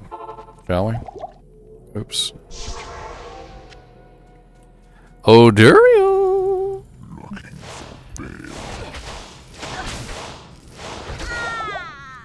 And that's 1. I mean, you can't do that unless you have an Aki. If you have an Aki, you can do that. I do not have an Aki.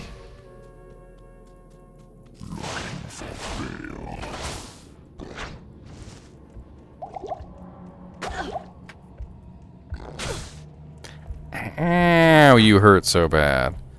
Why do you hurt so bad? Why do you hurt so evil? Yeah, teleport is restricted inside of Duriel's tomb. You're not allowed to teleport unless you actually have a way out that is a non-teleport way out. So by non-teleport way out, what I'm referring to is Oculus. So the Oculus has a random effect that will teleport you out when you're hit. Actually, it doesn't teleport you out, it just teleports you randomly.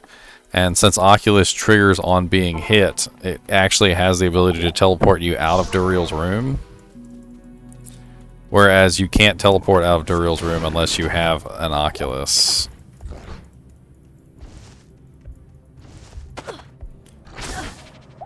Ow, he hits so hard. He hits so hard and so fast. And I have no faster run walk because I haven't found any faster run walk boots. That would really be the key difference there. If I could find some faster run walk boots, that would make I would be able to outrun him. But I can't outrun him right now because he is in fact faster than me, and there's really nothing I can do about it. He's way faster than me. Yum yum yum yum yum. Maybe charged bolt might be the key here. I've already staticked him down quite a bit, so let's try some charged bolt on him. See how that goes into play.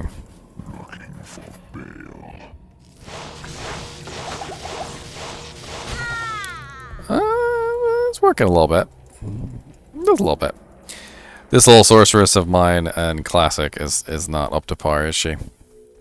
I didn't find very good equipment. I didn't find any real good equipment at all. I have found pretty much nothing. Two Arctic furs, that's about it. And a little bit further. They said it's a bug in D2. I mean, it is kind of a bug in D2. The problem is that it's like I said, it's not something that I can do right now. It's something that that you can do if you are a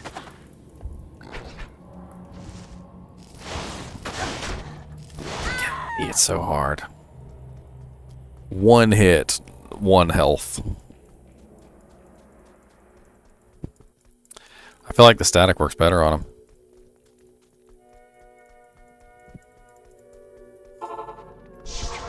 I mean, I could try static and teleport combo. Let's see if it works. We'll do static and we'll do teleport and we'll try to teleport around. We'll see how it works. If I run out of mana really fast, teleport just costs too much mana.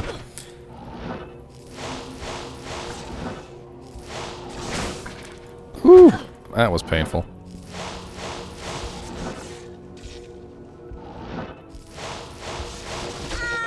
Oh, you little punk, Duriel. You little punk. Yeah, I was almost out of mana in like 2 casts. It's a good thing I got lots of potions.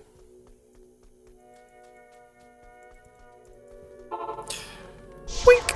He's almost dead. He's got like couple more hits. There we go. Maybe this will fix my gear issues. Eisenhart's sword, not very good. Eisenhart's sword is not good. That's not good for me. So that's an OB. Some gauntlets. Half freeze duration, fire resistance. Dex, no good for me. The dex is no good for me. And they're 45 strength, so I can't use those. A ring. Attack rating, strength, dex, replenish life. That's first sad. That's first sad. That's a halfway decent low-level melee ring or a ranged ring, but it's not good for me. And of course the brandy stock is going to be no good for me also.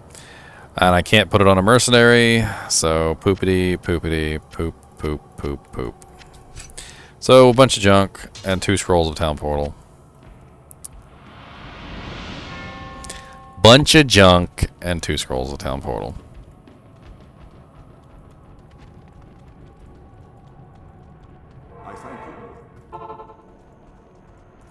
What's up, Jaron? What's up, Atma?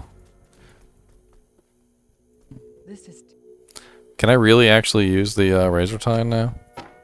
Can I run around with a razor tine? Let's run around with a razor tine. How about that? We'll just stab stuff. We'll just stab it. Stab it. Stab at thee.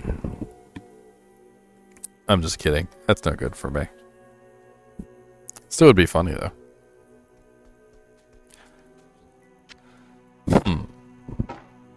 Alright, Farah. Take this. Take this. And but I could get myself enough strength to wear that, but I'm not sure if it would even be worth it.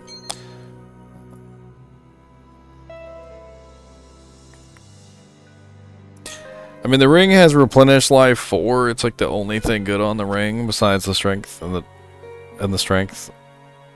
The rest of it, I just don't know. It's not really good, like in any way, shape, or form. My gear is absolutely subpar. Like it is the worst. I found a piece of some rare boots which are just garbage. They have plus 10% faster hit recovery. That's about all that's good on them. I found a 10% faster cast ring with plus 1 to mana after each kill, which is good for a level 3 character, but not good for a level 20 character. A rare sash with some crap on it. Some Arctic furs, which is good for a level 2 character, and that's about it. A faster cast amulet. It's not the greatest gear finds. Not the greatest gear finds at all. I still managed to kill Duriel though. Not bad. Not bad. Not bad at all. I probably could have put a better helmet on. What kind of gossip you got to say? Seasickness poses to mischief over the years. It seems that many of his passengers don't take well to the rocking of his ship on the open seas. Huh. Such is always the fate of those who meddle with evil. I'm sorry things didn't turn out.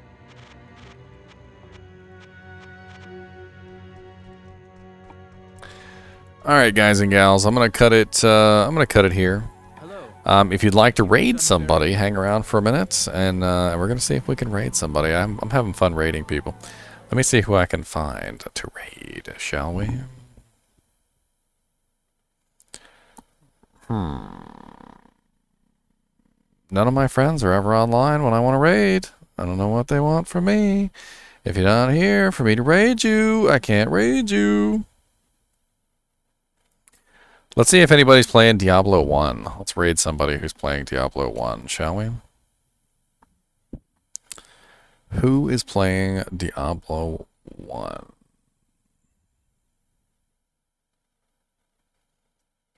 I need somebody who's live.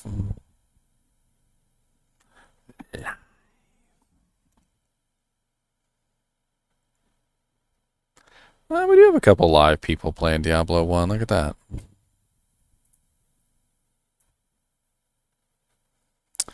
Let's see. What do we got here? First playthrough. Nord Canuck. English 18 plus full playthrough. Warming up for Diablo 2. Bean Boozled. Socials and September. Factory worker by day, Twitch gaming by night. Let's raid Nord Canuck. Sounds good to me. I'm gonna unmute him so we can hear him. Like, don't spend it too much on moving forward, but yeah, gotta stick around to survive or making otherwise. Wisdom is earned, not given. If you discover a tome of knowledge, devour its words. Should you already have knowledge of the arcane mysteries scribed within a book, remember that level of mastery can always increase. Now, still still keeping the scrolls on the firewall. Whoa!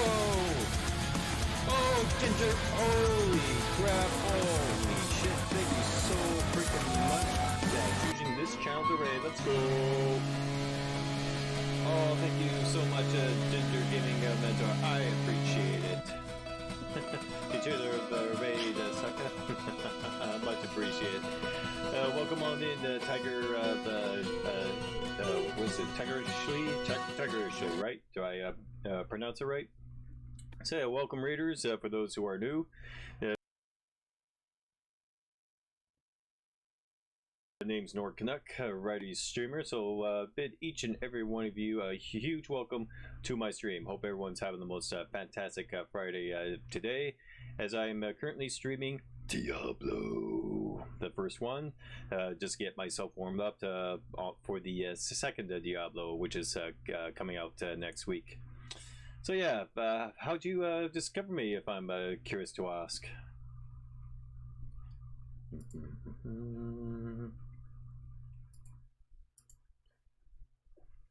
But yeah, I'm the variety streamer. I do enjoy the variety games on the RPG, FPS, and what else? Campaign games. So yeah, I currently streaming Rocket League, Call of Duty, Apex, what other ones? Fall Guys, Valheim, and Dying Light. So yeah, these are the games I currently streaming. We are doing a countdown to Diablo 2. Oh, let's go! And we started with the Diablo 1, so I figured it was good to rate someone playing Diablo 1. Well, you come to the right place. So yeah, I'm totally stoked for the second Diablo to come out. So yeah, oh man, like since I actually watched the cinematic trailer for the second one, oh my god, it was so fucking epic. Like they just keep the original voices and the music, and they actually done a hell of a good job with this the cinematics and of course the gameplay itself. Oh man, it's just gonna just gonna be lit. Like it's gonna be definitely one of the best games that ever deserve to be remastered. Oh, by the way, Diablo 1 music is super loud, so turn it down to half. Okay, yeah. I just curious, like, how, like, with a few other people here, like, is my audio working? So yeah, appreciate for the feedback. It will override your voice from experience. Oh yes, so we are all super excited. Oh, let's go. Yeah, you know what? Let me just fix the volume. Let's see. Yeah. Okay. Menu. Oh shit. Okay. Let me just. Yeah. You know what? Let me just change the settings. Music. Okay. How's? Okay. Let me just lower it a little bit. Okay. It should work. Yeah, it should work. How's that? Is it well balanced? Yeah, it should well balance since I turned down the sound effect and the music. So yeah, but what class that you actually played in the first Diablo? Warrior, Sorcerer, or Rogue? Oh, wait a minute, is it supposed to be Rogue? Yeah, Rogue.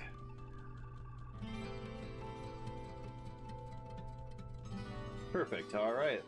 I've been doing videos on the Diablo II Resurrected since Alpha was announced. Yeah, I would have loved to test it out on Alpha, but I just play it through Beta.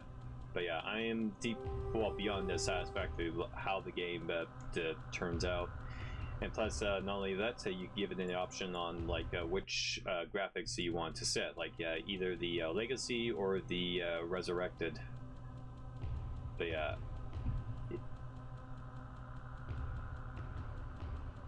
like it would be nice just to game up with a few the Diablo players when getting started with the second Diablo. But if you're looking up to hurry up, yeah, just feel free to let me know. I haven't got to the butcher just yet. I'm just gathering some materials and level up my character just before I'm ready to kick his demonic ass. Oh, wait a minute. Alright guys and gals, I'm gonna head out. As always, thank you for watching my videos. Yeah, and can be a keep pain in the watching. ass, like since he got some stuff to loot, but you have to go back and forth,